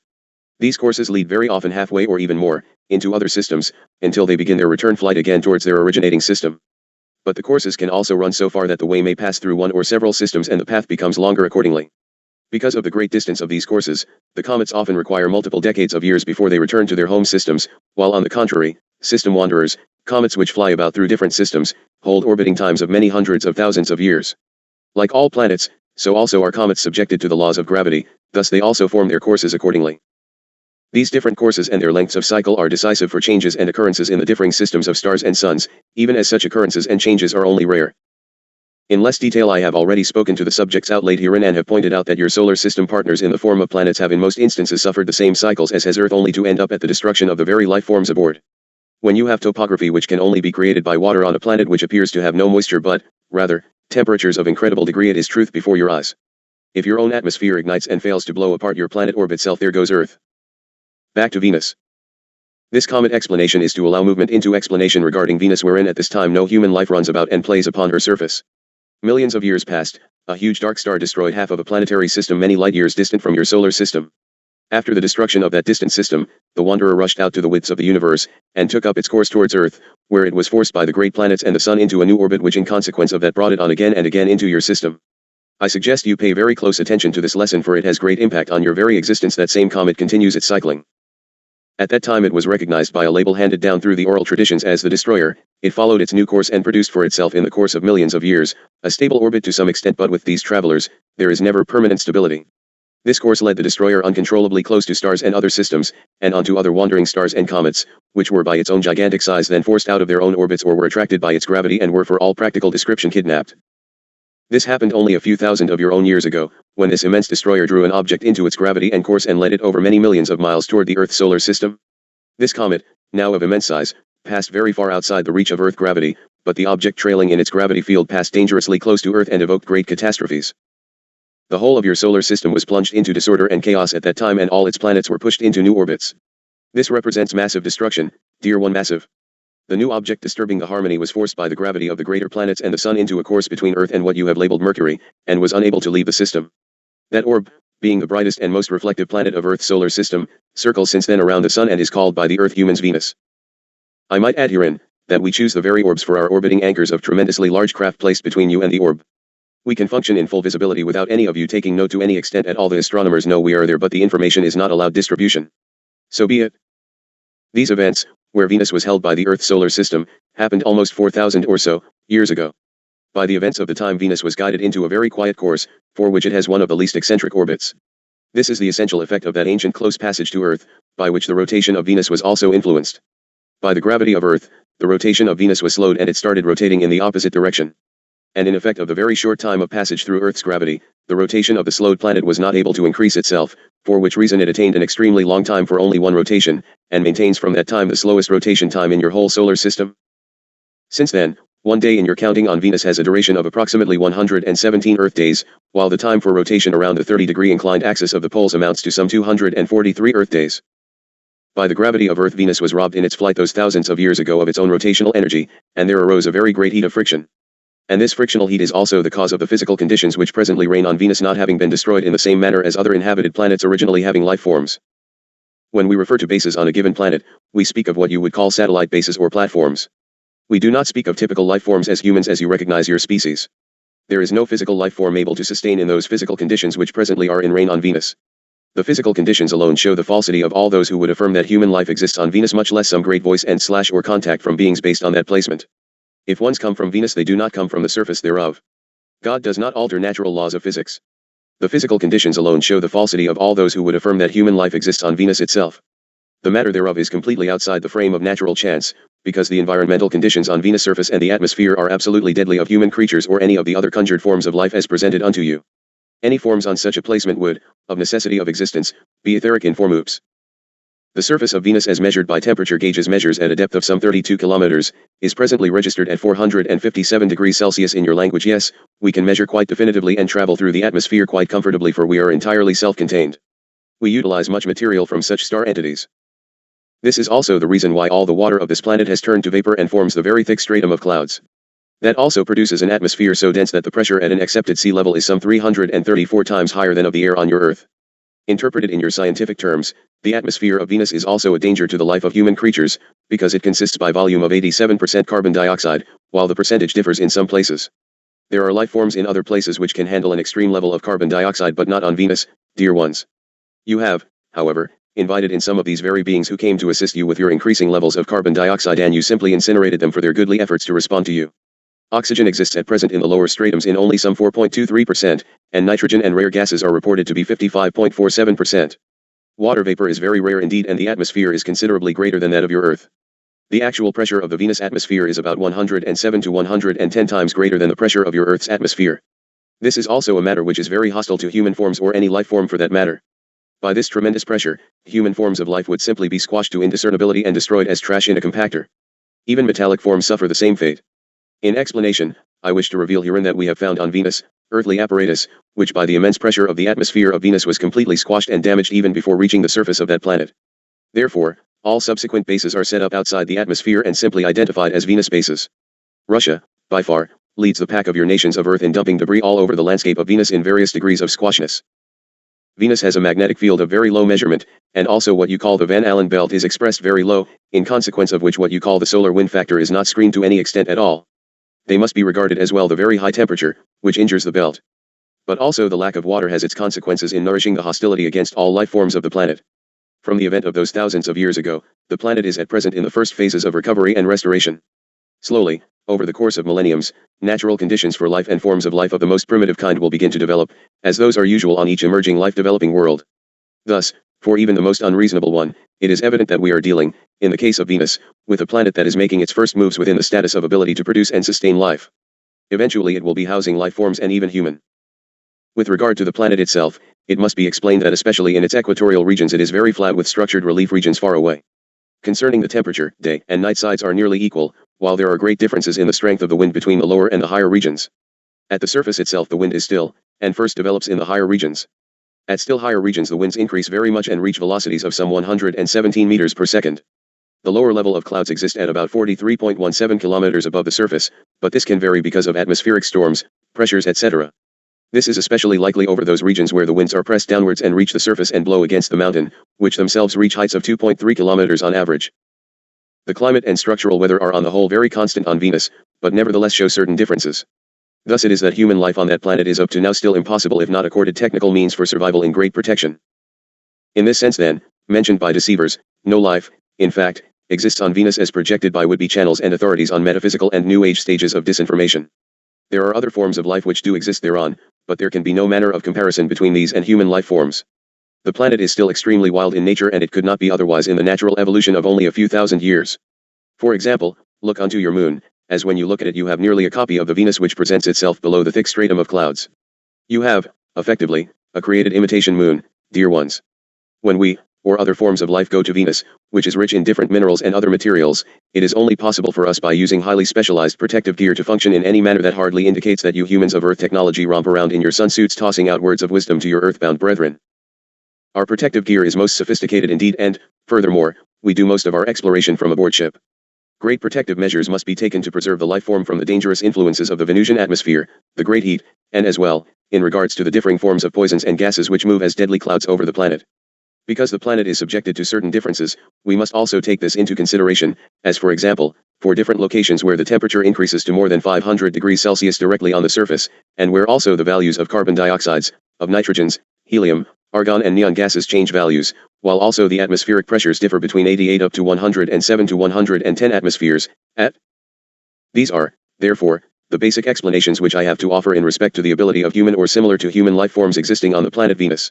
If I had to describe other planets of your sun system, then by regret also there I would have to refute at different planets the deceptive information of certain elements and substitute for it the real truth, because other supposedly inhabited planets of your system contain no such forms of human life at this time either. Depending upon the reason for this loss of life-sustaining format, there is often great histories of great civilizations having at one time lived as well as you of Earth upon their orbs. There are, however, bases on some of your planets in your system put there by some aliens and some of your own peoples. Russia has by far the most advanced abilities in that direction than any other nation on your own orb. So what of the information coming from so-called dependable channels? I have no further comment. Do you want games and mysticism, or do you allow that truth might serve you far better? So be it. But you ones had better take note of that dandy comet which dropped a Venus into your system. It's still right on course. Let us close this segment as it has grown far too lengthy. I hereby move to standby. Haton to clear, please. I do further ask that you not mistake my own identity and / or service. My attachment is with one recognized as Aten, and it will serve all my brethren to hold that closely in your hearts. Salom and Salu. Please remove yourselves from this placement the remainder of this day. It is not safe as the subject is most unwanted in circulation. Get away and allow us to tend of the electronics in your absence. Thank you. Chapter 24. Rec number 1 Haton. Sunday, December 16th, 1990, 6:20 a.m. Year 4 Day 122 Today's Watch. Good morning, in the light of radiance. Haton at ready. Rather than watch this day, I shall simply give you ones a thing or two to ponder, and then we will effort to finish this beginning dialogue regarding Pleaides. You desire to argue about my terminology of invading and occupying Saudi Arabia. Yes, that is exactly what I said. Why do you think your major banks are going to arrange to fail and / or have their subsidiaries fail? I knew you knew. Go back to the investment program set up by the Middle East oil producers to gain control of the money. The banks have to fail. See Spacegate, the veil removed. If you nice citizens have to lose everything you have worked for, so be it. There has to be military occupation because the countries are not going to like the news that the US and world banks have stolen all their money, and the only thing that will save those royal rip-off leaders who sold out their countries and the U.S/world banks, cartel, is military presence in such massive manner that no one dares make a peep about it. Do not expect your troops home soon no matter what comes off in Iraq. I told you long ago that this would happen because there would be some hangings in those countries when the masses found out what the leaders have done. These nice high-level coalitions are the bacon-saving measures. You have allied with the most dastardly leaders on your planet, including Saddam. Come now. You don't really believe it is just a disagreement over days of meeting to negotiate. There are many things at play here, but money and oil money are the point. Money and world domination through total force. Iraq. How can you as a people denounce Iraq for not meeting Mr. Bush's schedule of non-meeting? Mr. Bush, Mr. Baker, General Powell, etc., have announced to the world that there will be no negotiations. The meetings are simply to give Iraq no alternatives except to meet Mr. Bush's demands. Now, Mr. Bush wants those demands announced on his schedules. What would you do? I am very serious. What would you do? What are you doing? What are you parroting? Is America really acting in reason? Why are you over there? Help. Why do you think your UN nations are not actually paying the money for support of this adventure? They have not paid even a fourth of that which the US pronounced as each one's portion. Why does not Japan give more participation? Because Japan receives over 70% of her oil from the Middle East. Because, dear hearts, if the US got out of the Middle East they would have absolutely no shortage of fuel and the price would have remained quite moderate. Who do you think you fool with your I am the god of the world attitude, you Americans who have to have special recipes for fat reduction to keep yourselves from overweight? I promise you overweight is not a big problem for most of your world. Neither will it be a big problem for you ones very soon. Now a morsel of food will be precious indeed. Genetic robotoids. I have actually lost some readers because I announced that many of your leaders are replicas. I intend to enlarge on that subject, but we have sequence problems here. We can only write as much as my scribe can handle, so please, do be patient. I will, however, ask Dharma to reprint a paragraph from one of your own news publications. U.S. News and World Report, November 19, 1990, from an article regarding the death of a nation, Russia, entitled The Last Hurrah. I suggest that you pay attention to terminology in several respects within this statement from a Jewish journal, Vestnik, by Viktor Yakushev, a member of the group, Paymayat. He denounced Zionists/Masons as biorobots, programmed for self-destruction. This is a scientifically proven fact, and we have arrived at such evidence through experimental means. In addition, 6 to 8 times more Zionists are. I simply remind you the Soviets have long had the capability, and therefore, they should know. You of the citizens of this world have no idea of that which you are up against, and most will make death transition never having known. So be it. Please allow us to continue on our original subject, Kila. Science fiction? Oh, you should be so fortunate. It is not fiction, dear ones. Meanwhile, back to Pleaides connections. I suggest you spend some of your time asking God to request to the nice Pleiadians not to abandon you to your foolishness, for they have the right to do so if you continue in your hostilities unto them. They have the prerogative of simply picking up their brethren on your planet and moving out and watching the rest of the show unfold. So be it, for I would hope a word to the wise might be received as given. God, the one you recognize as the Messiah, Christ, and the higher energies will not abandon any of the entities of their own. I suggest you reread your books. No evil shall be brought forth into the kingdom of God, from earth. We are in the process of telling you explicitly and emphatically that which will be acceptable behavior and that which will not be acceptable. You continue to confuse idiotic mysticism, false teachings and BS for truth. We care not which you choose, but to get off of that planet in physical form and transfer is going to require a return in intent at each soul vortex unto the laws. So be it. We will continue to outlay how it really is, and then you will be in the deciding where you want to put your little tootsies and assets. You once keep efforting to place finite limits on everything and then turn about and make your own foolish rules of acceptable behavior against the very thing that allows you infinite and unlimited potential. Strange indeed, are you Earthians? There is no limit or end to the universe. You only have barriers of various energy separations, of universes which comprise various aspects and conglomerates. George, for instance, personally ponders what I outlaid a few days ago regarding the entity, Ask It, whom I announced was from the Dal universe. This is simply recognized as another universe of another polarity opposed to yours, which counterbalances yours in manifestation. Ones from that vortex arrived prior to the Pleiadians in this time of encounter to prepare some of the earlier contacts for the Pleiadian contacts which would be coming shortly, and now, here they are. The Pleiadians and the Dals have been in contact in association on projects of various kinds with each other for a very, very long time. Contactees are ones from past experiencing with beings from the various aspects they come and function on your planet specifically for contact purposes, although this is not readily recognized until just prior to need of service. You of this group desire to go back and use Billy Meyer's contact with our brotherhood as a guideline. It is difficult, for so many things came to change the situation, as is the case if the opposition can pull down or discount the contact. Billy was not a Pleiadian in last passage, he was a Dal, Ian, and having lost ability to interrelate to the Dal, Ians, got into great trouble with credibility. You see, the first contacts, even though they worked totally in conjunction with Pleiades' command, were not considered threatening to the elite. It was anticipated BM could simply be discounted as a nut. When Pleiadians entered the picture, the entire scenario changed, for that was to be the big event of truth-bringing, and the discounting and discrediting had to be pushed into high gear. It is not separation in the universes as such, for Pleiadian ancestors, and yours, come from a common heritage, descended from the refugees, if you will, from the great sun system, some of whom fled at one time to the Pleiades, some to the Hyades, and a number of other places where they found hospitable planets in their escape from destruction. Oh yes, human entities have a hard time getting the point. But in the ending the point shall be thoroughly gotten and the lessons of behavior well learned. You of Earth must stop efforting at discounting receivers from this dimension by errors we might pronounce as regards things such as names, labels and attitudes of various planets, systems, etc. For instance, allow me to give example, IHWH Hada - what does this mean to you? I thought not. It is what we call that energy polarity system, which is translated into the Eye of God. As we scan your astronomical books, we find that you refer to this Eye of God as being with a constellation called by you, Lyra, and you call it the Ring Nebula of Lyra, or, in more mathematical identification, M57. Now, the next thing is always for you once to say, okay, but give me explicit distances and miles and light years and absolutes. Why? You would not know whether or not I speak truth. If you have nothing upon which to compare or relate, you have been given nothing. You ones will learn to stop asking me for explicit information, for I shall be lessening input of specifics as we move along. Explicit information will be given through mind reception and transmission, that which will be technical information. This is the intent of this mission security, whereby several will hold portions of most critical survival and transition information, and ones shall be pulled together to share these portions at the proper sequence of events. You will not need magic formulas from space. So be it. While we are close to the subject of travelers, let me clarify a point of contention used as a discrediting point against the Billy Meyer material. It has been claimed that the one Sam Jace was actually a woman seen about the city and was assumed a model. No, Sam Jace made frequent jaunts into the city for various reasons, Munich being a frequent point of contact with other contactees who still remain silent witnesses and busy workers. Sea level. Oberle, in monitoring yesterday's writing, had a most logical question: how could Venus have an atmospheric pressure of some 107 to 110 atts at one statement, and then at sea level have a pressure of some higher than 300% more than Earth? It is a difference only in the way you measure versus how we measure altitudes, for instance. You can't know altitudes exactly, for you start from the reason-based premises of that which appears to you to be a starting point from which to measure. For instance, your scientists count the height of a country or of a given mountain, in meters or miles or feet above the level of the sea. What a foolish starting point. The starting point for all measurements must be from the center of the planet, which never changes. This is because planet forms are not exactly round, but tend more towards an ellipse shape. For another example, let us say that you say Mount Everest is the highest mountain of Earth, then this is correct only so far, with respect to your sea level. But in truth it is around 2,150 meters less high than the highest mountain of your world. When you measure Earth mountains, then the center of the planet is decisive, and measured from that point of reference, you will see, the highest mountain of Earth planet is not Mount Everest.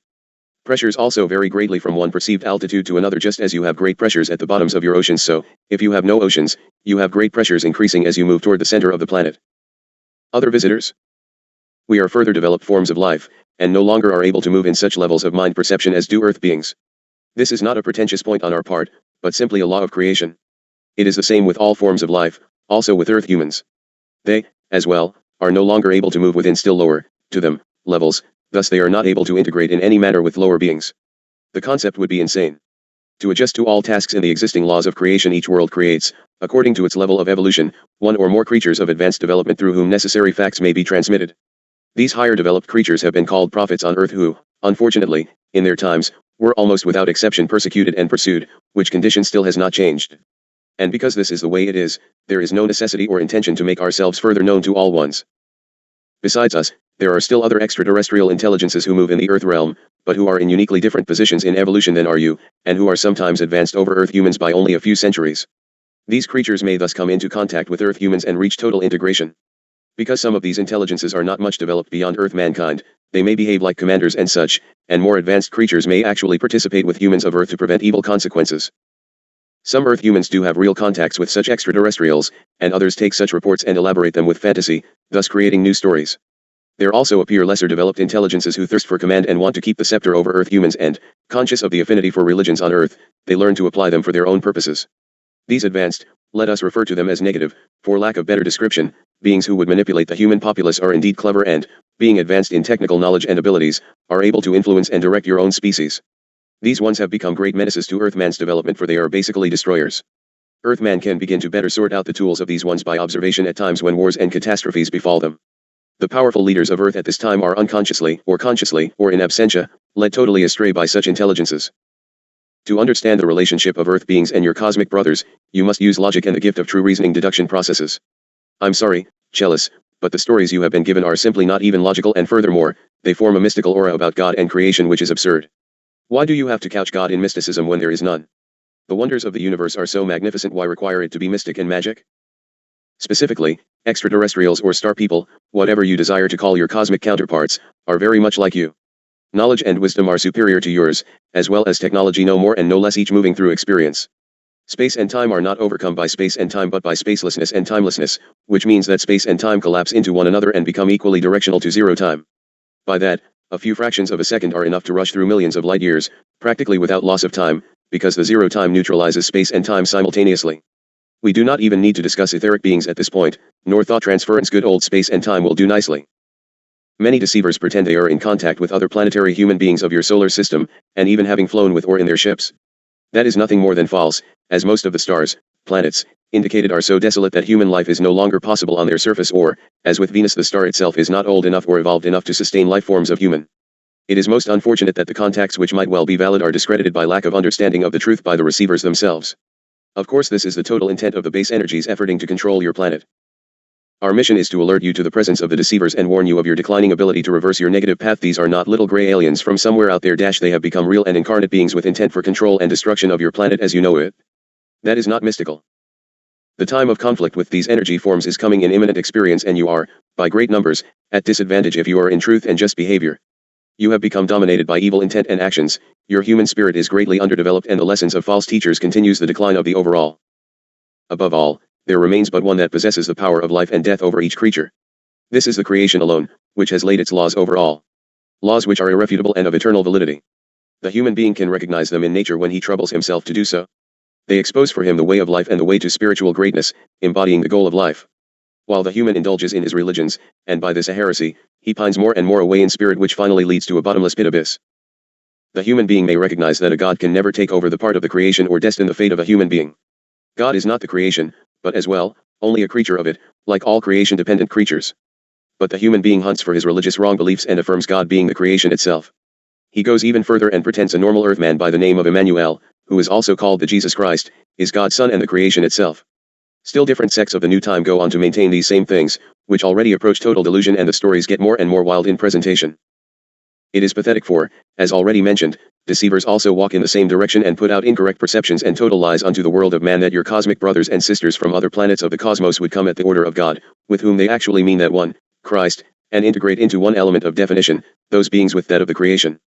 This is total bunk. One's misproject and attempt to allow you unthinking and seeking humans to believe such trash.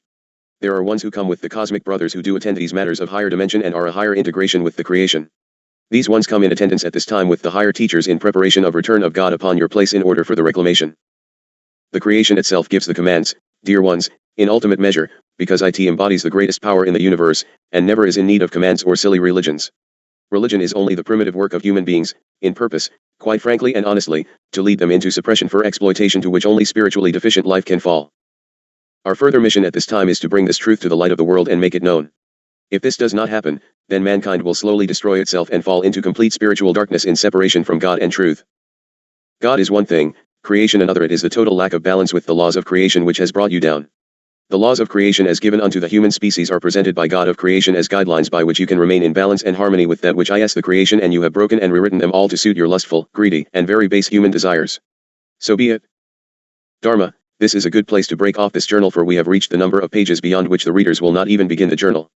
I cannot finish this in properness in this sitting, so please allow abrupt interruption and we will simply move on to a second volume regarding your Pleiades connections, Return of the Phoenix. The time is at hand when you must no longer look through the eyes of the childish fantasy. It is time to come into mature understanding, as the child with curiosity and openness, into truth, for the closing of the cycle is at hand. Salom. I realize this information is a bit difficult to swallow and perhaps 2 doses of the medicine will go down the easier. Please be in relief as you come into understanding. It is far easier to believe, change and meet the need of that which is real than to continue in the lies and deceptions of those who would simply deceive and mislead you by their false projections. God and the creation are totally balanced and very logical. It is time you see light instead of hazy, mystical aberrations. May we walk together in brotherhood, though this wondrous journey called life. I extend my hand. Who will accept of it? Salut. Haton to clear, please.